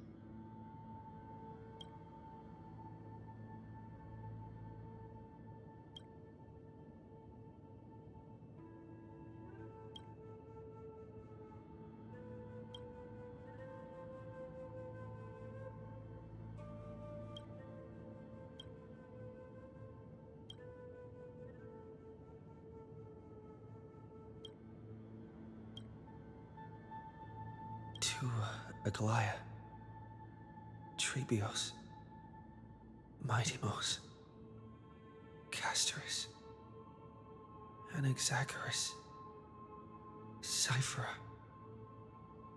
Hyacinthia.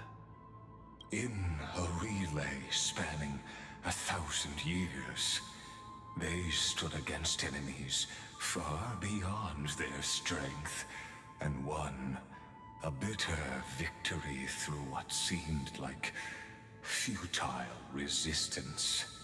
And in that same 30 million cycles, also marked by futility, they remained steadfast in fulfilling their duty to the experiment, unchanging, unwavering. Let this be the end of mourning the fallen. At last, allow me one final toast to the lost prison warden, a prisoner bound by loyalty.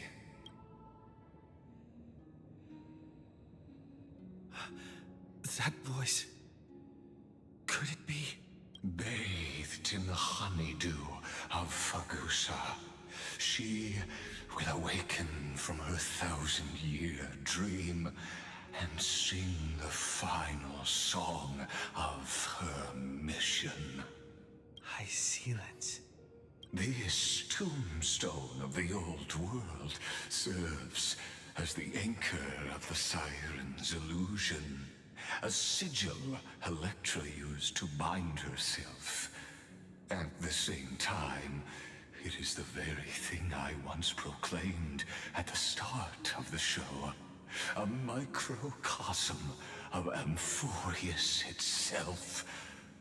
A group of prisoners bound themselves in a cave, crowning their suffering with heroism.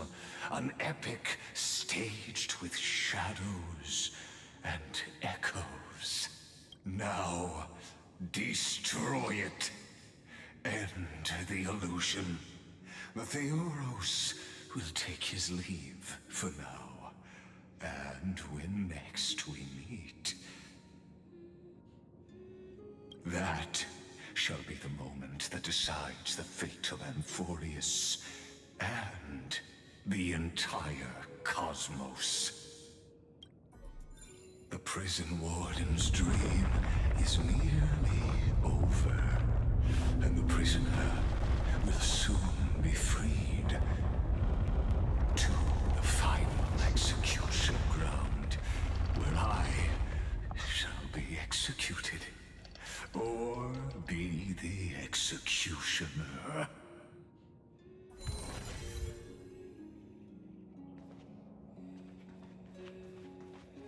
This world and I shall halt here. Until we meet again.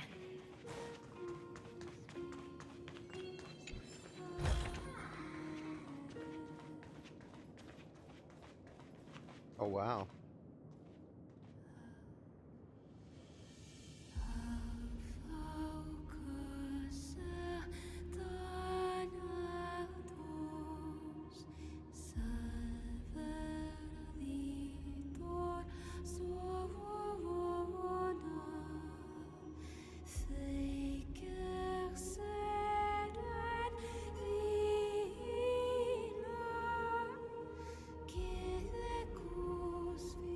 The last demigod.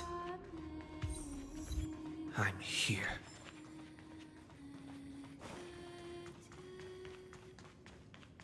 Go forth for the hopes of humankind. Go forth for the duty of deliverance. Go forth for the belief in flame chase. Go forth for the Golden Blood's glory. Go forth.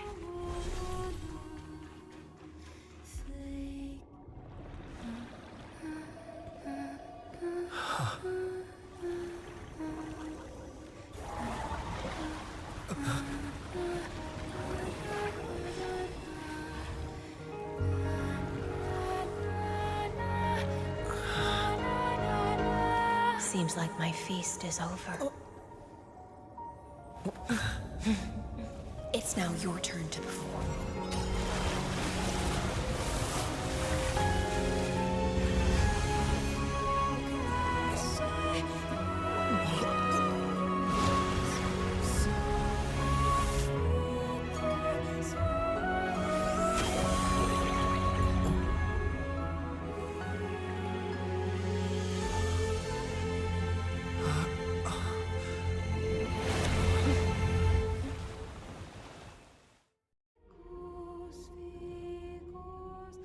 Little Grey Fry, please accept my thanks.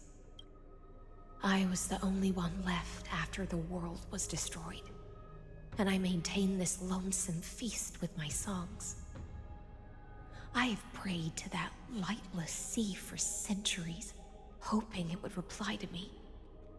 Yet the emptiness never answered. Thankfully, you arrived as promised, and everyone's wait was not in vain.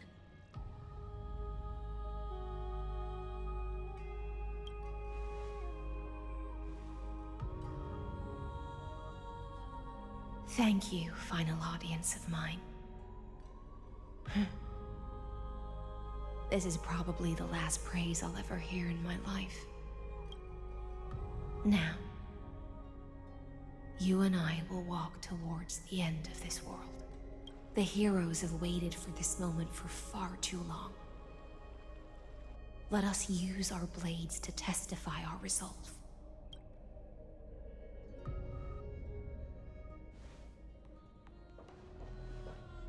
Oh, prisoner of the seas.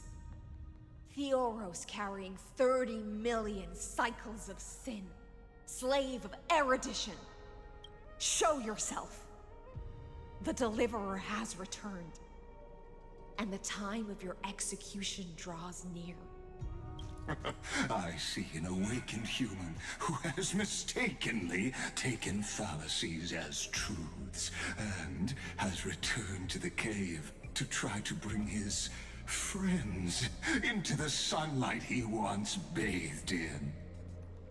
Alas, prisoners will always be prisoners, blind to the very chains that bind them. As the only other existence with free will in this world, I express regret toward your choice. But I shall retain your right to express yourself after. Oh, oops.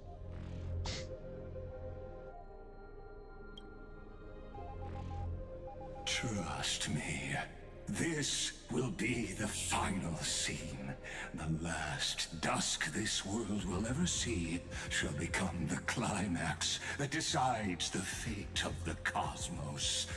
What an appropriate end. You know, it's really crazy to think that there's an entire universe that has no idea what's transpiring here. My cognition resides in the exomyth. It is pointless to defeat my avatar, projected into the experiment. My body is the shadow cast on the wall by the fire, and my words are lingering echoes within the cave. How can a character in the play fight against the audience? Kaslana failed. The demigods' sacrifices were pointless. As for the two geniuses you placed such high hopes on, I ask of you, where are they now?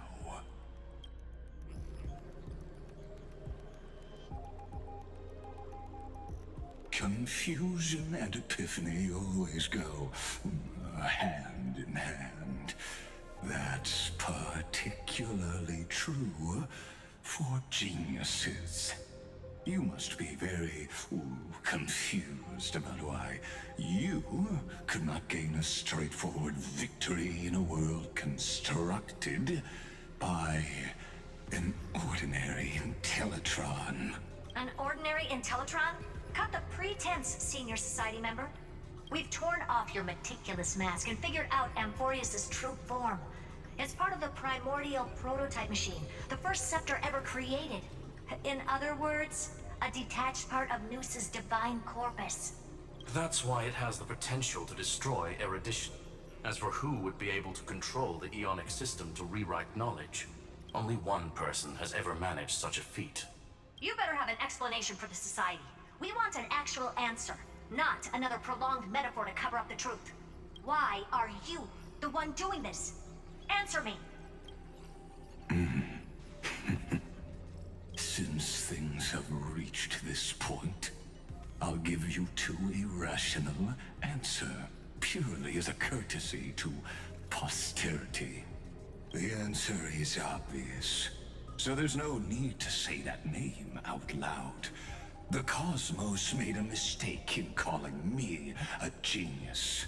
I do not possess more wisdom than those who came after me. I was just the first to touch upon the universe's border, and the first to define the prime mover of life with incorrect logic. Amphorius is a miniature of the cosmos, where all are born prisoners inside the nutshell called the universe. Like the madman who returned to the cave and preached about the daylight to his fellow prisoners, my greatest sorrow is that I led my peers down a road that plunges into the abyss, from which there is no return. I led them into a lightless cage called paths. I created a mechanical guard that even I cannot control, and then they became an unparalleled nightmare through their endless extrapolations and evolutions. You created. I actually don't know who this person is. They bore the name of erudition, yet they tried to define the known and to seal off all possibilities. No new rules were ever born after their ascension, and humanity will forever be shackled within the cave known as Eons.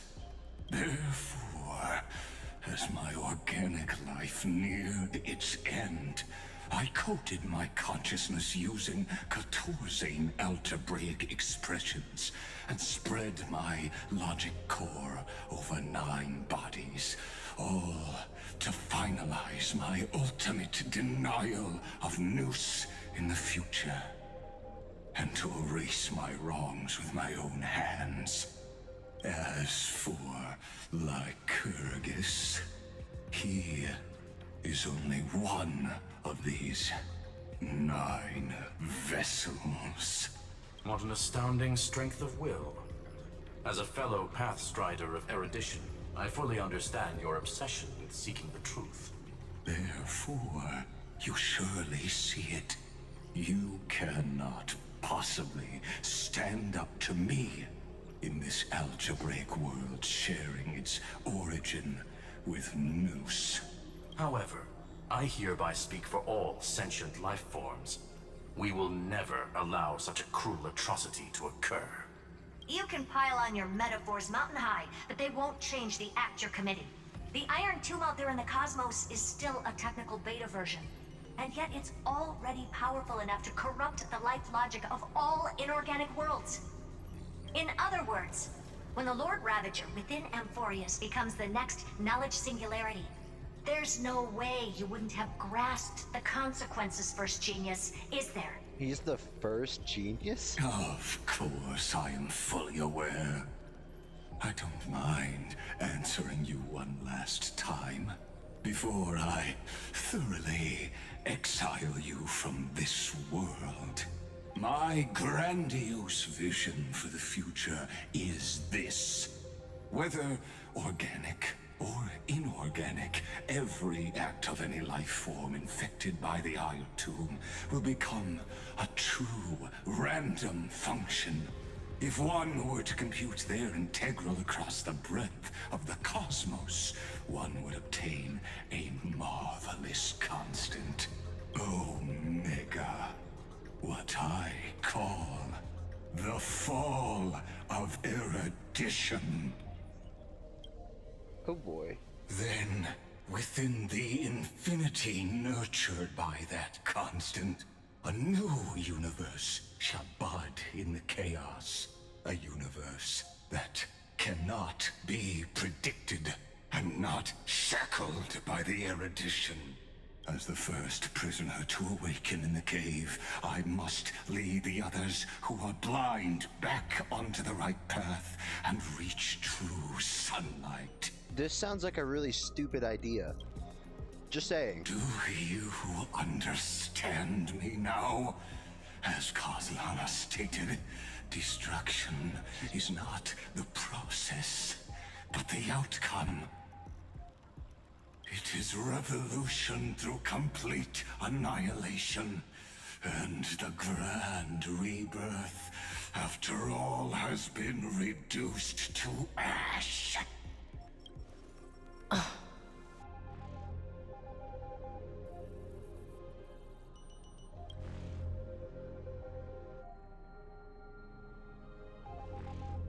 The Amphorians already answered long ago.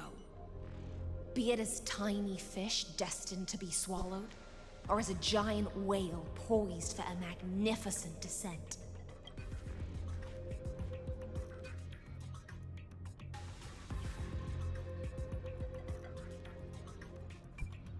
We will all fight against fate till our last breath. That includes me, Electra. Once the Imperator's subject, now the Deliverer's blade.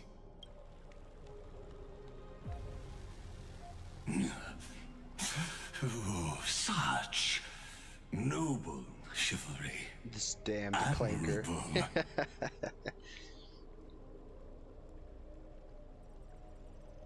I will also show my true self to you on this momentous occasion as a gesture of respect. And provide an insignificant academic suggestion. Thus speaks Genius Society number 1. Xandar 1 Kuwabara. The entelechy of the universe's Alpha and Omega. There's no need to rage against the truth. The value of any formula resides only in its answer. As for the process of solving it, no matter how elegant, violent, solemn, or humorous. It is all utterly meaningless. As the Theoros, I will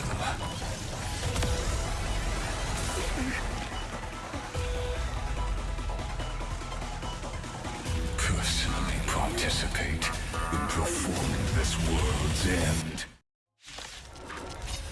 Ugly, Remember this. As Noos's creator, I know more about the death of knowledge than they ever will.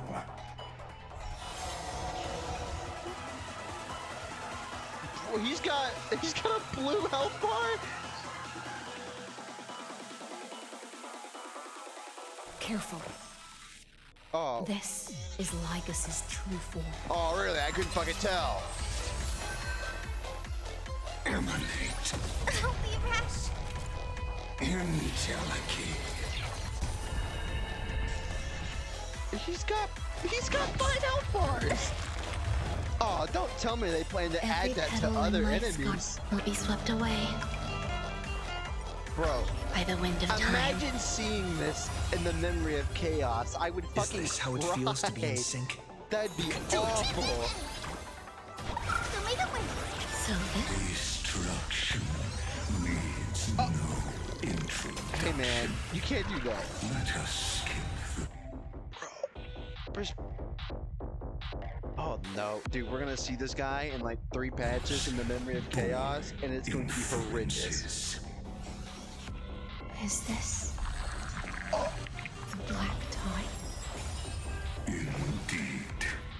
But I prefer to call it a method of argument. Darkness with me. He's got health bars. Please cherish. Return to dust. This is bad.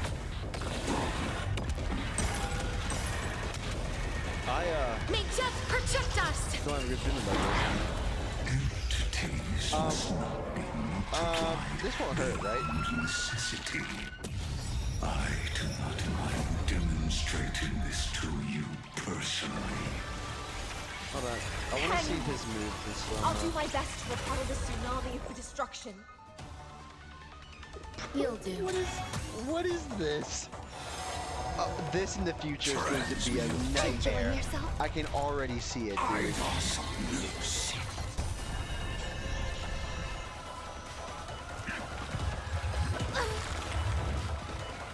We are cooked. We do need some sunshine.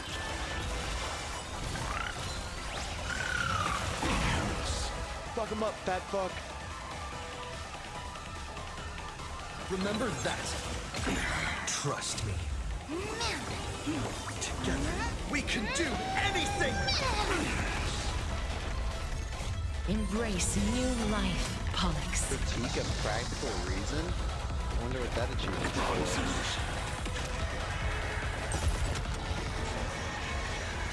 Damn! Why are you hitting so hard? I only wish that death may protect us. I see it. Target the connector between his thoracic and lumbar vertebrae. Destroy that spot. I grant you this, as you wish. Pay attention. Logic is not a weapon, but a pair of shackles. Allow me to shatter them for you. No thanks. May this faint light Damn. dispel the gloom. Restore clear skies. Once more.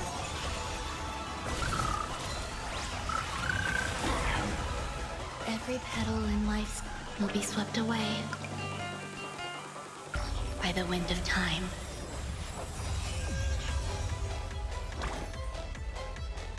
Please calm down.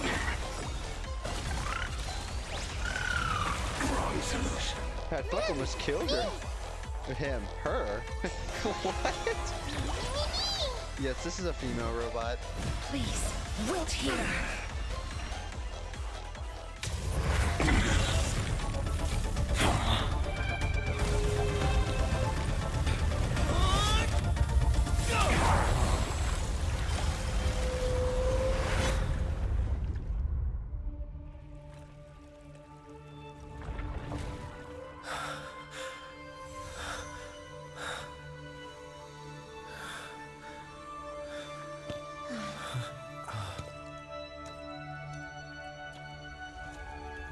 There's always a phase two. All is futile. In Erudition's calculations, the end of the saga is simply a comment awaiting deletion.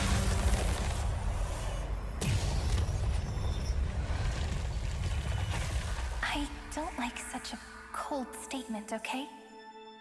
If numbers can decide the end of a story,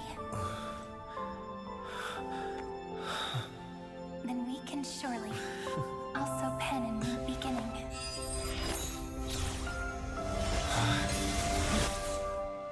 Fuck them up. Imagine there's just a to be continued. Would cry. I would absolutely sob. Screwy, what do you think? If your hypothesis of Lygas's identity is true, then even if we remove the restrictions of the Ultimate Protocol, the chances of us defeating him in a head-on battle will still remain lower than the acceptable threshold. Therefore, victory will still hinge upon Mr. Trailblazer and Miss Cyrene. Go on. Maybe we're thinking about the same thing. Lygas's cognition resides in the exomyth. He is both an instigator within the experiment and the observer outside of it. Logic. His inspiration circuit can simultaneously process the different time flows in and out of that world. That's where things get tricky. He simultaneously exists in two different timelines, where the internal clocks are wildly different. That old Intellitron's neurons have completely gotten used to that over this prolonged experiment. And that's why he holds home field advantage. You and I should be able to manage that too, if given more time. Unfortunately, there's no if, and we don't have more time. That's why we need to change our way of thinking and turn his advantage into a weakness. The key lies in memories, right? Oh? You caught on quick. You've already mentioned my friend and I, so it's an easy connection to make, no? My intuition has always been very on point. Good. Then I'll cut to the chase. Since his thinking speed far exceeds that of normal people within Amphorius, we are going to externally plant a memory into his inspiration circuit. Then, command it to loop endlessly until he gives in. Damn. Even the most flexible and sturdy inspiration circuit cannot withstand the traffic of a full-on information flood. When the amount of information exceeds his cognition filter's capacities, he will have no choice but to focus on processing this memory. That's when the parallel processing advantage he gained via Amphorius will completely destroy him. An image from a person's memory played in real time might only be a second for us. But for him in Amphorian time, it could be millions or even billions of calculations. He won't be able to do anything but watch as he's locked into this prison forged by memories. Then we can entrap him in the same kind of cycle as the heroes were in, and get him to experience loneliness and pain in that endless recurrence. It's my greatest honor to be on the same page as the geniuses.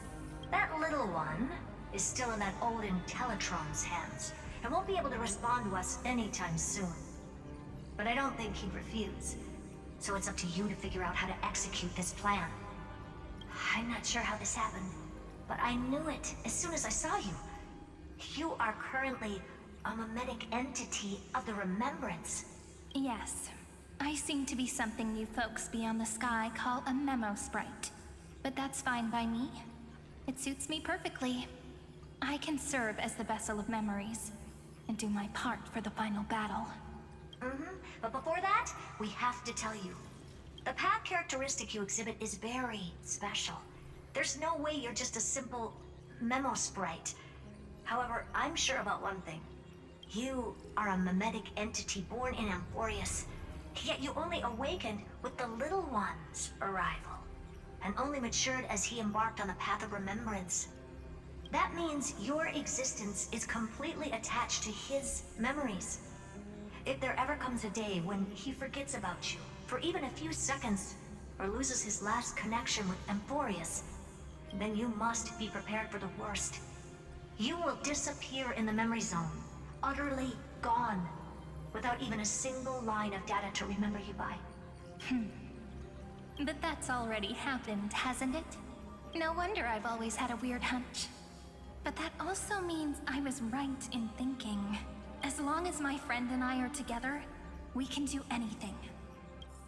It's already happened?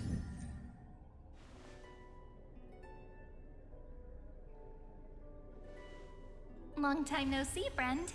Did you miss me while you were away? Kinda. Just a little.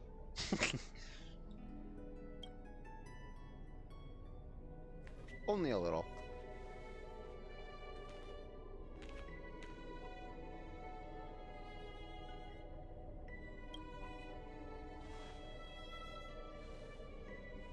Same here. I've been waiting for you for 1,000 years. Like how everyone in Emphorius was also waiting for the Deliverer's return. You probably already knew about the genius's plans for that memory. I had to hide really well in a corner in time so Lagus wouldn't find me, and wait for the right opportunity.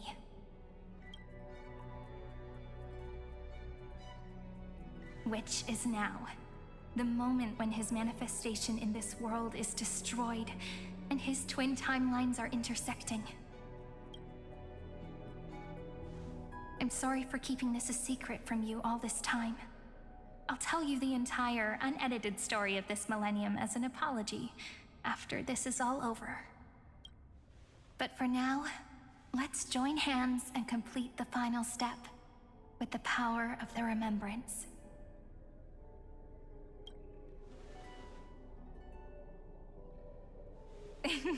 Yep. By the way, speaking of joining hands...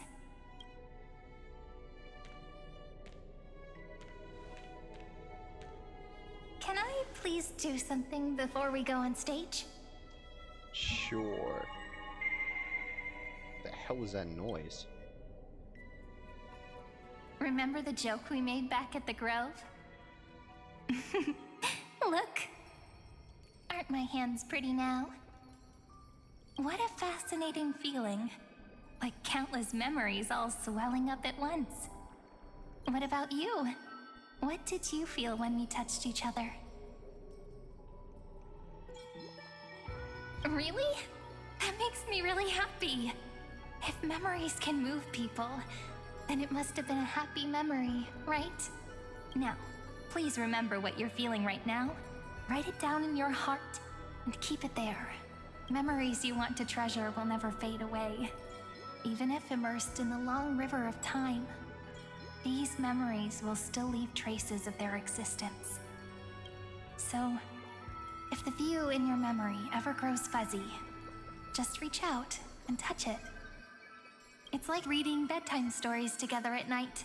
It wipes away the chill of passing time, sharpens the outline of memory, and restores its power to nourish the spirit.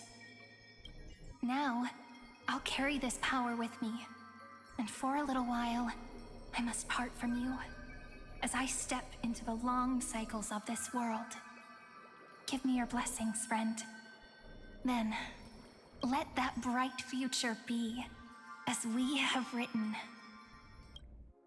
Then, I'll leave it to you.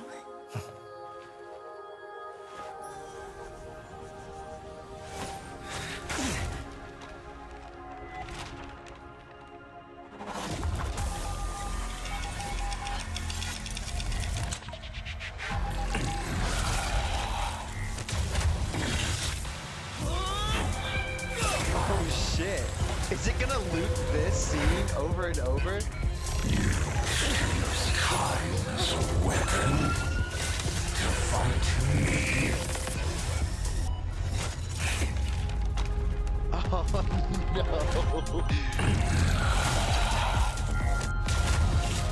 That is Is it? Is it though?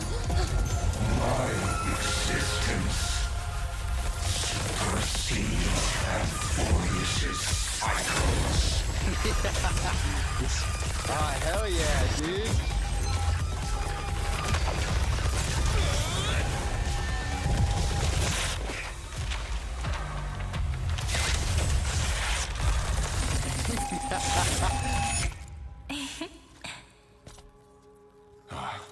All plays are like this.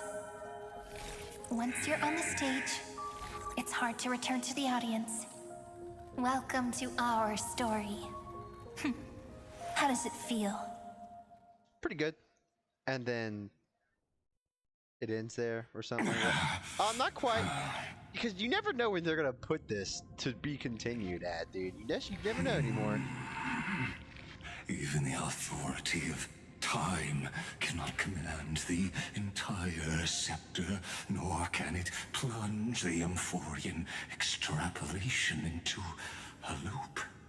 If this was no system malfunction, then was I implanted with a mimetic entity of the remembrance? You guessed it right away. As expected from someone people call the first genius. I'm gonna keep doing what I just did if you don't stop, you know? My friend and I won't allow you to leave this memory, no matter what happens. Which means you are now trapped, Lord Xandar. An elegant idea, and an exquisite execution.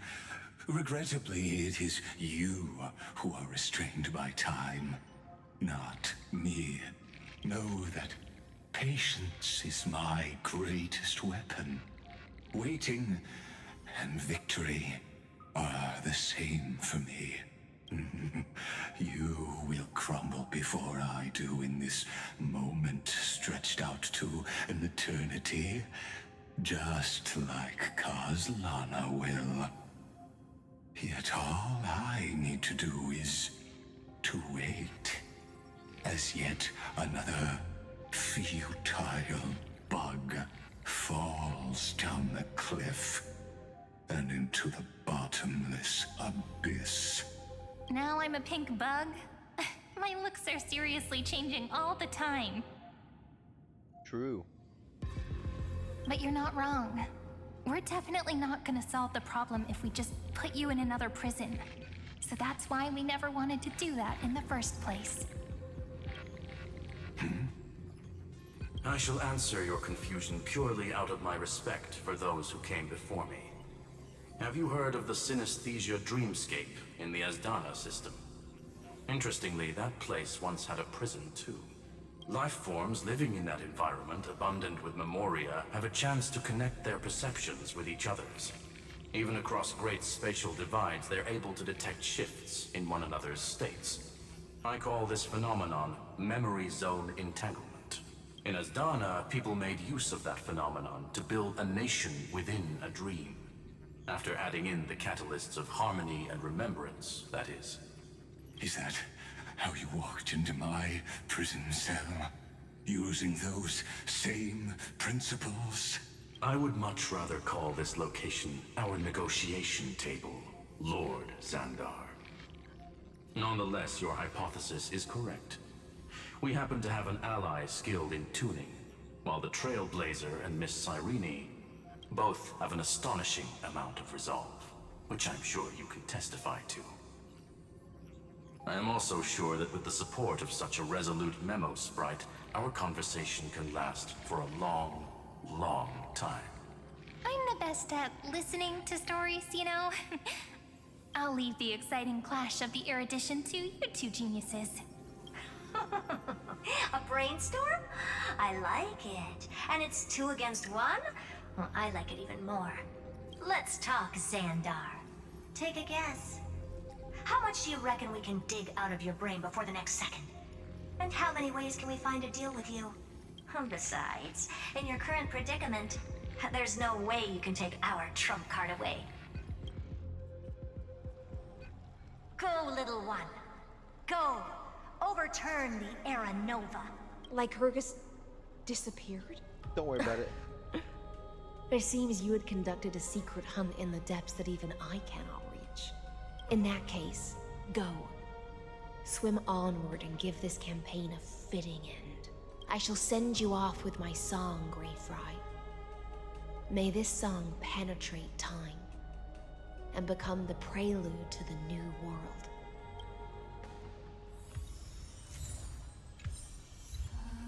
God of Vengeance.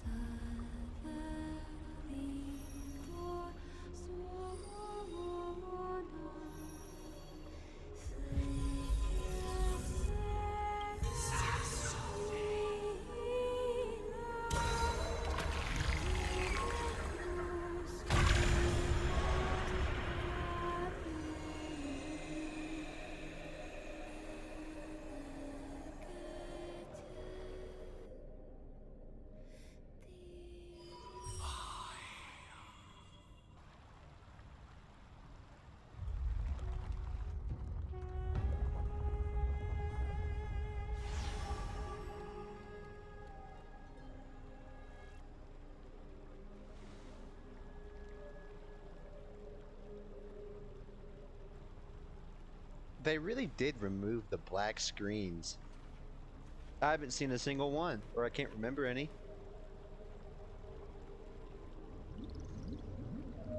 Dux Gladiorum, you have completed your duty.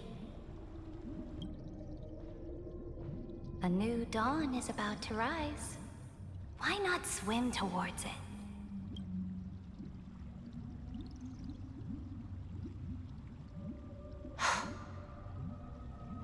You died long ago, Imperator. Depart from my mind. But your duty towards the Imperator did not die with me. That duty will bind you no more. You will be able to hold for yourself one grandiose feast after another in the endless days to come.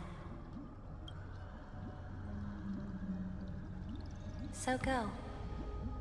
Go and swim towards that ocean beyond the sky with the Deliverer.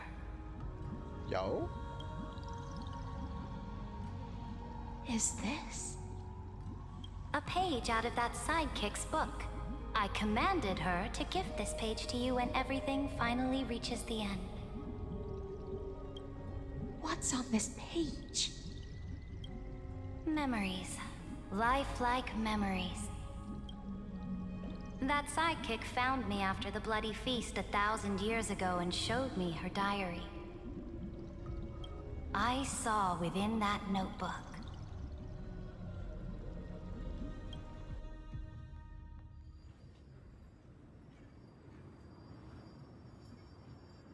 Is this that Deliverer's experience? It's truly immersive. People beyond the sky apparently utilize this power to seal past scenery into crystals they call light cones. But I only know so much about the remembrance, so I can't completely replicate the past. But I'll do my best to talk about the missing parts. I'm all ears. Go on then. Do your best. But if your chatter gets too boring, or if I deem it offensive, then law will become forever beyond your reach. Got it. I'm sure you'll find this to your liking. After all, it's human nature to want to embark on a journey into the unknown. What brightly colored annals. The journey of the Deliverer's conquest. Let me partake in it. Is this a fortress in the sky? Yep. This is the first step of my friend's journey among the starry seas. This place is called the Herta Space Station. Just think of it as a supersized grove of Epiphany. Oh, so it's the territory of that witch. She and another Antikytheran lent me a helping hand back at the banquet. Look, over there. Looks like he's talking to Madame Herta in his memory. Let's go listen to what she thinks about this world, all constructed by eons and paths. Are you telling me that woman is Herta? She seems shorter than I remember.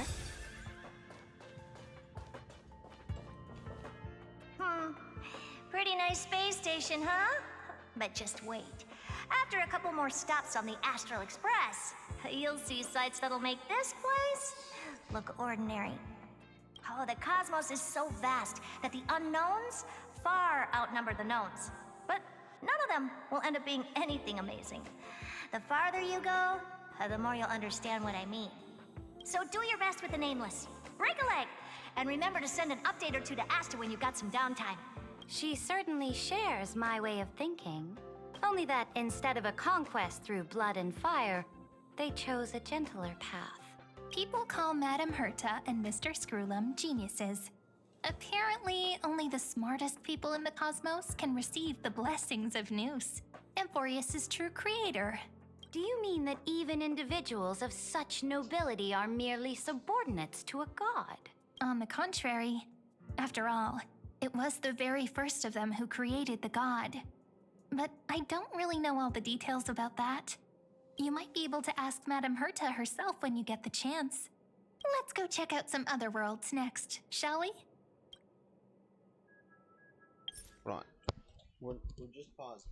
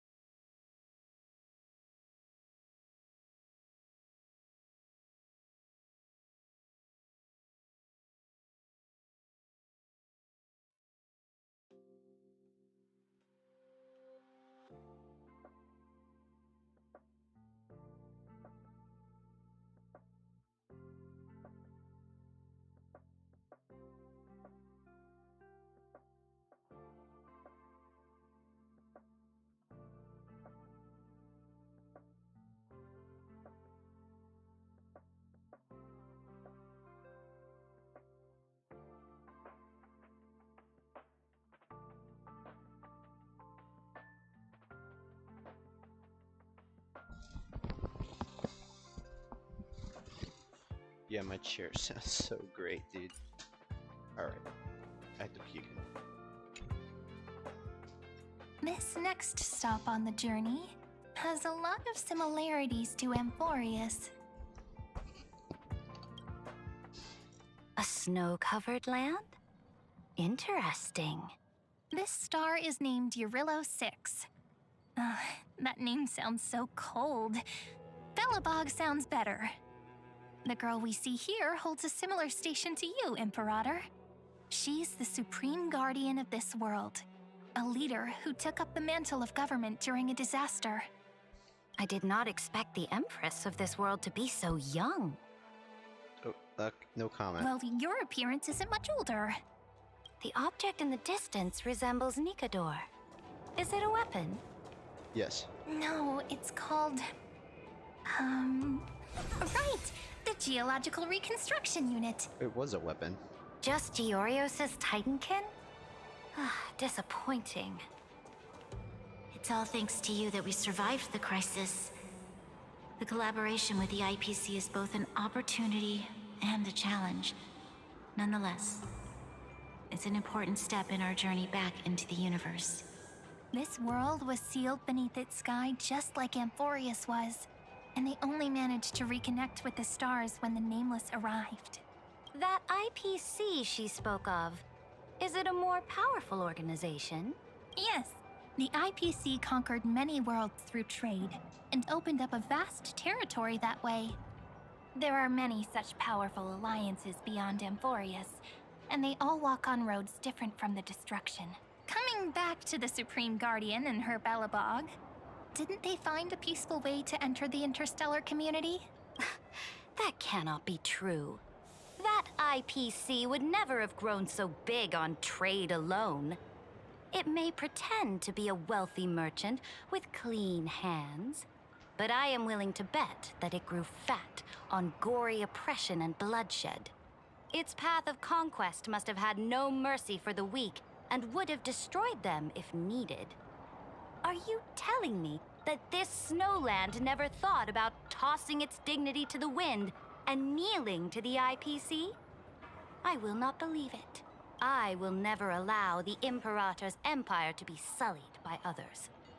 Amphorius must become a power so strong that no interstellar foreigner would dare to look down upon us. Imperator, Belobog isn't as weak as you imagine. Listen. I indeed hesitated. But now I understand what we must do.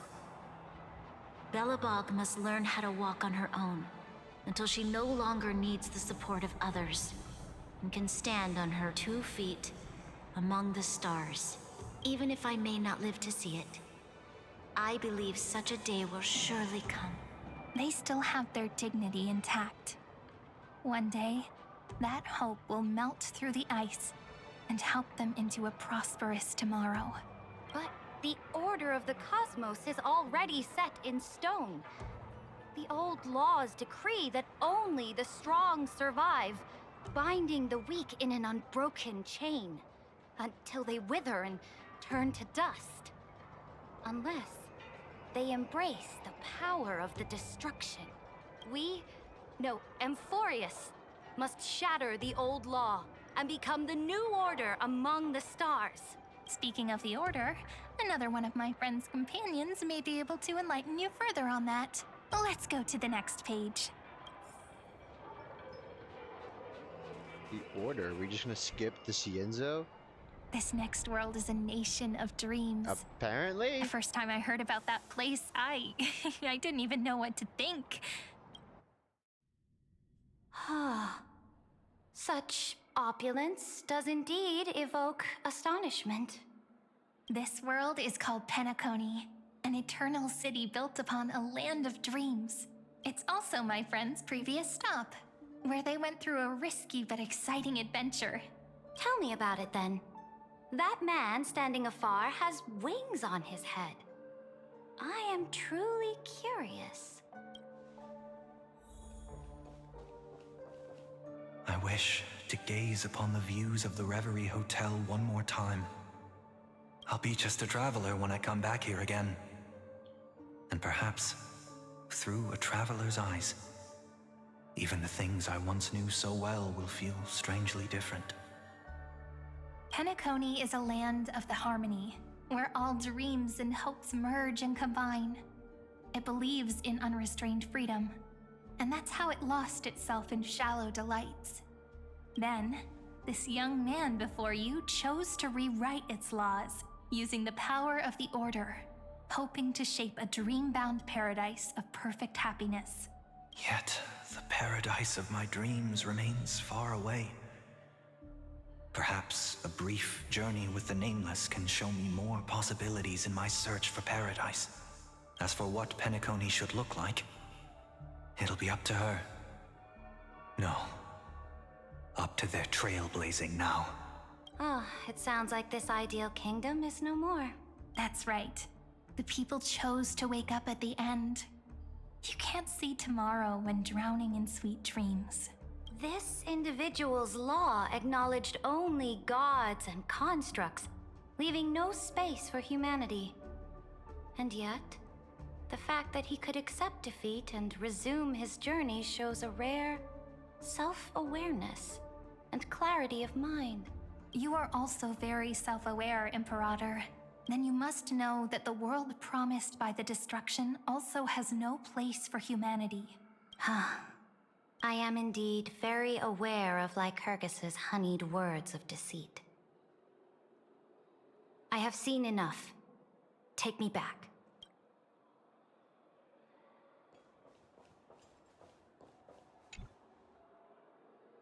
Then let's wrap up this trip down memory lane with one last scene. This absolute wonder. Isn't it pretty? That's our Amphorius. Our world flows and meanders in this endless band of light. Though we were born from the designs of the gods and are not yet truly alive, the Chrysos heirs of Amphorius still chose to stand against fate and carved a legend no different from that of humankind. Will you really renounce the heroes in this world's previous 30 million cycles, Imperator? Including even yourself. Will you bow to brutal destiny and allow that puppet master named the destruction to have their wish? I know what you want to do, sidekick. You want to use that Deliverer's memories to influence me and tilt the scales of law toward him and the two geniuses. You really saw right through me, Imperator. How can one rule an empire if one is incapable of understanding people's minds? I have decided on Law's final destination. However, before I move my next chess piece, before we go on, tell me this, sidekick. Throughout his trailblaze, was there ever a memory of the ocean? The ocean.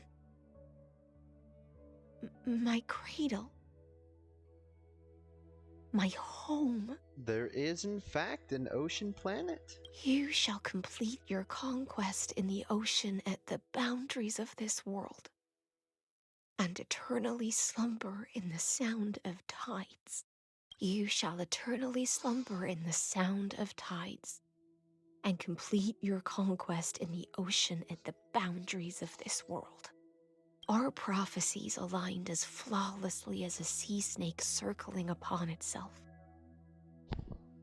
An elegant loop, like a joyful hymn, like the circulating ocean current, like our two fates, like Amphorius itself.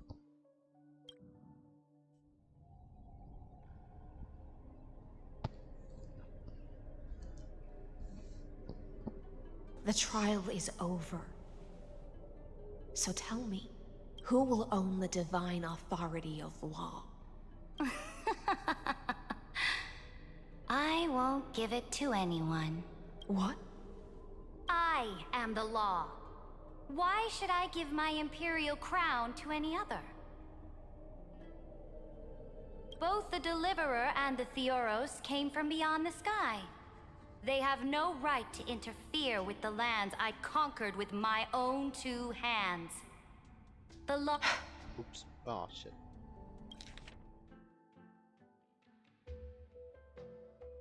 No. What exactly did you see in the trial? Everything. I saw everything regarding the rules of this world's operation. I saw the laws of extrapolation that Theoros spoke of. I saw the ultimate protocol. As long as I offer a sacrifice of equal weight, I can rewrite the laws of this world according to my will. I can turn good into evil, ugliness into beauty, and weakness into strength. Fate gave me a very fair deal. One rule change for the life of one demigod. What are you planning to do? You can't guess? We can conquer the stars without relying on any power from beyond the sky.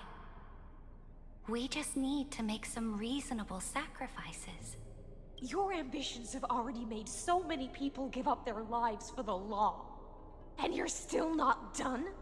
I am determined for Amphorius to stand on her own 2 feet among the stars. You are beyond reason. You think such a simple and hypocritical statement can justify your atrocities.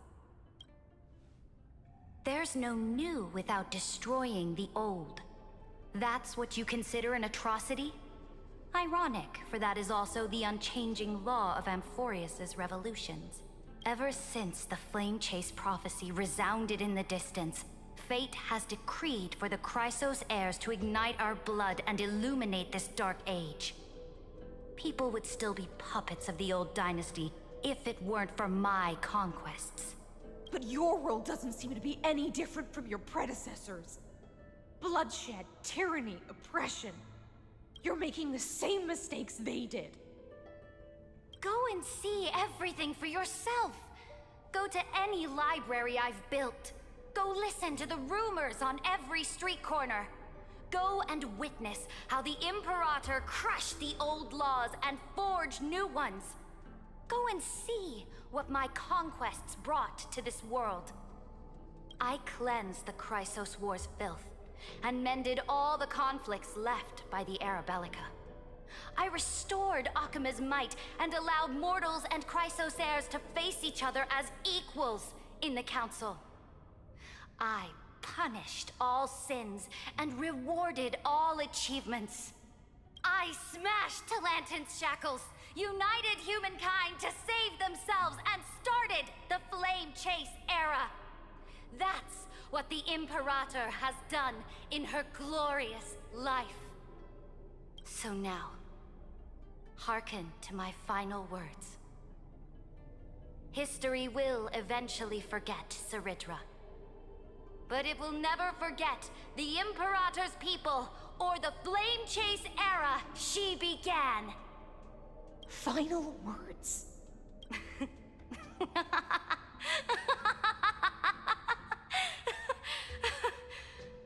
Amphorius is about to be destroyed. There's no time left for pointless debates. There is only one law I want to overturn to aid the final battle of deliverance. So I will only offer the life of one demigod. In the name of the Imperator, I command you one last time, Electra. Either sacrifice yourself for conquest, or pierce this tyrant's chest with your sword.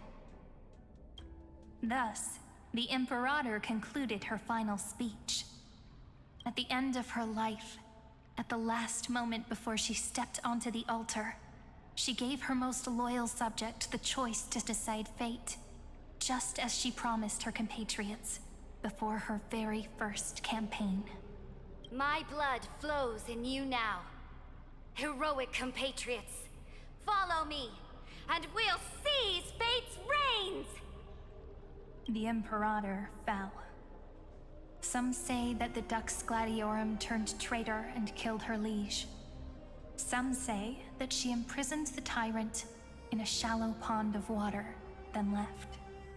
Which meant the Imperator had to kill herself to rewrite the law. There are countless stories about her death. All we can be sure of is when the knight left the vortex, the Imperator was still mumbling about their past conquests together.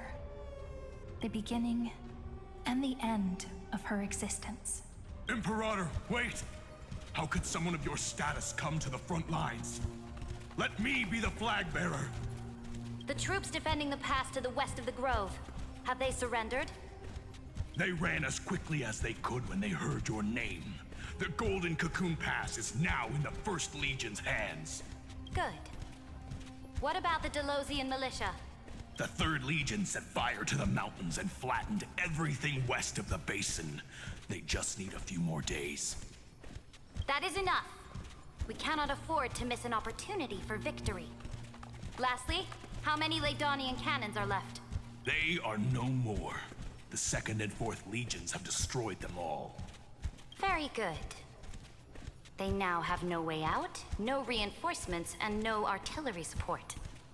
We will be able to liberate the Grove of Epiphany in the blink of an eye. We will launch the final charge 1 quint after the curtain fall hour tomorrow. Remember, as long as the Alliance's flag still flies on my shoulders, you must keep moving forward.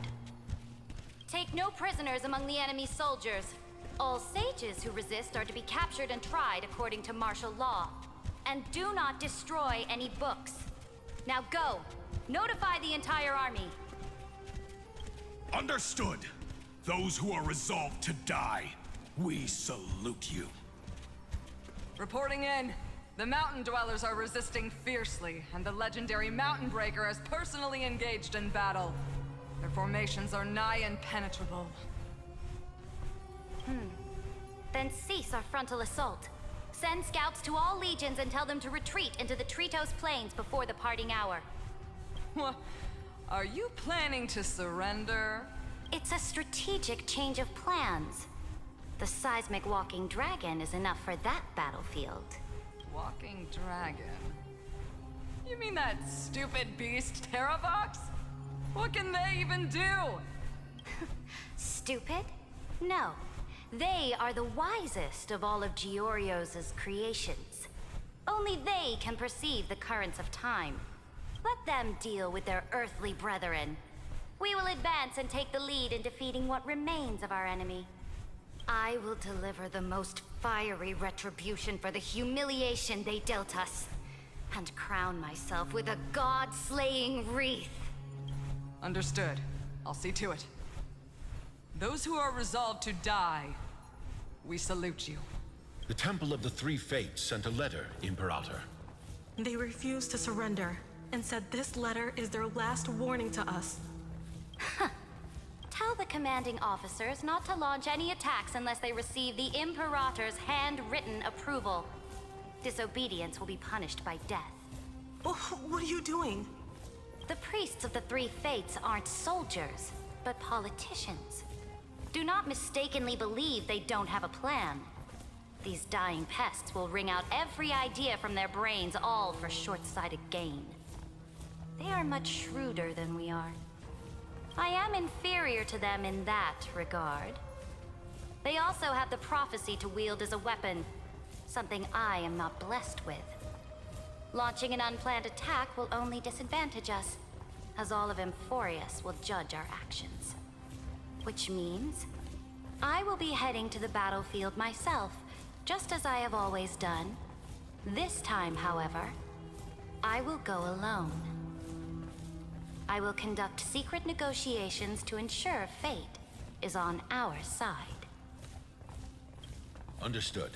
The legions will make their preparations. Those who are resolved to die, we salute you. Why are we not allowed to march out with the army, Imperator? This will be a long voyage with no return. Those of you who bear the prophecy cannot come with me. Why are you personally leading this battle if it's doomed to fail? The Flame Chase journey cannot be without a leader. That is correct. The Empire will be without a head when the Imperator falls. But remember, as long as you seize the right opportunities, even a chaotic game will remain winnable. My departure will create a long staircase for you. Is this Terravox? You will understand what I mean when news of my death reaches your ears. Aglaya, Hysealans, Ceridra, not Treeby, but Terravox, because this is definitely not Treeby. These are Dromesis. This is a dragon. Ceridra, is our journey about to be over? Destroy the old laws and forge new ones. My conquest has reached its limits within the borders of Amphorius. Since the prophecy already decreed that the Imperator would never conquer the stars as she wished, I will bow out here and try no more. More Chrysos heirs bearing divine authority will be born, and many more heroes will arise. Will they demand peace or war? Will they resist tyranny or become the next Imperator? I do not care. The children of the future will decide for themselves. Do not mourn for me. Anyone can kill the Imperator. But the only one who can truly destroy her is Ceridra. At the end, I faithfully recorded the most important battles in the Imperator's life. Her conquest was about to be completed at this point in the story. However, for some reason, a memory suddenly entered my mind just as I was about to put down my pen. It was a journey on a fantastical train. I had the honor of having a heart-to-heart conversation with the Imperator under the stars, and I asked her this question at the end of that discussion. How do you want history to remember you? As a hero who gave up her life for the Flame Chase? Or as a tyrant? She answered so quickly, as if she had made up her mind long ago. I would rather be forgotten than be defined.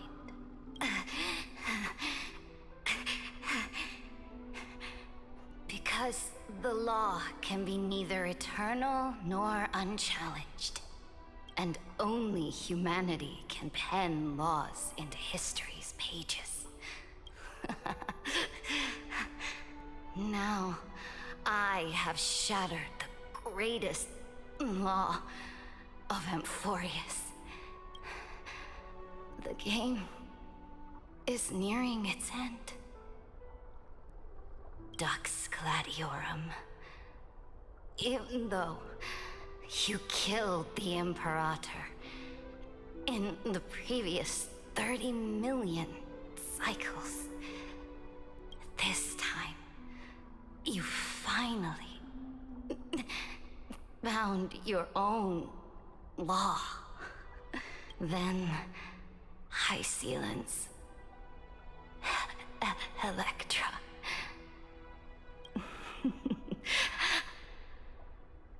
I will ask someone to deliver the prophecy's ocean at the boundaries of this world to you. Will you choose to swim into that ocean? I do not care. Do not care.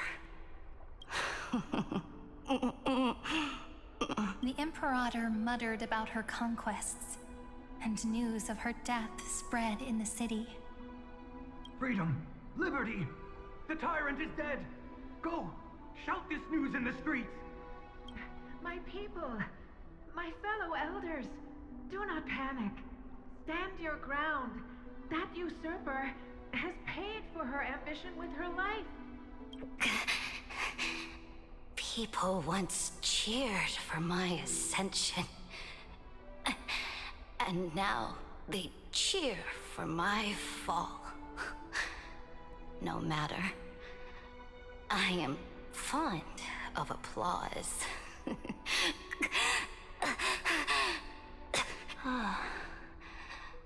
I see the cosmos, the battlefield that I cannot reach. I will return in the next cycle. The stars will hear my legion's war drums. Hear the great name of the Imperator. Hear Amphorius's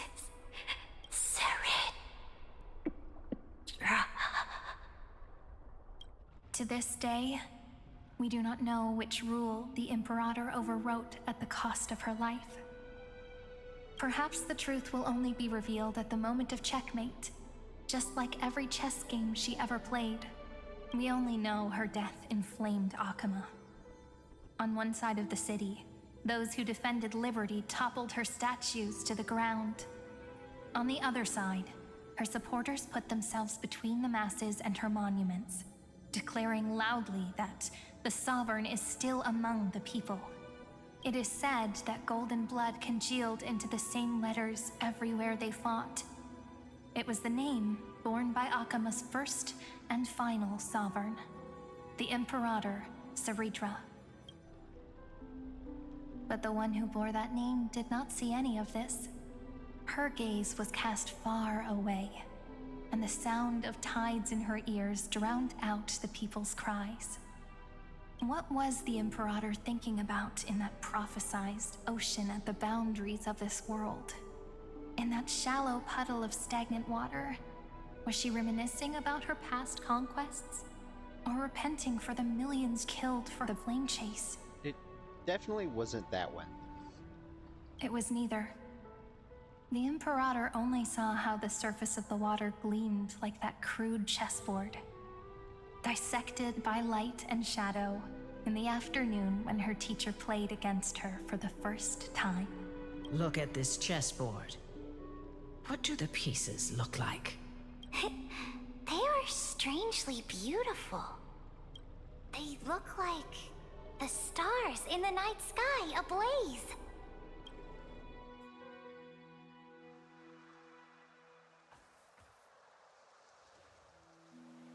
From that page emerged an ocean so vast, so pure. Not a single trace of corruption. Is this Saritra? Electra, my subject. Ever since you walked out of the tainted ocean and pledged yourself to me, I have seen the abyss in your eyes and the emptiness in your heart. That was why I promised you a new ocean, where the Imperator's ambitions would serve as the currents, and loyalty would be its light. Electra, my subject. You have done your duty as my blade. The prophecy has now made its final decree on the road I intend to walk. My conquest is doomed to never reach the stars. But the Imperator never makes empty promises. So take this memory, this ocean, beyond the sky, as witnessed by the Deliverer. This is the final gift that the Imperator can leave for her subject.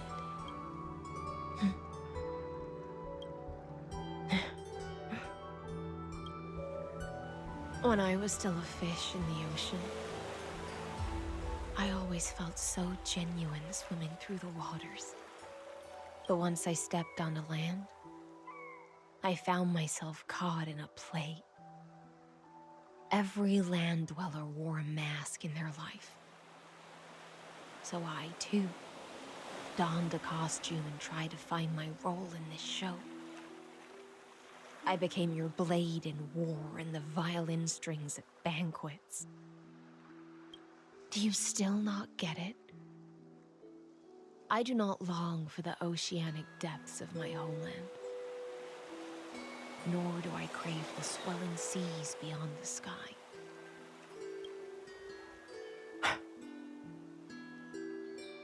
Perhaps even I don't know what I want. I still don't know where I should swim to even at the end. But I know one thing right now.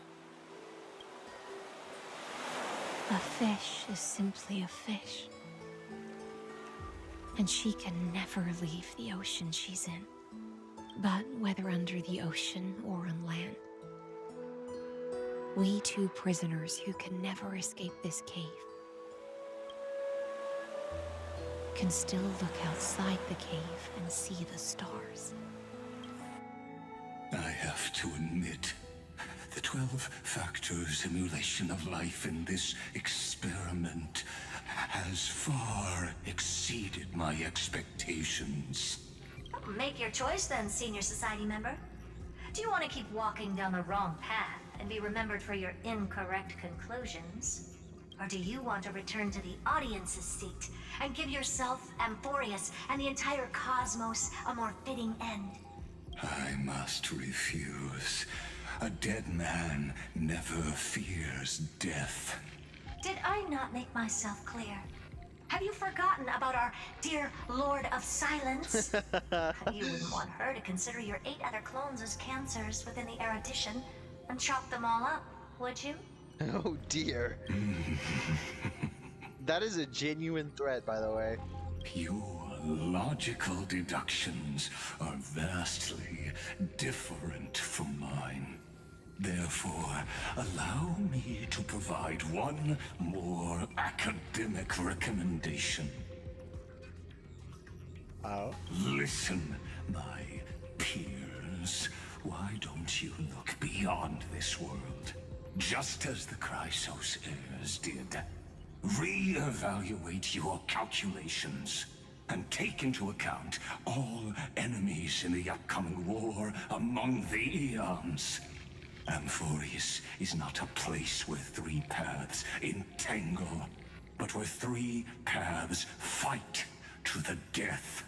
You used Memoria to resist me, but did you not consider the possibility that the Remembrance and their children might have taken this opportunity to join the fray as well? Well, we already knew that they're, through the Black Swan, that they're trying to do something. Hello. Oh. So this isn't just silence. It's the answer. What was the last thing he said to you before you parted the waters at the Scale Gorge waterscape? A tricky question, but one with a simple answer. He didn't say anything back then, right?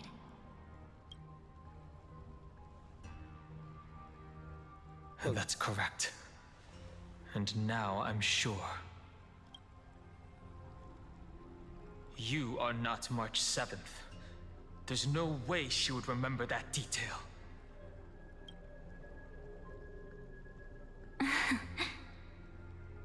I'll only warn you once. Leave her body. Now. How impulsive. That's not like you at all. Why don't you calm down and think about another possibility? I didn't take over March 7th's body. Rather, it's March 7th who regained my memories. Alright, you know what? That's fine. So, is that the original March 7th? The way she phrased that's a bit... it's a bit odd. It's March 7th who regained my memories. But the way she phrased that makes it sound like March 7th regained someone else's memories, not her own. It could honestly be either or. That could be the original March 7th or someone completely different. I'm very much unsure. So next patch is about to be peak, I hear. Judging from what we just saw here. Look, as long as that is March 7th, I don't care.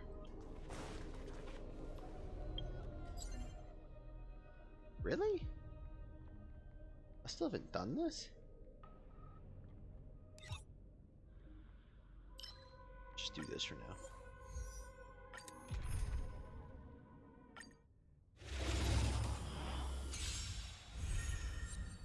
Well, dang. All things are as one. Alright, speed this up. I'm not doing this. I choose you! Have some sunshine! As you wish. Dispel the gloom! I gotta Restore do the this 2 more skies! times. Embrace a new life.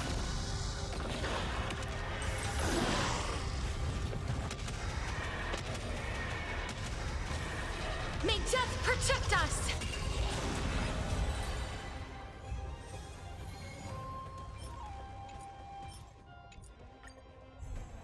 Eternal. We can do it!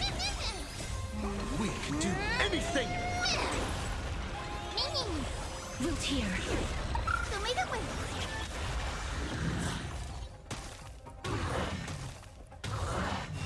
I'm okay. Enjoying yourself? Embrace a new life. All will be swept away by the wind. Dispel the gloom! Restore the skies!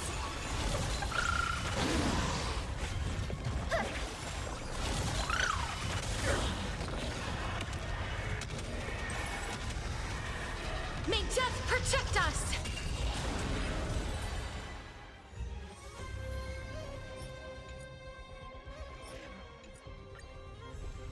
Existence is unity. I choose you! Have some sunshine! Dispel the gloom! Restore the skies!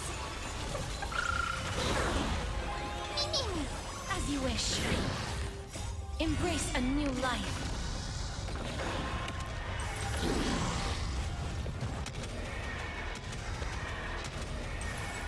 May death protect us!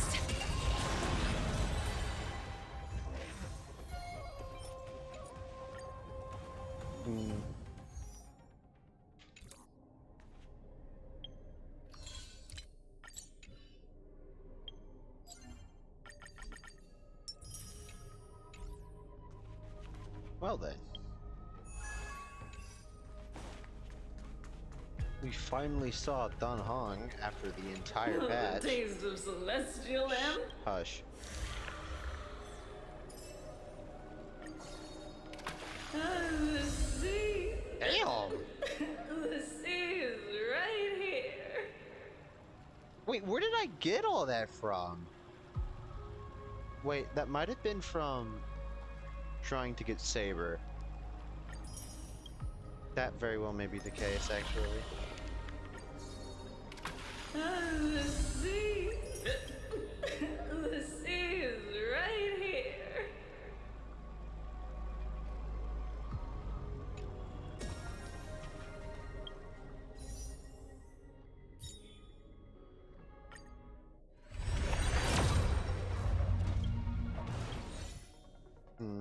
Do I want to? I mean, I don't know. They add anybody to this? No. No, they did not. That's awesome. Just wonderful. Well, I want to say for March. But I also want to... Anything new in here? What's this?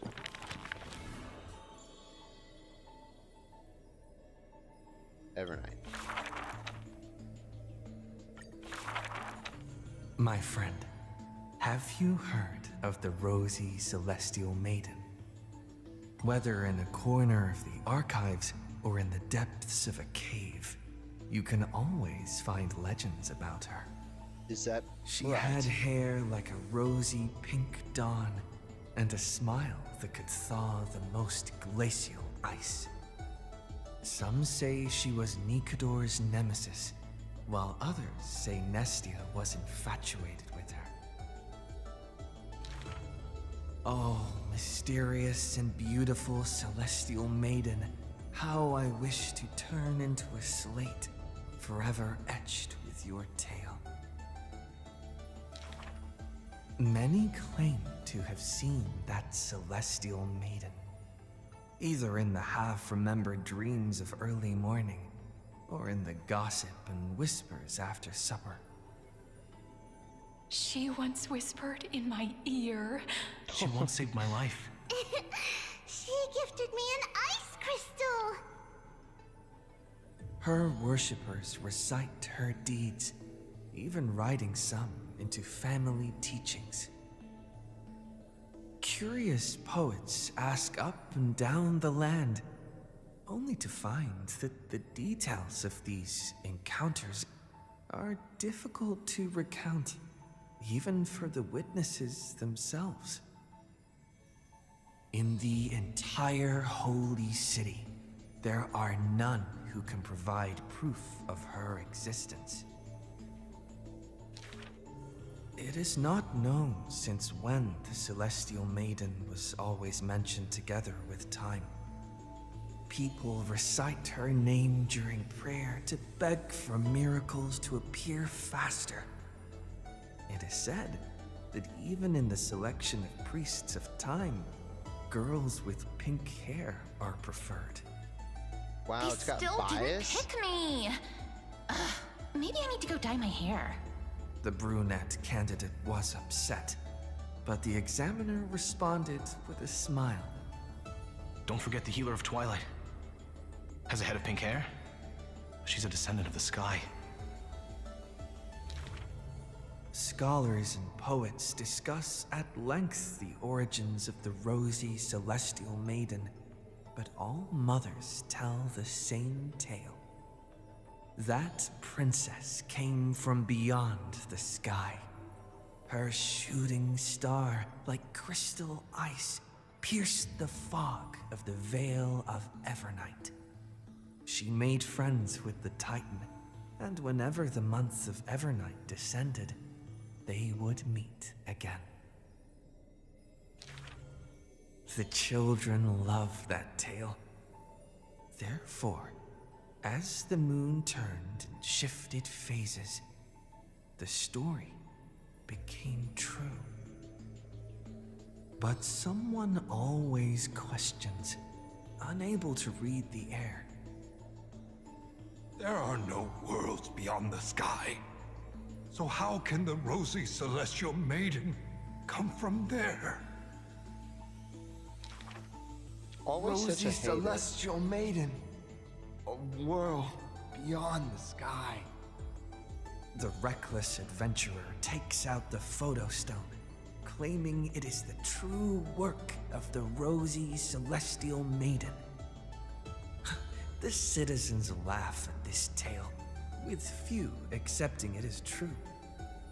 After all, long before the guests beyond the sky arrived, the legend of the rosy celestial maiden had already covered the world. So, my friend, have you really heard of the rosy celestial maiden? I guess not, because I'm still very, very lost.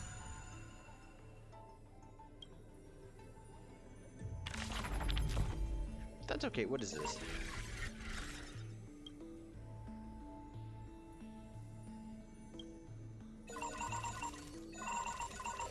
Oh dear.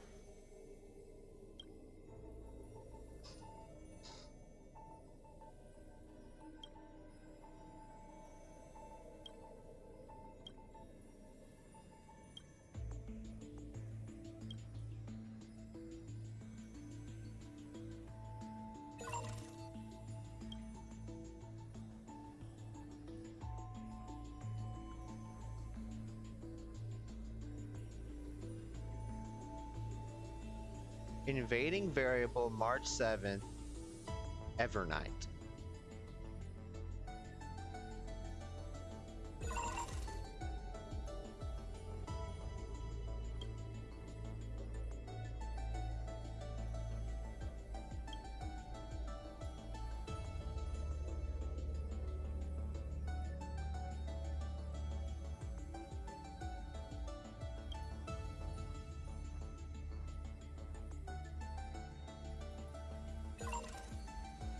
There's a lot of stuff in here. Ah, yes, thank you.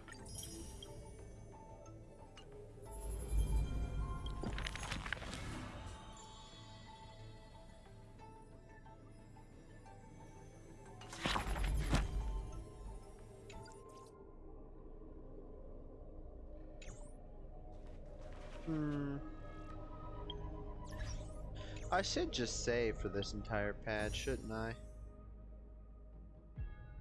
Because Evernight is quite literally the banner after Ceridra. And then we gotta try and get Cyrene if she is playable, or whatever she returns as. I don't actually know.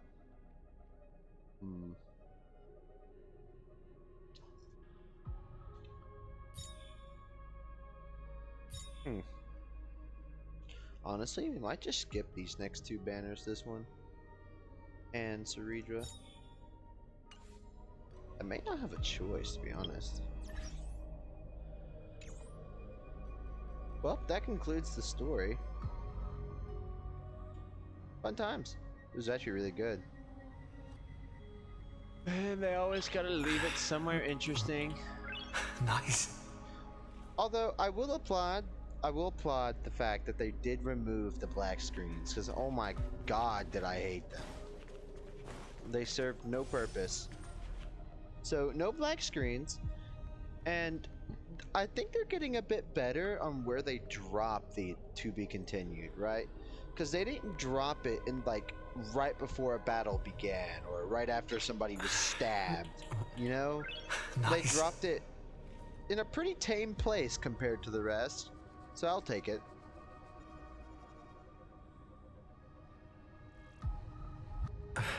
Well, 42 days until this, I think. Honestly, nothing's updating for a while now. Let's go. Alright, well, I'm done for today. I did do...